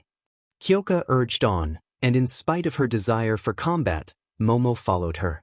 The last thing she wanted was to jeopardize the outcome of mission, and so she merely did as she was told, all the while wishing that she'd been granted some agency of her own. This was the ideal opportunity to prove she had what it took to be a real hero, but once again she was being forced to sit out of a fight on the false basis that she couldn't handle it. Yamamo. Momo almost didn't realize that her friend had broken basic protocol by using her nickname rather than her hero name while on duty. At any rate, she was too distraught to care by this point. What is your request, Earphone Jack? It was then that she noticed that her friend had stopped, with one jack plugged into the ground, a sure tell that she was listening for footsteps. Perhaps she had noticed something that Momo had not, and was investigating whatever it was. After a brief pause, her friend breathlessly explained the situation. I'm hearing another big mass of people approaching the square, and fast. We need someone to get back in there and keep an eye on things. Then, giving a wink, Kyoka gave her an order she had been waiting to hear all afternoon. And you need to stop the newcomers from causing even more trouble if necessary. But Gang Orca said dash. He told you to do whatever I tell you to do to provide support. Right now, I'm telling you to go in there and kick butt. And that was all the permission that she needed. Mouthing a quick thanks to her dear friend, Momo doubled back towards the heart of the square, briefly stopping along the way to create her flight gear onto her suit. This was something that was best taken care of ahead of time. For all her newfound offensive power, she was in no way cut out to handle a melee brawl at close quarters, and it was imperative that she prepared a method of escape ahead of a villain fight so that she could quickly reposition herself to continue fighting from a safe distance if things went south. Her earpiece crackled to life as Gang Orca admonished her. "Creati, what do you think you are doing? Return to your designated post alongside earphone jack," he ordered. Momo expected another verbal beatdown to ensue, but Kyoka was quick to explain the situation, just as she'd promised. "She did it on my orders, which you'd told her to follow. I don't really need her help with anything, and I think you'll be surprised at just what she can do on her own." Apparently that was enough of an excuse for him to back off, though the grumbles audible through her earpiece clearly indicated he wasn't too happy about it. There was a brief lull in communications right afterwards, during which time Momo assessed the scene unfolding around her. By now the attack on the protesters had slowed to a grinding crawl, partly thanks to the police intervening on their behalf. One group of officers had formed a wall of riot shields between the villains and the protesters, with various CRC members using their quirks or support items to gradually chip away at them, while others were moving to outflank the defensive line but were hampered by the crowd of panicking civilians. Off in the distance, she could make out Gang Orca's sidekicks set up a cordon around the square while directing civilians out of the area. And then a knife plunged into the top of a police officer's head as they were trying to join the fray, only 15 meters from her current position. It was testament to how much death and destruction Momo had already seen during the Paranormal Liberation War that she was unfazed at the sight of someone being murdered. She doubted any of her classmates would have been more disconcerted if they'd been the ones to witness the act instead. Even so, the knife throw had caught her off guard, because it had come not from within the square, but from one of the rooftops surrounding it. And as murderous as the creature rejection clan tended to be towards mutants, it was very much out of character for them to target a police officer without any obviously visible mutations. Moments later, more knives were landing amongst the now terrified civilians just as a second wave of villains rushed into the plaza. It was evident that Kyoka had been right. There was more than one group of hostiles. This new group was smaller and less organized than the CRC, and lacked their skull-shaped facial masks, but still causing plenty of trouble by adding to the confusion. As Momo recognized their bandanas and domino masks, her heart all but leapt into her throat. Stannis. In the immediate aftermath of the Paranormal Liberation War, one group of extremists began to blame the failings of hero society, and thus the collapse of Japan, on a supposed overabundance of false heroes, eventually coalescing into the Stainists. They followed the mantra of hero killer Stain, who still hadn't been recaptured after his escape from Tartarus, down to the idea that the only way to fix society was to purge it by killing anyone who was unworthy of being a hero. It had apparently never occurred to them that one didn't attract sympathy towards their cause by committing murder, or that Stain's ideals weren't worth following in the first place. He may have been right in that many heroes were indeed less than heroic, but he had missed the forest of a corrupt system for the trees that were corrupt heroes, and most of her classmates agreed that his standards for what a true hero should be like were often ridiculous. A change in priorities was needed. While Momo was no fan of the Creature Reaction clan, the Stainis were by far the more immediate threat to the public at large. The CRC wanted to kill those with mutation quirks, but that was the extent of their murderous intent. The Stainis wanted to kill everyone who didn't fit their image of the perfect hero, such as vigilantes, other villains, heroes who had abused their authority, or heroes who failed to live up to impossibly high standards of heroism, and hero students who are or appear to be working to become false heroes. She realized with a start. It was definitely time for her to skedaddle. Creati reporting in. A loose gang of Stainis have entered the square and are attacking both the Creature Rejection clan and the civilians, with at least one police officer casualty, she reported back to her mentor as she picked up her pace. I am currently repositioning to better respond to the increased threat level. There were plenty of side alleys connected to the square, and she ducked into the nearest one, finding just enough room to take off. She wasn't the only person who had the idea of using these alleys as a refuge, however. A stampede was headed her way for that exact reason. If she wanted to avoid being swept on in this tide of humanity, she had to take off now, before the crowd would reach her. Taking off in the middle of a dense crowd would risk accidentally setting someone on fire with her jetpack's engine exhausts. The last thing she needed was a civilian death on her hands as collateral damage. Over there in the alleyway. It's the false hero in the making. Kill her. And just like that, there were around a dozen Stannis heading straight for her, or at least, as straight as they could manage in such crowded conditions. But the villains were too far away to reach her in time. Her jetpack had already been prepared for takeoff, and months of relentless practice meant that flying now came to her as naturally as walking. In a single smooth motion, she leapt off the ground right as all her engines kicked in, propelling her like a rocket towards the skies. Once she'd cleared the rooftops, she unfolded her wings, banked back into the open air above the square, and began to circle over the Stannis who had just missed her. For a fleeting second, Momo had the thought that she could quickly erase this gaggle of wannabe villains off the face of the earth. It would only take a few missile salvos loaded with high-explosive warheads. But killing, especially indiscriminate slaughter, was anything but heroic. It would only further prove the Stannis right about her being a false hero. So she settled for a decidedly less lethal option, the dart gun. It took less than 10 seconds for her to produce the weapon and its ammunition, and only 2 to take aim at her first target as she swooped down onto them. Her first shot found its mark, followed by the next, then the one after that. With each of her passes, 1 or more Stannis fell to the ground as each dose of fast-acting sedative struck home.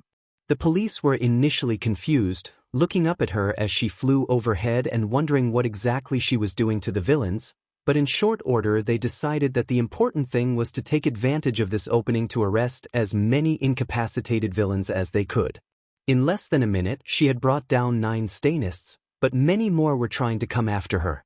To them, she was the most deserving target of their wrath out of everyone in their current vicinity. Of course, since none of them could fly, all this did was to make it easier for her to draw them away from civilians by flying low over them. She would bait them into trying to attack her, traveling above them just slowly enough and close enough to the ground to tempt them, all the while charting a flight path to parts of the square with no civilian presence. Then, she would accelerate onwards and upwards, pull a mid-air loop to get behind them before they could react, and pepper them with more shots from her dart gun. It was almost laughably easy. She was horribly outnumbered, but against a mob of uncoordinated, ground-bound opponents she might as well have been unopposed. After another 5 minutes, Momo had well over 24 takedowns under her belt, having rained down her sedative-equipped firepower on both the Stannis and on some of the CRC members, who mostly ignored her in favor of battling the police. She refused to let her guard down, however, knowing that things could change in an instant if someone who was equipped with any sort of powerful long-range defensive quirk, or even a particularly large firearm, was to take a shot at her. Her new costume could handle a stray bullet or 2, but against heavier firepower it wasn't anywhere near adequate protection. It was why she kept on the move, for her best line of defense was to not get hit in the first place. Fortunately, it soon became apparent that she would only have to hold out for a bit longer. Various heroes, sidekicks, and student interns were converging onto the area, along with police reinforcements from other districts. Shizuki from 3B made a dramatic entrance alongside her mentor Kamui Woods, the two working in tandem to trap a group of CRC members that had foolishly opted to attack them. Gang Orca had apparently dealt with the last of the villains that had taken off after him when he'd used himself as bait, and was now heading in her direction, barreling through CRC members and Stannis alike. While Momo couldn't see Kyoka from her current position, she knew that her friend had to be doing well for herself, since there was a shimmering wall of sound protecting the last of the mutant demonstrators as they evacuated Hosnian Square in orderly fashion. Some particularly persistent CRC members beat against it in an attempt to breach it and attack the subhumans, but with no success after all. This was the same defensive barrier that even All for One had been unable to penetrate during his final stand. It wasn't long before her mentor caught up with her, and she slowed to a hovering stop as he addressed her. "Kriati, you've done a better job than I expected, but it's about time you got out of there," he ordered. "Let the combat specialists handle it. I already have a good handle on the situation, She fired back as she put a dart into the latest villain in her HUD's targeting sights, a stanist who was armed with some sort of tentacle quirk growing out of her forehead. In the moments before the sedative could fully kick in, she tried to reach upwards and ensnare her in her coils, only to be pushed aside by Gang Orca and straight into the grasp of the police. Why protect her? The villain demanded to know. She's a faker who doesn't deserve the chance to get her license. She should pay for her corruption. That doesn't mean she should die for it. Gang Orca shouted back as the sedative finally put her out of commission. The heroine with yellow and black hair, whom Momo didn't recognize, appeared on the scene. Seconds later, multiple Stannis and CRC members collapsed to the ground as lightning engulfed their immediate vicinity. Something about the woman seemed familiar, and she quickly realized why when another, much larger field of electrical currents heralded Kaminari's arrival to the battlefield. He'd casually remarked once that his mother was a pro-hero of moderate rank, and it seemed that he'd managed to wrangle a position as her intern. His mother turned to face him, but he was running off on his own into the evacuating crowds before she could say anything, seemingly without a plan. It was a rather concerning development to Momo. If Kaminari ended up frying his brains out here, as he'd done numerous other times, he'd be easy prey for almost any villain. Be concerned with your own survival first. It's the responsibility of every first responder, she reminded herself. By now most of the remaining villains, whether CRC or Stanist, were far more concerned with not being captured and arrested than with carrying out their original missions, but 5 of them had somehow lasted long enough to still be coming after her, and she was more than willing to oblige them. Good, she thought. Let them waste time trying to bring me down from the sky while I lure them towards. A flash of green lightning almost blinded her as Midoriya landed in front of her, Black Whip lashing out to seize hold of all 5 of the villains, the entire exterior of his body sparkling with the raw power of One for All. It was a completely unnecessary assist, but Momo had to admit that Midoriya struck an imposing figure, every bit the image of the ideal hero. The remaining Stanists seemed to agree, as they fell back en masse, with an almost reverent look on their faces.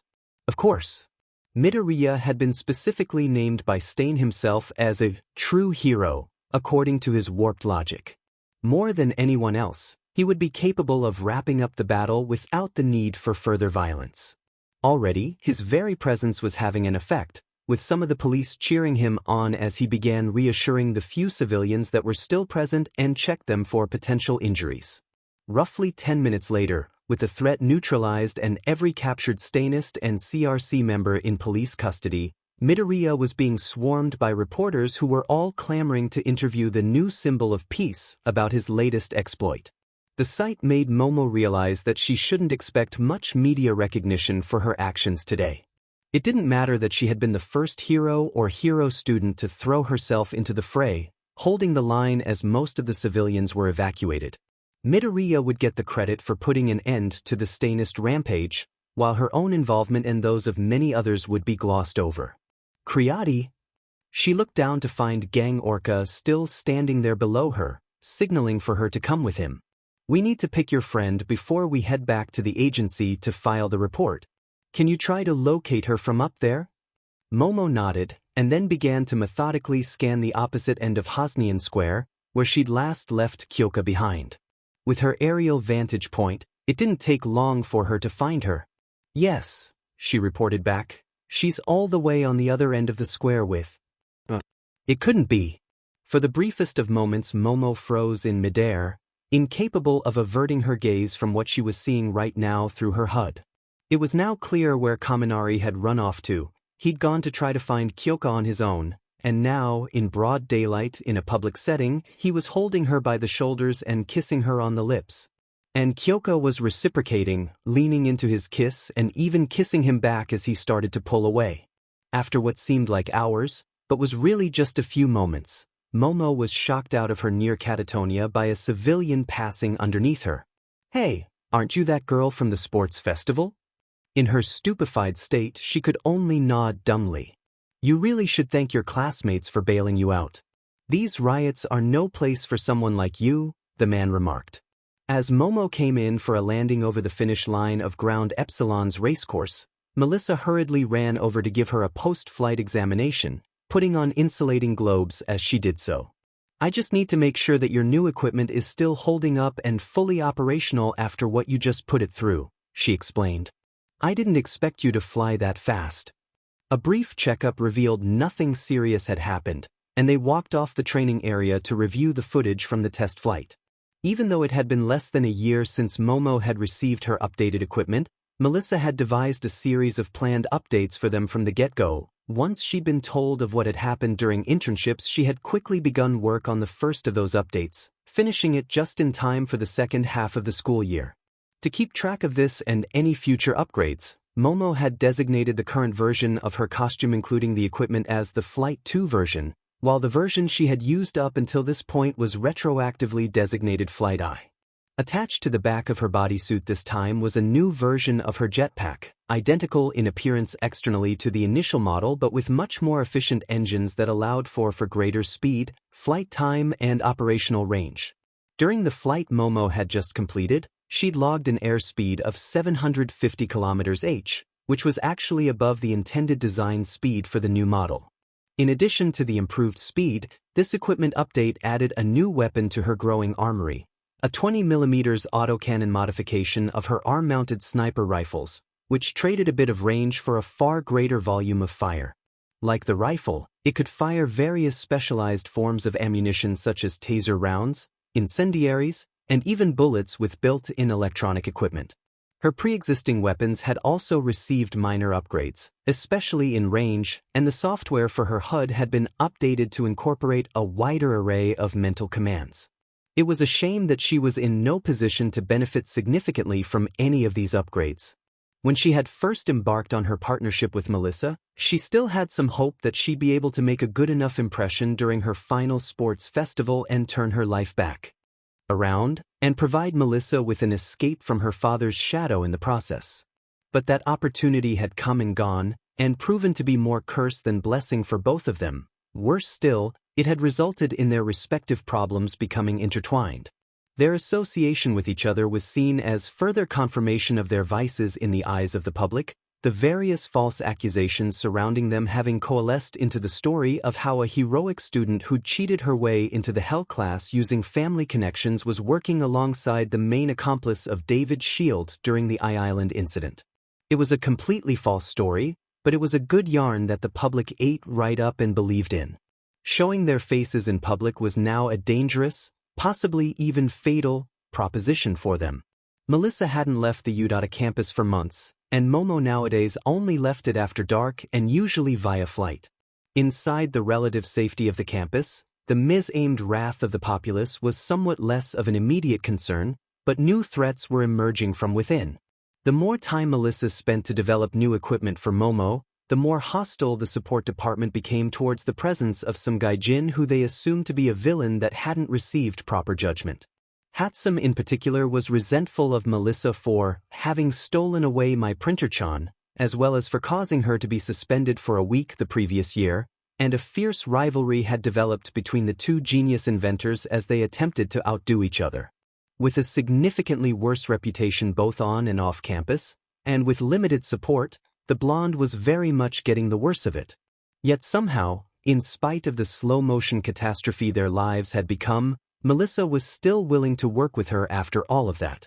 Momo had offered to cut off their ties to allow her to fade away from the spotlight, but the American had gently rebuffed the offer.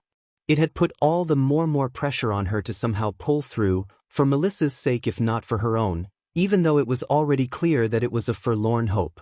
It was now the second term of her third year at UDA, the final semester before graduation. Things would become truly hectic over the next several months as her classmates finalized their post-graduation plans and secured their future postings at various hero agencies across Japan. Momo envied them, for their busy schedules were evidence they were being taken seriously in the outside world. Most students what the media had now dubbed the Hell class were being hailed as the heroes of the future, the generation that would correct the mistakes of the past and rebuild a new, stronger, righteous hero society. But not everyone in her class was basking in prestige. She certainly wasn't. If Momo wanted to prove to prospective employers that she was capable in the field and worth taking on as a sidekick, She needed to find a mentor who was willing to both take her in for a work study and allow her to work on the field in more than a supporting role, and do so within a few weeks. Given her current reputation, however, it was unlikely to say the least that she'd stand any chance of success in that endeavor. Nor was it likely she would find herself able to compete with her peers when it came to sidekick positions after graduating. Her career as a hero was slowly but surely sinking into an ocean of negative publicity before it had even begun, with her still on board. And she was dragging Melissa down with her. So far, her American ally had not suffered quite as badly in the Japanese media as she had, in large part thanks to Yagi-sensei using his influence to discourage various sources from perpetuating the rumors surrounding her, while simultaneously encouraging more truthful articles about the Island incident to be published to try and clear her name. But even with the major news outlets remaining silent on the issue, her undeserved infamy was still growing as falsehoods were spread across blogs, forums, and social media platforms, over which not even the former #1 hero had any significant control. Melissa was keenly aware of this. She considered herself to be a burden to her beloved Uncle Might, and she'd confided to Momo that it had been a major reason why she refused to stop helping her with her equipment, so that she could continue to help someone else out in any way she could instead of being nothing more than a hindrance to her current legal guardian. That put Momo in a dilemma. If she severed her connection with Melissa, it would leave her with nobody who would be willing to work with her, but if their current partnership continued, it was only going to drag both of them down further. The window of opportunity she had for proving her value to outsiders was now closed. Failure was all but inevitable. It was the exact scenario her parents had warned her about, where denied opportunities and lost chances compounded upon each other and led to yet more denied opportunities and lost chances. The sensible decision at this point would have been to abandon her dreams, no matter what Melissa had to say about it and no matter how much she wanted to become a great hero. But there was immense social pressure placed upon her to somehow succeed even when nobody was willing to give her the chance to do so. Because heroes had to try no matter how hopeless the situation. Because giving up would only prove her naysayers right about her supposed incompetence. Because she couldn't let down one of the only people who still believed in her. Because it would be unbefitting of an a student, let alone one from the Hell class, to roll over and submit to the limitations of reality. Such was the cruel, unspoken truth about trying to go plus ultra. The field of heroics still remained one that was dominated largely, though not entirely, by males. This was reflected in the demographics of most heroics classes at most of Japan's hero academies, and the Hell class wasn't exempt. There were only 6 girls to 14 and eventually 15 boys. Not all of the female students were close to each other, but they were often treated as a collective unit simply due to their gender. By their second year, this had become a self-fulfilling prophecy as their shared experiences of being part of the fairer SEC in a male-dominated field inevitably caused them to draw closer to each other. While Momo was only particularly well acquainted with Kyoka, she was on fairly amiable terms with all of the others. Even so, it wasn't every day that all 6 girls would convene together and socialize separately from any of the male students. From time to time, Uraraka, Ashido, or Hagakure, the 3 socialites among their number, would organize a girls' night, but these were relatively rare, especially now that graduation was fast approaching. They still made the most of the few opportunities they had to get together. However, each girls' night was several hours long at minimum and often extended into sleepovers. Because Momo had been stupid enough to drag her oversized bed from her family estate into her dorm room at Heights Alliance, her room tended to be the most popular spot for these occasions, since it was the only room with a bed big enough to accommodate all 6 of them at once. This was one of those nights, likely the last time all 6 of them would be able to convene together and away from any male students before their graduation. Starting next week, most of them would be headed off to various work studies, and other demands would keep them apart for much of the remaining semester. It wasn't even an hour into their get-together at this point, but the conversations were already taking a turn towards the unmentionable subjects. "So, how's Sparky in bed?" Ashido asked Kyoka, much to the latter's visible embarrassment. "Mina," Uraraka chided. Relationships were a prominent topic whenever Ashido or Hagakure were involved in a conversation, especially once the latter had found out that Kyoka was part of a relationship. Hagakure herself had ended up on the receiving end of a relationship reveal a few weeks later, when it had somehow come out that she and Ojiro were together. And of course, there was the mutual but unspoken attraction between Uraraka and Midoriya that had been in the background for over 2.5 years by this point, often with Azui being roped into it as well. "Like you're one to talk, Chucks," the Pinkette retorted. "You're just waiting for that perfect chance to invite Izuku to your room." That was inflammatory enough for Uraraka to grab the closest large objective pillow and smack Ishido upside down in the head with it.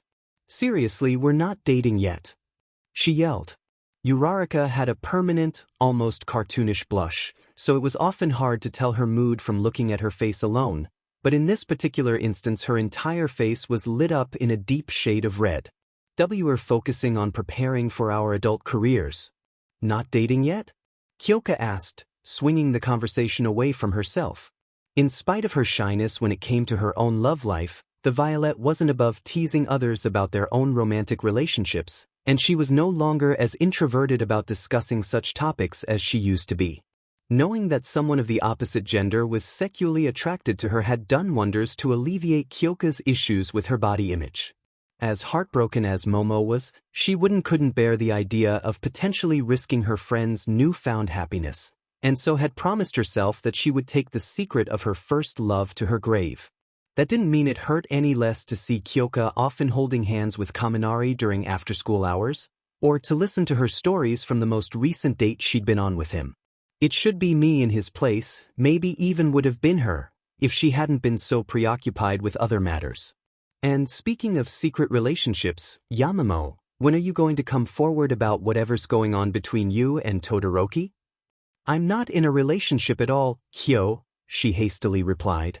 Shoto had always been relatively close to her, especially once they'd become part of the same class at UDA, but he had never been quite as close to her heart as Kyoka had been.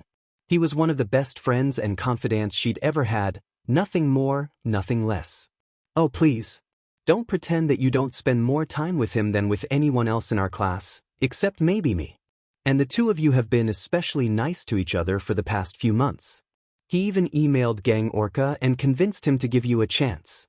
But Kyo, you played a bigger role in that," she pointed out. "Gang Orca knows and trusts you more than any other hero in training, and if it hadn't been for you being there with me, he'd probably have cut my internship short." It certainly was true that Shoto had been particularly concerned with her well-being recently and she with his, but that was entirely due to the fact they were facing similar problems that jeopardized their entire adult lives. Said problems meant neither of them were in any position to enter a relationship until everything had been sorted out, if ever. Besides, she doubted that Shoto would ever be willing to get together with anyone considering the tragic result of his parents' marriage. Speaking of which, Uraraka interjected, "Who else is looking forward to their work studies?" Just like all the other times when this particular topic became the subject of a conversation she was part of, Momo felt the desire to be anywhere else but in the company of her classmates. Even though she had low hopes of actually managing to find a respectable pro-hero who would be willing to take her in, she had dutifully filled in dozens of work studies requests and even taken the extra step of writing letters to many of the agencies she had applied to. All she had received were negative responses. Some had outright questioned her credentials, while others had claimed they wanted her to work for them but then come up various excuses to avoid doing so, and still others hadn't responded at all. "I'd be looking forward to work studies if any agency would bother to take me in," she complained to the other girls. Hagakure was quick to try to comfort her, for all the difference it would make. "I'm sure everything will work out, Yamamoto. I mean, I'm literally invisible, and Mount Lady still noticed me." This sort of response was what she'd come to expect from her classmates, regardless of gender. On the few occasions she'd try to vent about her life issues to them. They didn't understand that whether she got a work study or not was determined not by her own merits, but by complete strangers whose perceptions of her were determined largely, if not entirely, from what they'd heard through various forms of media. No self-respecting agency wanted to be associated with her and risk having their reputation tainted, especially at a time when faith in heroes was at such a low. The only worthwhile connection in the hero industry she had left was Gang Orca, but it wouldn't do her much good. He had firmly told her that he had plans to focus exclusively on Kyoka as his apprentice, in part because his increasing workload meant he had less time to dedicate to subordinates, but no doubt also influenced by the fact Kyoka had a better reputation in the industry than she did. Once again, she had been dismissed and cast aside while her peers received praise and admiration. Maybe Yamamoto could focus on stuff like photo shoots if she wants to attract attention from an agency, ribbit. You have no idea of how beauty can be a double-edged sword, Azui. While Momo could fully understand where she was coming from, she now regarded her physical attractiveness as a curse rather than blessing. For her, it meant that she was now being seen as someone who sold her SEC appeal to earn undeserved popularity, even after her costume change. It was one of the most frequently raised points against her in the litany of false accusations she now faced on a daily basis. Beauty was a hindrance rather than help in this new, post-war world, where the keys to succeeding in the hero industry was not in SXL appeal, but in how capable and heroic one was, or rather, how capable and heroic one appeared to be. If we're being frank, we all know the Golden Trio is going to get the best offers anyways. Ashido pointed out. The Golden Trio was the Hell class's own equivalent of the Big Three, comprised of Midoriya, Bakugo, and Uraraka. How Bakugo had earned a place on such a pedestal would remain a mystery for Momo. His behavior was standoffish and crude at the best of times, and he had been downright despicable when she'd first met him. She still remembered when he ignored Yagi-sensei's warnings during their first training exercise and used what would have been a fatal attack on Midoriya if the latter hadn't evaded in time. Uraraka was rather more understandable as a candidate, though she generally remained humble about her newfound acclaim within the school. Thanks, but I'm already set on Ryukyu. She gave me an invitation to work for her whenever I wanted. There was bitter irony for Momo in knowing that Uraraka, the girl raised in poverty who had clawed her way to the best hero academy Japan had to offer, was now someone of much higher overall social status than her. While the heiress to one of Japan's largest zaibatsu conglomerates was languishing under a wave of false accusations, the daughter of a couple who owned a failing construction company was rising to prominence as a promising future heroine, with a top 10 hero in her corner to provide her with all the opportunities she needed. If Uraraka had ever secretly resented her for her lavish lifestyle, she was ashamed to realize that the brunette was still not comfortable around her. Even after 2.5 years, she was certainly getting her payback and then some. Kyoka added her own 2 cents. I'm going to follow the trend of sticking with mentors we're used to and go with Gang Orca. After the Creature Rejection Clan attack that happened during my internship there with Yamamoto, I feel I have to do something to help others with mutation quirks, whether they be heroes or civilians. Wasn't Midoriya the one who handled that incident, Ribbit? Azui asked. Momo was disappointed, but not at all surprised, to hear that her Rainine classmate had little idea of what really had gone down that afternoon. Just as she had feared, media coverage of the incident had revolved primarily around Midoriya's last-minute intervention, as well as the efforts of the police who had intervened in the first critical moments and stood against the CRC. Little mention was made of most of the other heroes, and no mention whatsoever was made of her. It had been simply too awkward for the media to acknowledge her own important role so soon after she'd been lambasted publicly. He was the one to really put a stop to it, but there were a lot of other hero students present. I was there, Yamamoto was there with me, I think Shiozaki from the other class was there as well. All of us played our part. Yet it was the most celebrated member of our class who got all the credit. To be fair to Midoriya, he wasn't entirely happy about the situation either, lamenting that all the tabloids had edited out the parts where he'd praised the works of others during the incident. He had also conducted an interview for a television broadcast a few days later, during which he'd publicly condemned the Creature Rejection Clan for their discriminatory views and had also spoken about the corruption within Hero System that had galvanized the Stainists in the first place. Momo recalled that Midoriya started to openly discuss issues with society during and after the Paranormal Liberation War, and it now appeared he was starting to actually do something about it, using his newfound fame and reputation as an opportunity to advocate for much-needed social changes. It was only a matter of misfortune that such a paradigm shift, seemingly towards social equality, was further ruining her reputation as part of its collateral damage. She could still recall the audience chanting her name at the cultural festival 2 years ago as she performed on the stage alongside Kyoka, Bakugo, Tokoyami and Kaminari, back before the war, back before wealth and glamour hadn't become synonymous with corruption and decadence. It was now a bitter memory. The applause had never been about what she could do as a hero. Her first sports festival had ensured she would never get her due in that aspect.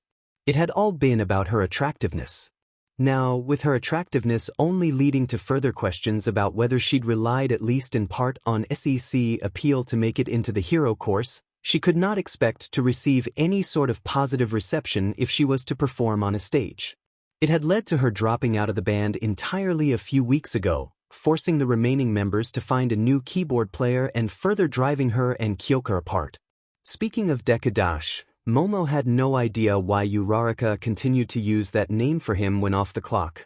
I've heard from him that there's something big coming up for his own work study, but it's not something he can talk about, so please don't bother him too much about what he's going to be up to. Probably something to do with the recent confirmation of Redestro being loose again, Ritbit. Apparently, the former CEO of Detnerat had managed to escape from Tartarus, which was understandable seeing as the facility had been damaged beyond repair when All for One had broken out. There was much discussion about whether he'd attempt to raise the Meta Liberation Army for a third time, though considering he had been permanently crippled by Shigaraki when the two had clashed and had lost his prosthetic replacement legs during the Gunga Mountain raid, he was now much less of a physical threat. They continued talking about various subjects for another few hours before several of them started to become drowsy, prompting Momo to turn off the lights so that they could all go to bed. As the other 5 female students of the Hell class gradually drifted off into slumber around her, she found herself unable to do the same. Sleep rarely came easy for her these days. She just had too many issues to occupy her mind with as she lay in her luxurious bed. Even cuddling with her female classmates didn't help this time around. She was supposed to be the big sister of the group. She was the one who made sure everyone had studied properly before tests, the one who the other girls often entrusted with their day-to-day problems, the person who notified the faculty if one of them fell ill, the person whose responsibility was to help the other female students, and more than a few male students, find happiness or success in their lives. That role didn't address the question of whether she'd be able to find happiness or success for herself. Class 3A Group 3, your exercise starts now. Upon hearing the announcement, Momo stepped forwards out onto ground gamma, quickly followed by 3 of her classmates. Today's training exercise was a relatively complex one. The class was divided into 5 groups of 4, with one group having 5 members. Each group would then be sent into a simulated mass villain attack, where they would have to find an unknown number of automated dummies that were standing in for civilians and direct them towards or carry them to the pre-assigned safe zone within the set time limit of 30 minutes, all the while defending them from area hazards and possible villain attacks. As usual, robots of varying forms would be playing the role of villains, but the greater threat would come from whichever the teacher was randomly assigned to play the role of the villain leader. Each group would be evaluated on how well they handled the rescue operation as well as how effectively they dealt with the villains. Teams that had destroyed more robots or managed to arrest whichever faculty member they were facing would receive higher scores in that regard, but there was a minimum percentage of civilian rescues needed to successfully complete the exercise, and focusing largely on combat would thus result in failure. The first 2 groups had already completed their exercises, and Momo had kept a close eye on them, analyzing what they did correctly and where they had made errors. Group 1 happened to be the only 5-person team, led by Midoriya and with Azui, Siro, Shinso and Shoji as its members, and facing off against Yamada-sensei. They passed the exercise in 20 minutes, Shinso keeping Yamada-sensei occupied and eventually provoking a response out of him to end that confrontation, while the rest alternated between combat and rescue roles as needed. The second group, consisting of Uraraka, Sato, Aoyama and Mineta, had gone up against Snipe-sensei and come close to victory but failed, in large part due to a lack of effective cooperation between Uraraka, the group's leader, and Mineta. Even though the latter had matured since his early days, he was still enough of a pervert to take advantage of unexpected opportunities to ogle of female students. Physical assets. even if she happened to be the leader of the team he was part of during a training exercise. Momo had had more than her fair share of experiences with Mineta, including one incident during her first, inauspicious sports festival when he'd attached himself to her and wedged his face into her rear. Needless to say, she was glad to not have him on her team. This wasn't to say that her own group's composition was without its problems. It was comprised of herself, Kaminari, Ida, and Hagakure, certainly not a lineup she'd have chosen if she had anything to say about it. At least our group is fairly well balanced in terms of quirks. There was one generalist who could be expected to cover nearly all scenarios and roles effectively, herself. The other members of the group were far less well-rounded individually, much to her dissatisfaction, but if she could get them to work as parts of a whole they could cover each other's weaknesses. Kaminari was likely the least intelligent student in the class, but his electrification was one of the most powerful and long-range defensive quirks around. More important, however, was Hagakure's presence on the team. She was the undisputed best in class when it came to stealth operations, something that had never been the strongest suite for most students of the Hell class. That left Ida, the physical fighter of her team and also its most potentially problematic member. Momo had a long history with Ida. Not only were they vice representative and class representative respectively, but Ida was, like Shoto, someone she had met on various occasions throughout her childhood due to upper-class societal functions. The Idas were the longest-lasting lineage of pro-heroes in the world, giving them great cachet in the industry. He was academically quite intelligent, and he was one of the best offensive melee combatants of the Hell class, his familial engine quirk giving him blistering speed on foot and immense kicking power. In terms of his own abilities, he was actually the most capable member of the group after herself. No, the problem with having Ida as a member of her team was that he was likely to undermine her authority, especially since she didn't have much of it to start with. With his proven pedigree, commanding stature, loud voice, and immense heroic drive, he oozed charisma.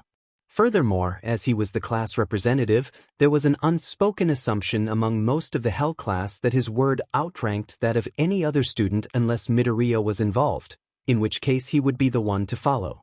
The rest of the time, her classmates almost always favored Ida over anyone else when critical group decisions had to be made, never mind that the only reason he was class representative was because Midoriya had handed him the position, in spite of the fact Momo had the second most votes after Midoriya and that the position was thus rightfully hers. Sure enough, the moment her group reached their designated safe zone and took cover in an adjacent building to get organized, Ida immediately assumed that he was in charge and started issuing orders. His plan was to focus almost entirely on civilian evacuation, using his speed to cover ground quickly and carry the civilians to the designated safety zone, while Hagakure snuck around in order to keep the enemy occupied looking for her, and Kaminari would use wide-ranging electrical attacks to keep them at bay. As for Momo, she would, once again, be restricted to sitting back in the safe zone and providing the others with equipment as necessary. It was a heroic plan. It was the sort of plan that Midoriya would have approved for being willing to put civilian safety first and foremost. But it was also a risky plan. Ida had come up with his strategy based on the unspoken assumption that whichever teacher they were facing was someone who'd be incapable of handling his mobility, and that was far from a certainty. If he ended up having to fight against 13 Sensei, Maijima Sensei, or, heaven forbid, Principal Nedzu, his effectiveness would be massively curtailed and the plan would be rendered ineffective. She needed to remind him who the leader of their group was and prevent him from enacting his plan before she could be certain it would be viable.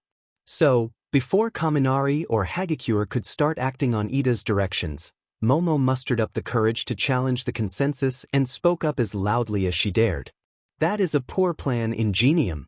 It has a notable flaw that, unless it is addressed, could cause it to unravel at a single slide. For a moment, nobody said anything. Everyone seemed shocked at the idea she had authority in this situation or that she'd want to exercise it. Finally, Hagakure broke the silence, her normally energetic voice strained as she questioned why she couldn't just head out and start doing as Ida had told her to do. What's wrong with his plan? Ida seemed frustrated at what he saw as her insubordination. It must be recognized that our time is at a premium, Kriati. We need to start rescuing the civilians immediately before they are put in even greater danger. He yelled, his arms flailing about as they did whenever he got animated. Momo felt deflated, but she would not back down. She couldn't afford to if she wanted to escape playing second fiddle for the umpteenth time. In spite of nominally being the vice representative of the Hell class, she only really had much actual authority over her classmates when Midoriya and Ida were both absent, and this extended into most group training exercises. She wasn't going to stand for it this time. How can you be so certain that we're not facing an opponent who can easily counter your speed, ingenium? She fired back. Your plan relies on your mobility, allowing you to quickly find civilians and extract them. But some of the faculty at U.A are more than capable of restricting or even negating your mobility. How do you expect your plan to work if we're facing one of them? The purpose of this exercise is not to fight villains, but to rescue civilians. Why concern yourself with trying to stop the enemy? But it was clear, from the way his arms were slowing down, that Ida was starting to waver. She looked him in the eye, performing her best Bakugo impression as she did so, and proceeded to quickly shut him down. With all due respect, I am the leader of this group. You are not. This isn't our classroom. If you want to rush into things without thinking of potential weaknesses with your plan, be my guest, but don't you dare bring down the rest of the team with you. Ida tried to say something in response, but he stammered, unable to articulate a logical counterargument. That was all the hesitation she needed to take control. Invisible Girl, go and try to find where the villain leader is, where the civilians are located, where the largest concentrations of villains are, and the paths they could take to move between key positions. Keep an eye out for any enemy infrared sensors or other defenses. In the absence of anything else to do, Hagakure was quick to follow her commands, waiting for a patrolling one-pointer to move off before quickly and quietly slipping out of the building. That's that dealt with, I guess. All Momo had to do now was to keep everyone else under control until she'd received the information she needed to set up her own plan. What now? Kaminari asked her. We wait for Invisible Girl to report back, she replied, as she created a drone equipped with a camera, set up part of her HUD to display the live video feed from it, and sent it aloft through an open window. The drone provided an alternative method of scouting that could cover more ground than Hagakure could on foot, albeit at the cost of stealth, while also hopefully drawing enemy attention away from her to further aid her efforts at espionage. Simultaneously, Momo was also using the drone for any potential airborne or anti-air defenses. If the drone came under attack, she'd know for sure that she would have to prepare countermeasures for when she herself would enter the fray. Of course, the drone not being attacked, which was proving to be the case, wouldn't mean she'd be completely safe in the air. For all she knew, the enemy could just be holding their fire to get her to drop her guard. But that wasn't something she'd be able to confirm until she directly got involved. So she prepared herself for the battle ahead, keeping in mind that she wanted to create the Flight 2 version of her suit and not the now familiar Flight I as her armaments and her new jetpack emerged from the opened apertures of her bodysuit. This time she opted for a pair of her new autocannons to fit over her arms instead of her usual pair of rifles, for she felt it was necessary to get a good handle on how the unfamiliar weapon functioned in a simulated combat environment. Nowadays it took only a few seconds for her to fully gear up, but not preparing herself ahead of time was something she considered a cardinal sin. During a mission, those precious seconds could make the difference between life or death, success or failure, victory or defeat. Just at that moment, Hagakure rushed through the door, panting. We're up against Majima-sensei, she reported breathlessly. The moment Ida heard who their group was up against, his face paled. Majima-sensei was someone who could directly counter his mobility by excavating into the ground and destabilizing the terrain, as he would know all too well from prior experience. He may have been uncompromising, even authoritarian at times, but he was also intelligent. He knew that there were scenarios where he had to admit he'd been wrong, and this was one of them. There was no longer a question of leadership now. Momo would take over command. They likely pitted him against us specifically to counter Ingenium, she began by saying. But Ingenium isn't who they're going to have to worry about. We're going to win this without losing any of our own and with the absolute minimum civilian casualties. She then asked Hagakure, have you observed where most of the civilians are located? They're mostly located close to where Majima-sensei is, replied her invisible teammate.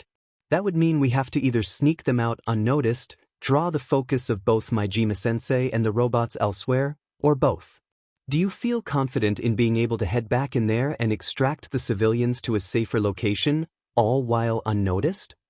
I'm sure I could get in there and find all the civilians, even tell them where to go, or carry them on my back one at a time, Hagakure began, but I won't be able to get most of them out without the enemy noticing where they're going.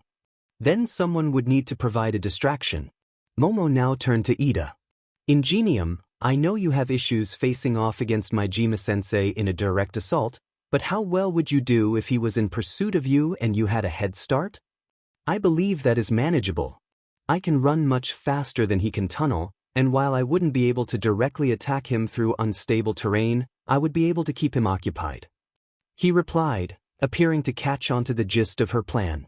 The pieces now fell into place in her mind. Instead of relying on speed and single-minded focus to ensure a safe evacuation of civilians, she would go for a stealthy approach combined with misdirection and a greater focus on taking the fight to the enemy. Hagakure would be the key to the operation. The robots, equipped with motion-detecting sensors, were not capable of detecting her directly, and this made her ideal for being able to enter contested territory and evacuate the civilians there, directing them, at least, those who were still self-modal, into a safe staging area that had been scoped out earlier from the drone survey so that they could be easily brought into the safe zone in convoy-like groups. Such an obvious concentration of civilians would, of course, require a powerful defender, which is where Kaminari came in. He would play a more defensive role similar to what Ida had in mind for him, in addition to serving as a human defibrillator if necessary. Both Hagakure and Kaminari had outgoing, upbeat personalities, and this made them well-suited to comforting civilians and getting them to cooperate with would-be rescuers. They were dealing with dummies here, not actual civilians, but the way they interacted with people was still part of the scoring system, and it gave her another reason to provide these two with roles that would mostly involve working directly with evacuees. The other half of the team, including Momo, would focus more heavily on combating the villains, though they would assist with rescues as needed. Ida's role was to deal with any robots that may interfere with Hagakure's civilian extraction operation, keeping them occupied and attriting their numbers. With his speed, he could reposition himself quickly to assist either Hagakure or Kaminari if either of them ran into any unexpected developments, and pull them to safety if the need arose. He would also keep Majima-sensei distracted, always remaining just one step out of his reach while daring him to attack him. While Ida would be unable to outright defeat the excavation hero, he wouldn't need to on this occasion. That job would be reserved for Momo herself. She'd have to command and fight at the same time, something that required an extreme level of multitasking, but her greatest asset, the very thing that allowed her to use a quirk as complex as creation, was her finely honed mind, able to split her focus without losing effectiveness. Let's do this. Now confident with the strategy she had in mind, she began to give out her orders. Invisible Girl, try to sneak into the most heavily contested areas and coax out civilians, directing them to the major intersection 33 meters from here. Move carefully, and if you find any civilians that have to be carried to safety, report their location and either myself or Ingenium will come for them as soon as either of us are able to. She then turned to Kaminari. Charge Bolt, move to the large road junction I just mentioned and hold position there until civilians arrive. Direct them here, escorting them if necessary, and use long-range attacks to ensure that no villains can outflank either your position or the safe zone. As she said this, she pulled 2 pairs of infrared goggles out of her arms, handing one of them over to her blonde teammate. Take one of these with you so you can keep track of Invisible Girl's whereabouts. And make sure to move out that door at the same time as Invisible Girl, and open and close the door for her while doing so. If Hagakure went out by herself, the door seemingly moving on its own would make obvious that she was on the loose. But if she and Kaminari left their refuge at the same time, with the latter opening and closing the door, it would make it unclear whether she was in the field or not. Small details like this could make a surprising amount of difference, and Momo wasn't about to leave things to chance if she could help it. Now it was up to her and Ida to enact their own parts of the overall plan. She passed the other set of infrared goggles over to him. She herself did not need one, as her HUD came with a thermal imaging feature. Ingenium, use your speed to travel throughout the city and draw the focus of the villains away from the civilians. Assist directly with the evacuation efforts only as needed in regards to the latter. Keep an ear out for Invisible Girl's requests or further orders from me. Try to bait a response from Majima-sensei, but avoid engaging him directly and prioritize supporting Invisible Girl. And what would your responsibilities be, Creati? Ida asked her as he put his helmet on, completely hiding his face.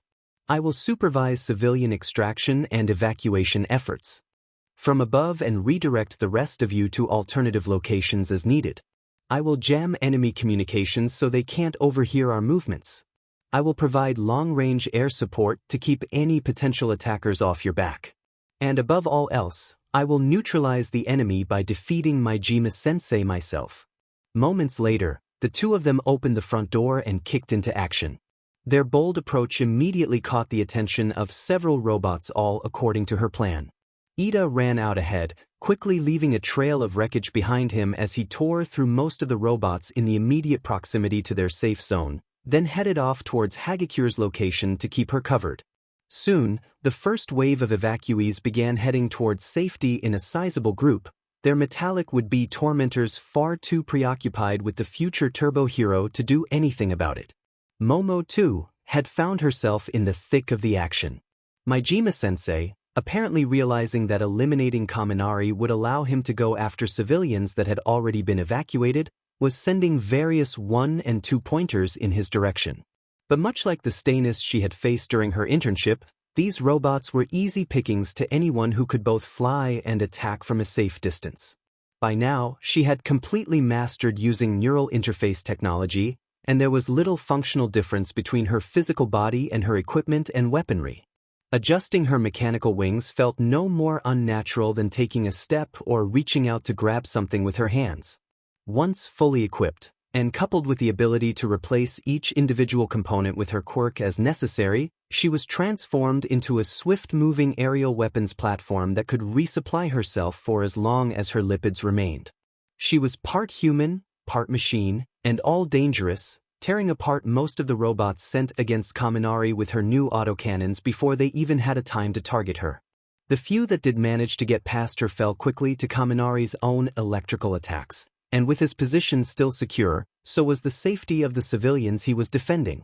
In the following 5 to 6 minutes, Momo began to probe deeper into enemy airspace, picking off a few robots here and there with her weaponry, acting as an eye in the sky for her teammates and redirecting them as needed, providing medical assistance to dummies that simulated injured civilians, and even offering impromptu airlifts for civilians that were unable to move on their own or were largely inaccessible on foot.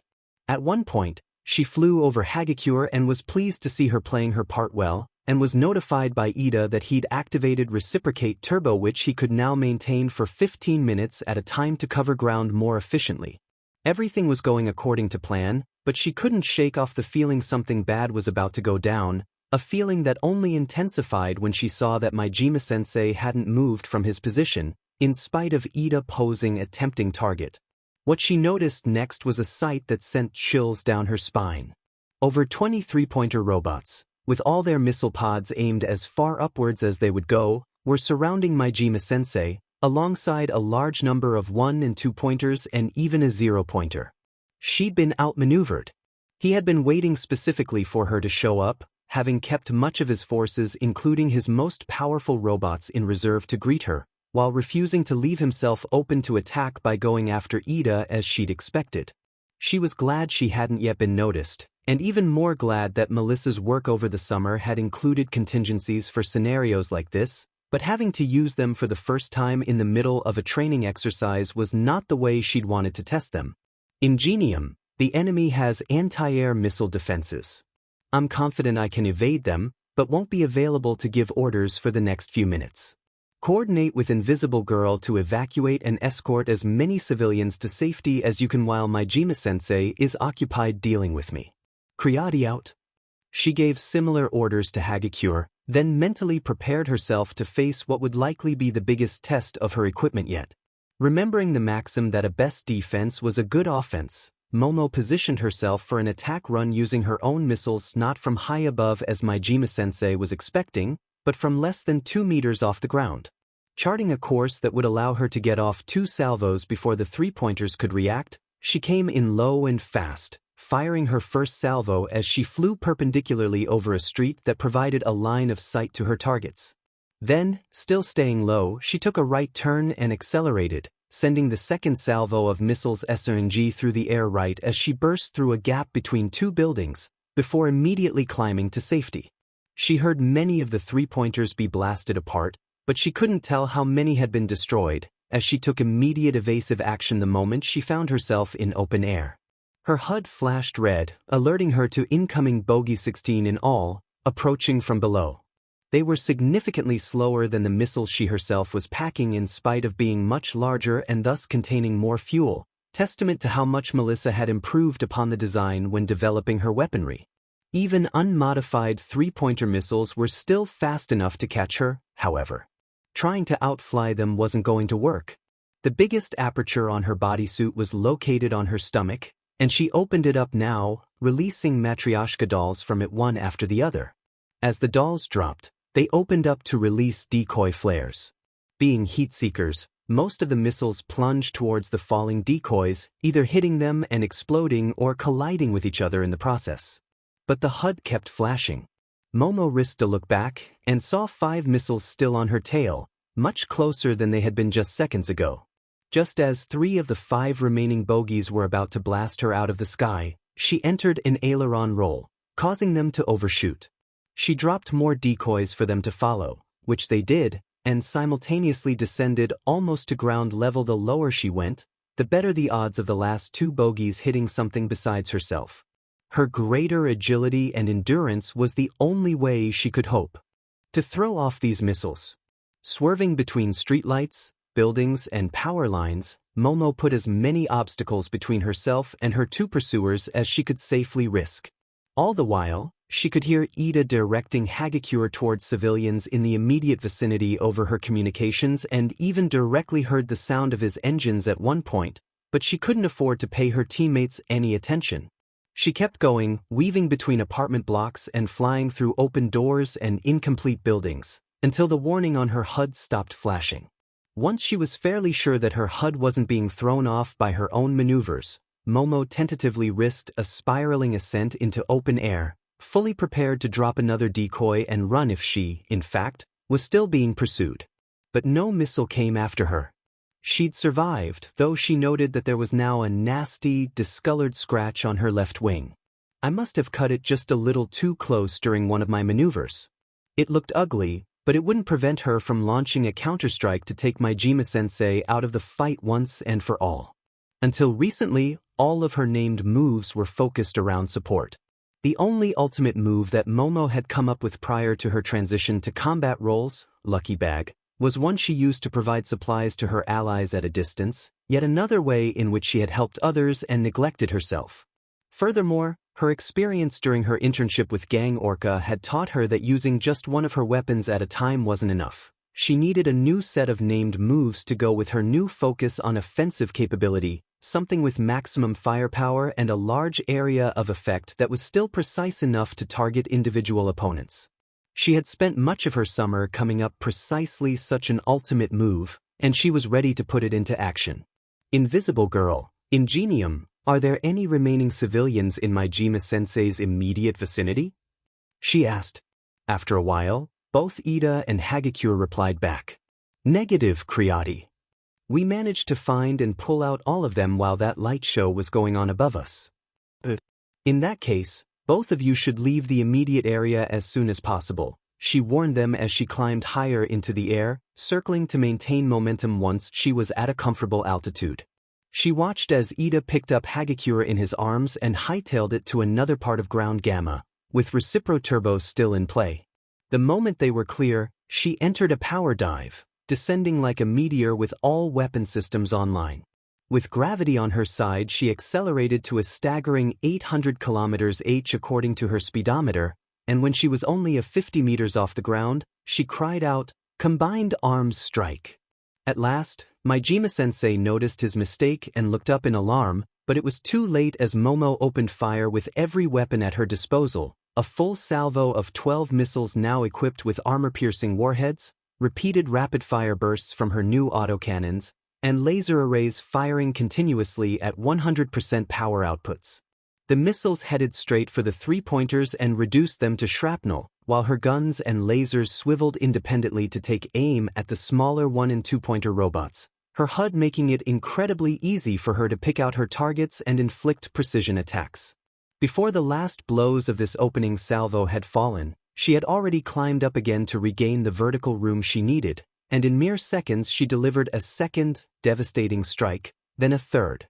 It was almost cathartic to gaze down upon the destruction she was causing, a litany of destructive, long-ranged attacks wreaking havoc against the mechanical opponents below her until all of them were utterly destroyed. This was the combined arms strike and aerial attack where she would create her flight equipment and as many ranged weapons as would safely fit onto her costume, then unleashed all of her firepower upon a large concentration of enemies or against a particularly dangerous or durable opponent. By using different types of ranged weapons or even different forms of specialized ammunition for the same set of weapons, she could adapt the combined arms strike to produce different effects, making it a highly versatile offensive option in addition to being powerful and far-reaching, and with her next costume update planning to include changes to her bodysuit to allow for more and more effective weapons attachments. These advantages would further increase over time. To his credit, Majima-sensei had managed to shield himself from the worst of the attack by tunneling underground. But the trail of destabilized terrain he'd left in the process was easy to follow from the air, and her lasers were powerful enough to punch right through the earth and expose him once more. A few more laser strikes cut through his helmet and exoskeleton suit. He was now at her mercy, defeated, though she still made sure to remain just out of reach of his arms and kept all her weapons directly aimed at him. "You're going to create a replacement set of gear for me when this is over," he told her. "I promise I will, sensei," she replied, smiling, as she generated a roll of capturing tape from her arms and tied up his limbs to his body. "But for the purposes of this exercise, you are under arrest." Noticing Ida running up to her, she ordered him to GG him and take him away to the building adjacent to the safe zone, before taking flight once more. It was now 20 minutes into the exercise, with 10 minutes remaining on the clock. If the reports she had been getting from her teammates were accurate, by now most of the civilians should be in the safe zone. A few scattered groups of robots could be found here and there, and she closed in on the nearest such cluster, trying to find the perfect window for a sure shot. Another few seconds and... "Invisible girl here. Charge bolt needs immediate help now." Momo quickly abandoned her chase and flew at top speed all the way back to Kaminari's last known location. From what Hagakure was frantically telling her over communications, he'd apparently incapacitated himself with one of his own ataxe problem he never managed to completely resolve, and now one final wave of mechanical opponents was headed his way, with a zero-pointer leading the charge. Ida was currently occupied with the captured Majima-sensei. It was up to her to stop this last charge of the enemy in its tracks. To unleash this combined armed strike so urgently that she forgot to shout out her battle cry, but her silence had no bearing on the effectiveness of her new technique. The zero-pointer, being the biggest target and towards the front of the group of robots, took the brunt of her blow. With her missiles punching through its thick, blocky head and lasers cutting through its internal machinery, it quickly lost all electrical power and sensor systems, its metallic frame shattering and twisting into scrap as it fell onto the rest of the platoon. The rest were quickly dealt with as she opened up on them with lasers, especially once Ida re-emerged and joined her in the fight. For the rest of the exercise, Momo occupied Kaminari's defensive position, just in case there were any last-minute surprises about to be sprung on them, but gradually it became clear that the last of the evacuees wouldn't need much defending. Between her, Kaminari, and Ida, their team had managed to completely eliminate the opposition. They still had 4 minutes left on the clock when the exercise was declared over, indicating that all of the civilians had been either successfully rescued or evacuated, or become casualties. Group C returned to the briefing room. Once their group had made their way back to the viewing area, they were greeted with applause. Momo was asked incessant questions by her other classmates, many of whom had been surprised by the spectacular display of firepower she had used to defeat Majima-sensei. That super move was so manly, Kirishima exclaimed, while both Shoto and Kyoka shook her hands. Not everyone was as impressed with her performance, however. Bakugo, whose group was up next, frowned at her as he stood with his own team. "You stole that idea off of me, Ponytail, did you not?" She couldn't deny that she'd taken some inspiration from his howitzer impact series of moves, but the combined arm strike had much greater range, could target a wider area at once, and could easily be modified to deliver a more potent package of firepower. So, using her greater height to her advantage, Momo glared back at him as she gave her reply. "My combined arm strike is not an imitation of your howitzer impact. It is an improvement." Bakugo almost looked ready to leap up and deliver an explosive slap to her face, but he dared not escalate, for Yagi-sensei had begun speaking. "Well done, Zygotes. Overall, your group did quite well, successfully evacuating 71 out of 75 civilians. You also successfully captured the villain and destroyed every single one of his robotic minions." He then stood off to one side as Aizawa-sensei took over and began to address them individually. "Ida, you were not the leader of your group. Yaoyorozu was. Worse, you nearly doomed your group to failure from the outset by failing to properly assess the risks posed by the villains and the capabilities they may have. Your heroic drive is commendable, but it must be tempered against caution." Her teammates seemed properly chastised by the criticism. "I will always keep that lesson in mind, sensei." Seemingly satisfied with that reaction, Aizawa-sensei now turned his attention to the other members of the team. "Kaminari, your situational awareness still needs a lot of work. The only 2 civilian casualties during the exercise that were not caused by the mock villains came from you.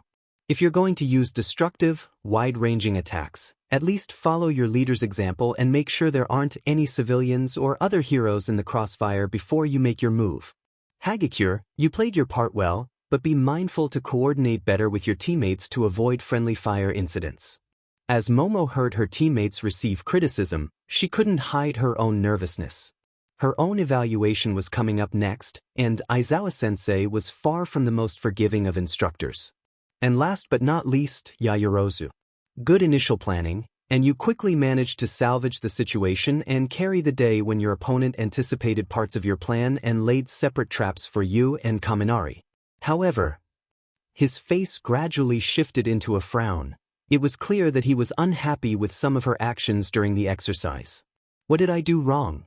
she pondered. She knew she hadn't caused any civilian casualties, at least not directly, but had she caused excessive collateral damage during her assault against Majima-sensei or when she was using the terrain to throw off the missiles chasing her? She got her answer moments later. "You shouldn't have risked sparking a conflict between your teammates, even if you were right to criticize Ida's planning abilities or to take charge as leader." Of all the things she expected to be criticized for, taking charge of the group she was supposed to be leading wasn't on the list. She had saved the entire group from failure by preventing Ida's ill-conceived plan from going ahead, then enacting a better plan of her own. Just moments ago, Aizawa-sensei had criticized Ida specifically for coming up with a flawed plan and trying to overrule her. Yet he was now telling her off for doing what her position had demanded of her. Noticing the confused look on her face, Aizawa-sensei further gave her a dressing down. "I consider you to be a highly capable leader and tactician, and you have proven that with your strategy during the exercise, but infighting within a group during a mission is one of the fastest routes to failure. Being a good leader requires that you be able to keep your team together. You should have allowed Ida to take charge, listened, and then presented your case to override him once he had finished. If her homeroom teacher thought that was actually going to get Ida to change his mind or submit to her authority, he didn't know Ida nearly as well as he thought he did, nor did he understand the social dynamics within the class he was supposed to be in charge of. Had he not seen that she wasn't Kaminari's or Hagakure's first choice as the team leader, and that they were already on the verge of enacting Ida's plan before she had interrupted? That she had far less authority over her classmates than most vice representatives had, Because most of them were more willing to follow other students? That she had no choice but to be assertive if she wanted to have any involvement in the decision-making process? Heedless of what he might have missed, her teacher continued his scathing criticism of her. Furthermore, you put yourself at unnecessary risk by heading out into danger with the others. In battle you're an eggshell with a hammer, relying almost entirely on offense and evasion without much ability to withstand powerful blows in return. Had things gone even slightly differently when you initially engaged Majima-sensei, not only would you have risked failing the exercise, you would be looking at a visit to Recovery Girl, possibly followed by an expulsion for reckless behavior. Worse, you're relying on your equipment to fight far more aggressively than what your body can handle. Your quirk is extremely versatile and does have indirect combat applications by creating weaponry, I'll give you that, but what you've been doing with it throughout your third year is not the most logical use for it. You had Kaminari on your team, who is ideal for tackling robots thanks to his quirk. It would have been more logical to have allowed him to go on the offensive. 2 years ago, Aizawa-sensei had been the adult in her life who had shown her she was far more powerful than most people assumed. Now, the decision she'd made in large part due to what he had shown her was being met with his disapproval. It was a betrayal that cut deeply, especially as it was hypocritical for him to demand she relegate herself to the sidelines because of her quirk. His own quirk was ideal for a supporting role, nullifying the quirks of villains so his allies could defeat and capture them, yet he'd rejected such a role in favor of defeating and capturing those same villains himself. She had chosen to do much the same by going from increasing the combat capabilities of others by creating equipment to increasing her own combat abilities by creating weapons for herself. As her teacher moved off and Bakugo's group headed out to change into their costumes, Momo silently seethed. She had held Aizawa-sensei in high esteem ever since her first-term final exam, but now that respect was rapidly eroding away. What if you end up fighting someone with a mutation quirk, sensei? What if you're ambushed from behind where you can't get a line of sight? Does that mean you should never have become an underground hero who operates alone? Somehow, in spite of seemingly the entire world doing its best to sabotage her, Momo still managed to graduate UA as one of the most capable heroes it had ever produced. That had no impact in the slightest as to how she was perceived by society. Officially, Momo Yaoyorozu was up there with the Golden Trio when it came to overall combined performance in both academics and heroics, and at the absolute top of her entire year when it came to academics alone. Unofficially, but truthfully, or so the public thought, she was someone who had cheated her way into the Hell class on family connections, someone whose final grade had come through corruption, bribery, and SEC appeal, someone who was carried to the finish line by her classmates and was at most a useful support member for the more combat-capable heroes. Despite being one of the most outstanding members of the class on paper, Momo had received no employment offers from well-established agencies. The majority of what few offers she did get were from low-ranked agencies with poor track records, desperate to get their hands on any alumnus of the Hell class just for the publicity. Once again, she wasn't surprised at the way she was being seen by would-be employers, for it was simply more of the same treatment she had been receiving throughout her time at UA. Why would any hero running an agency want to choose her, when she had so few internships and work studies in her resume, when they believed that her credentials may be fraudulent and that she was at most another support hero who could only help the proper heroes, especially when there were so many other, better-regarded new heroes from the same graduating class? My parents had been so proud of me for making it into youth, and look at what I've done to them. Her parents had remained faithfully by her side through the entire debacle, only to be forced to watch as their daughter, their family name, and their reputation were dragged through the mud by the media. What had happened to them when they turned up earlier in the evening for her graduation would haunt her nightmares forever. Only moments after they took their seats, they were quickly identified, harassed, and threatened by numerous other visitors, including the parents of her classmates. In the end, they had been pursued all the way back to the limousine they'd arrived in by an angry mob and cornered there until campus security arrived, allowing them to escape from the campus. Even UA itself had subtly turned against her and her family. Though Momo was the valedictorian for her year, she had received none of the privileges that a valedictorian of UA would typically receive. Her award was not presented to her at the ceremony as per custom, but had been quietly mailed to her family estate days earlier. As far as the audience was concerned, there wasn't a valedictorian for this graduating class. The official reason Nedza gave for this unusual arrangement was that if she went on stage for any longer than a few seconds, the audience may have been riled up enough to try something reckless and endanger her life. Unspoken was the fact the UDA administration wanted to distance themselves from her to save what was left of their prestige. And the school's reputation was set to rise once more, for the Hell class had become the most celebrated graduating class of heroes in history. Its most famous and capable students, or at least those who the public saw as capable, had received a flood of requests and job offers from various agencies. Midoriya, in particular, had been so inundated with offers that he hadn't even managed to open most of them yet. Some of his classmates had been helping him sort them out for several days now. The greatest offer of all was from Yagi-sensei himself, which would allow Midoriya to take over as the head of Might Tower and all but confirm his position as his successor. It was a choice that he was still mulling over. Much as he admired Yagi-sensei, what Midoriya truly desired was to surpass him and make up for his predecessor's mistakes. It was why he had taken to calling himself the symbol of hope, rather than the new symbol of peace, as the media generally referred to him. Many of her other classmates would likely go far in the future, even if they had significantly fewer offers. Bakugo was skipping the sidekick stage entirely. He had been handpicked by the Genius Agency as a full-fledged hero, since Best Genius failing health meant someone else would need to take over much of his duties. Uraraka had secured her employment under Ryukyu months ahead of time. Kirishima would be working under Fat Gum. Kyoka, as Momo had long expected, had been granted a sidekick position under Gang Orca, but she already had ambitious plans to establish her own agency in a few years' time and to start a second career as a musician. Mineta, of all people, had managed to get himself hired by the Lurkers, though they'd made it abundantly clear that he was expected to be on his best behavior if he wanted to keep his sidekick position. Shinso had received 0 offers from agencies, but he was fine with that, since his Quirk's parameters all but demanded he work in the underground anyways. Ida was taking over as the new head of Team Idaten, to no one's surprise, and Momo was secretly offended that he wasn't being criticized for nepotism even as she was suffering under so many false charges of corruption. The graduation ceremony had ended almost an hour ago, but the chaos of celebration was only just unfolding as a massive graduation party got underway in the common area. The less responsible members of the Hell class had even broken out alcoholic beverages.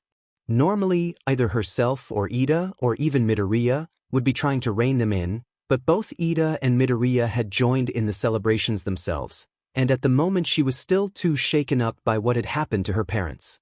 While she lay in fetal position on a couch, Shoji and Tokoyami, both slightly inebriated but still maintaining most of their mental faculties, were discussing their future plans on the other end of the furniture.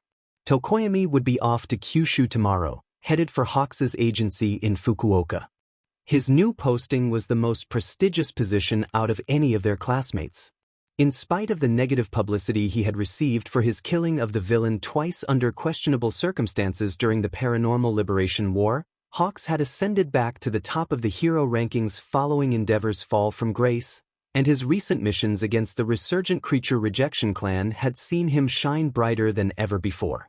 He was the current #1 hero, and as his most recent sidekick and a very powerful and versatile one at that, Tokoyami was in a position where he would be very likely to break into the top 10 himself down the line. It was one more bit of irony to her life that the one who had led to her downfall chose that exact moment to start singing her praises. The toast, for Yaoyorozu-san. Tokoyami crowed, with some of her other classmates joining in. I could never have conquered the darkness of our time at this school and entered the light of adulthood if not for her. Her brilliance and ingenuity is second to none, and I am proud to have had her as my class's vice representative. So this is how you treat her? By making her appear to be a failure in front of an international audience? By setting into motion a chain of events that eventually cost her everything she has worked towards? By causing her entire 3-year heroics education to be wasted? Tokoyami may have flattered her by calling himself her disciple, but none of that was going to change what his actions had done to her, how he had thoughtlessly destroyed her future in what he still considered to have been an act of mercy. If she said anything to interrupt someone who was complimenting her, however, it would quickly sour the mood of the party. She still had a duty to serve as the vice representative of the Hell class for one final night. So, for the sake of everyone else, she tried to calm herself down. No matter how hard she tried, however, she couldn't find it in herself to get out of her funk and enjoy the party. All around her, her now ex-classmates were in a state of giddiness and excitement in the knowledge their careers as heroes were about to begin, showing little concern for their vice representative's plight. She had sacrificed so much and gone out of her way repeatedly for her classmates, much more so than Ida had. Some of them would likely have failed the course without her. But now, they were all leaving her behind to start their own, fulfilling adult lives, and they would undoubtedly overshadow her in the process and leave her to rot. She knew they didn't mean it, that they simply couldn't understand, would never understand her struggles, but that didn't make it any more bearable to be around them. So she got up and left the party, brushing aside any startled classmates who happened to be in her way. Once Momo had reached the stairs just outside the common area, she kept on going, following the stairwell upwards all the way to the rooftop of Heights Alliance. Once there she continued on to the very edge of the roof, only stopping when there was nowhere for her to go any further. Momo sat down on the edge of the building and, free from company at last and no longer able to withhold her emotions, she began to cry. What had been the point of trying to overcome every setback, putting in more effort than anyone else to compensate for having been held back and forced to regress, if all of my efforts were going to come to naught, rendered irrelevant simply because nobody was willing to recognize my potential? Why was it that trying to right the wrongs of the past invariably led to new wrongs and created new victims? She must have been crying for over 10 minutes when a dark thought struck her. Maybe I should just end it all. It would be so easy to simply lean forwards beyond that tipping point and fall to the concrete foundations below. The eternal release of death certainly seemed like a more attractive proposition than facing the grim reality of her dead-on-arrival hero career. Perhaps it would even make people realize that she had been a victim of the hero system, not someone who had willingly taken advantage of it for her own gain.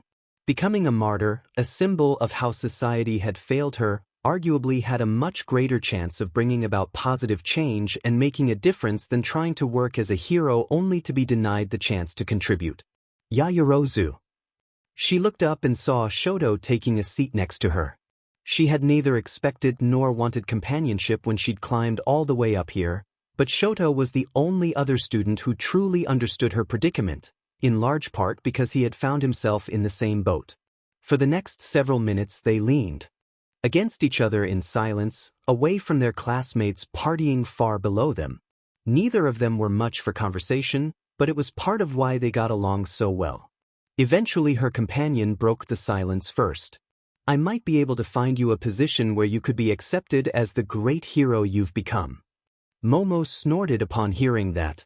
Like herself, Shoto had failed to attract any particularly good offers from established agencies, and it was preposterous to think that he would be able to recommend another, similarly controversial rookie hero to a major agency. Despite her skepticism, he continued to explain his idea. Once Endeavor Agency, my agency, recovers to the point it can accept new hires, I could bring you on board. Not as a sidekick or someone in the support department, but as a hero on the front lines. Endeavor had been forced into retirement after the war, having been crippled permanently and with his reputation forever stained. His agency had largely collapsed in the aftermath, and as its inheritor Shoto had been shackled with the task of picking up the pieces and starting over from scratch. While nobody assumed that he was incompetent in the way they wrongly believed she was, he was still generally seen as being unfit to be a hero simply due to what he represented. You don't have to risk your career by taking me under your wing, she protested. The last time she had collaborated with another promising talent with an undeserved bad reputation, she had only added to Melissa's troubles. She couldn't do that to another one of her friends. I know where you're coming from, he acknowledged. It's not going to be easy for either of us. With our reputations so poor, we will need to work 10 times as hard to get half as far as some of our esteemed classmates. But if there's anyone in our class not named Midoriya who can accomplish the impossible, it's the two of us. My offer will remain open for as long as you want it to be. And just like that, Shoto left her and returned to the party below, leaving Momo alone once more but a bit more relaxed than she'd been previously. It wasn't long, however, before she heard another student approach her. This time, it was Midoriya. "I thought you might be hanging out up here after seeing Shoto come down the stairwell," he explained. "Congratulations on making valedictorian, by the way. Kaken wouldn't stop complaining about losing out to you for that spot. I don't need company or even my valedictorian position." She growled. "I need a half-decent workplace position and for people to stop considering me as someone who is unqualified for hero work. I'm sure you'll be fine. You're one of the best of us. Agencies should be lining up to hire you," he replied, smiling.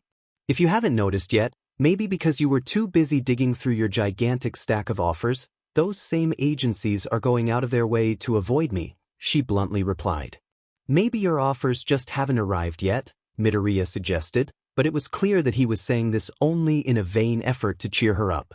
As well-meaning as Midoriya was, and really, when did he ever bear ill will towards anyone, she had grown tired of his optimism. It was causing him to fail to understand her situation, even as he made his best efforts to do so. He just couldn't grasp that the world was far too unfair for one's dedication and effort to always be justly rewarded. Momo felt ashamed for having increasingly negative opinions towards one of the few classmates who had tried to help her out. She knew that she had no right to think of Midoriya as a bad person simply because he was too heroic to understand that the world at large was not a heroic place. But right now, she needed more from him than just reassurances and hope. Had anyone ever given him the same lesson her parents had taught her so long ago? Had he ever been told that one's future prospects were not dependent on who they were or what they were capable of, but on how the people who determined their windows of opportunity saw them? You have to understand, Midoriya, not everyone is a quirk analyst of your skill level. You knew how much power was at my disposal the moment you realized what my quirk was, but you don't get to decide whether I get hired by an agency or not. As long as the people in charge of that fail to see my worth, my capabilities might as well not exist. Then it's their loss for throwing away someone with as much potential as you have," he replied. "All that matters is that you know how capable you really are. What I think or know about myself is irrelevant to my future prospects." Momo snapped back at him. "Yes, it's their loss, but it's my loss, too, because it means other people will think lesser of me and continue thinking that because I don't have as many opportunities to prove myself. Being a great hero isn't enough to make a difference. Other people have to know about what I can do to be able to help as many people as I possibly could." Then Midoriya asked her a question. "Do you know what everyone at my middle school used to say about me?" "No, but I can guess," she replied truthfully.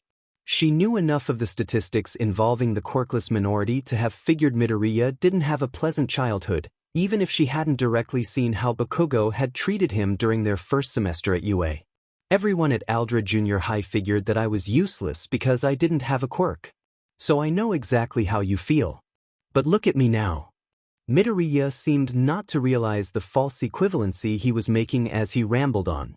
What the faculty and students of his old middle school had once believed about him was no longer of any consequence to him or his future career options, but the same could not be said for what the general public at large believed about her nowadays.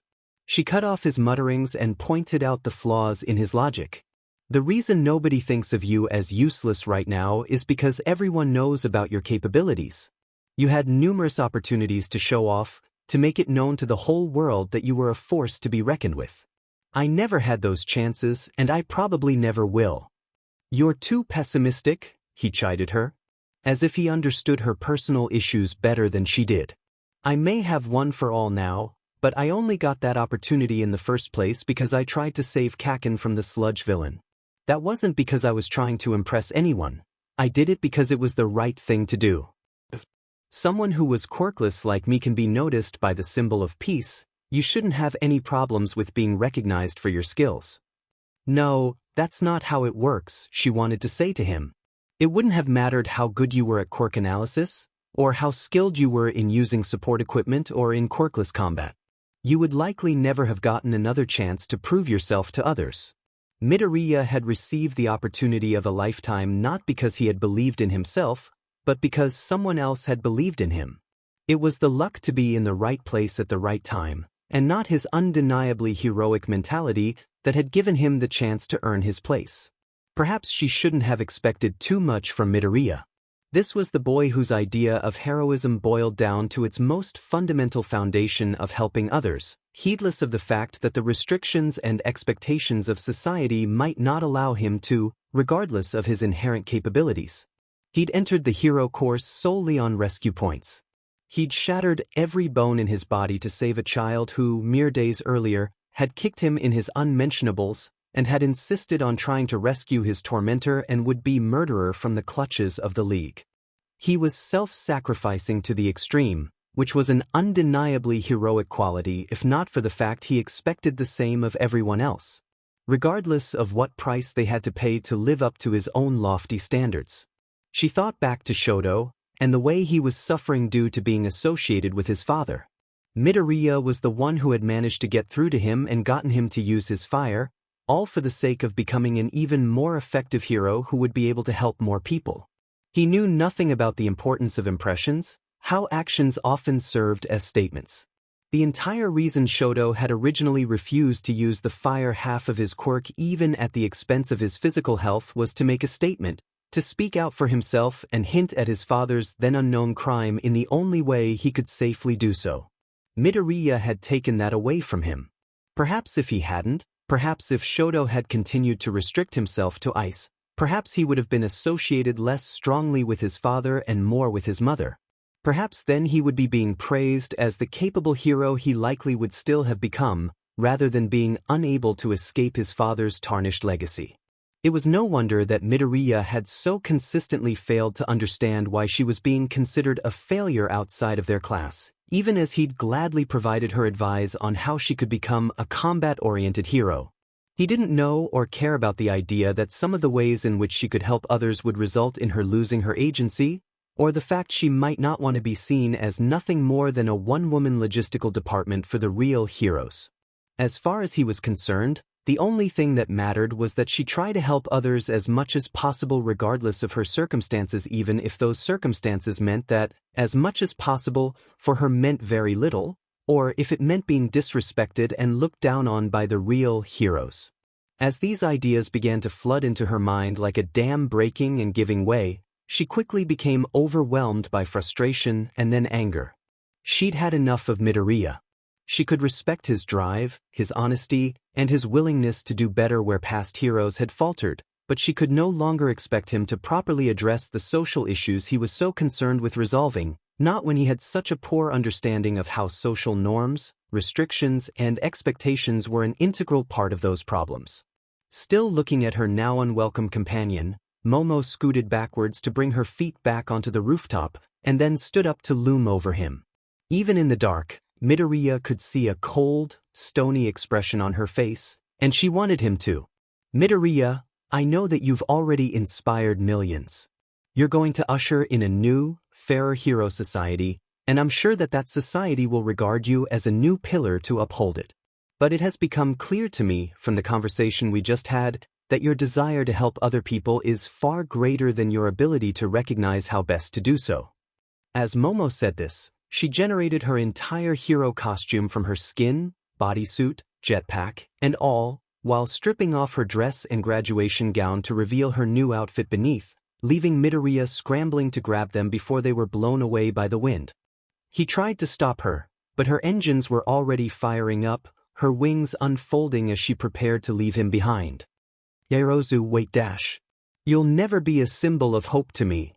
And with that, Momo left him on the rooftop with her clothes as she took off into the darkness, quickly disappearing from his sight.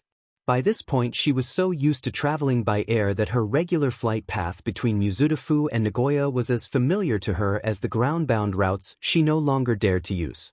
Up here on her lonesome, with only the stars and clouds to keep her company, she felt she was above her problems, that she was powerful enough to overcome not only physical imitations but also the false assumptions so many people had made about her. As she flew southwards towards her home prefecture of Aichi, a grim determination filled her. If Midoriya had no idea how to help her because he couldn't comprehend her problems, If Shoto was unable to help her because he lacked the means to do so, she'd help herself one way or another. She may be unemployed, but she still had her license. She would go pro immediately and work as a freelancer, try to climb up the hero rankings with sheer effectiveness alone to make up for lack of popularity, until, eventually, the world would be forced to acknowledge that they had been wrong about her all along, that she had never been as incapable as they'd assumed. If even this final, desperate attempt to break through expectations was to end in failure, it would at least be a failure on her terms.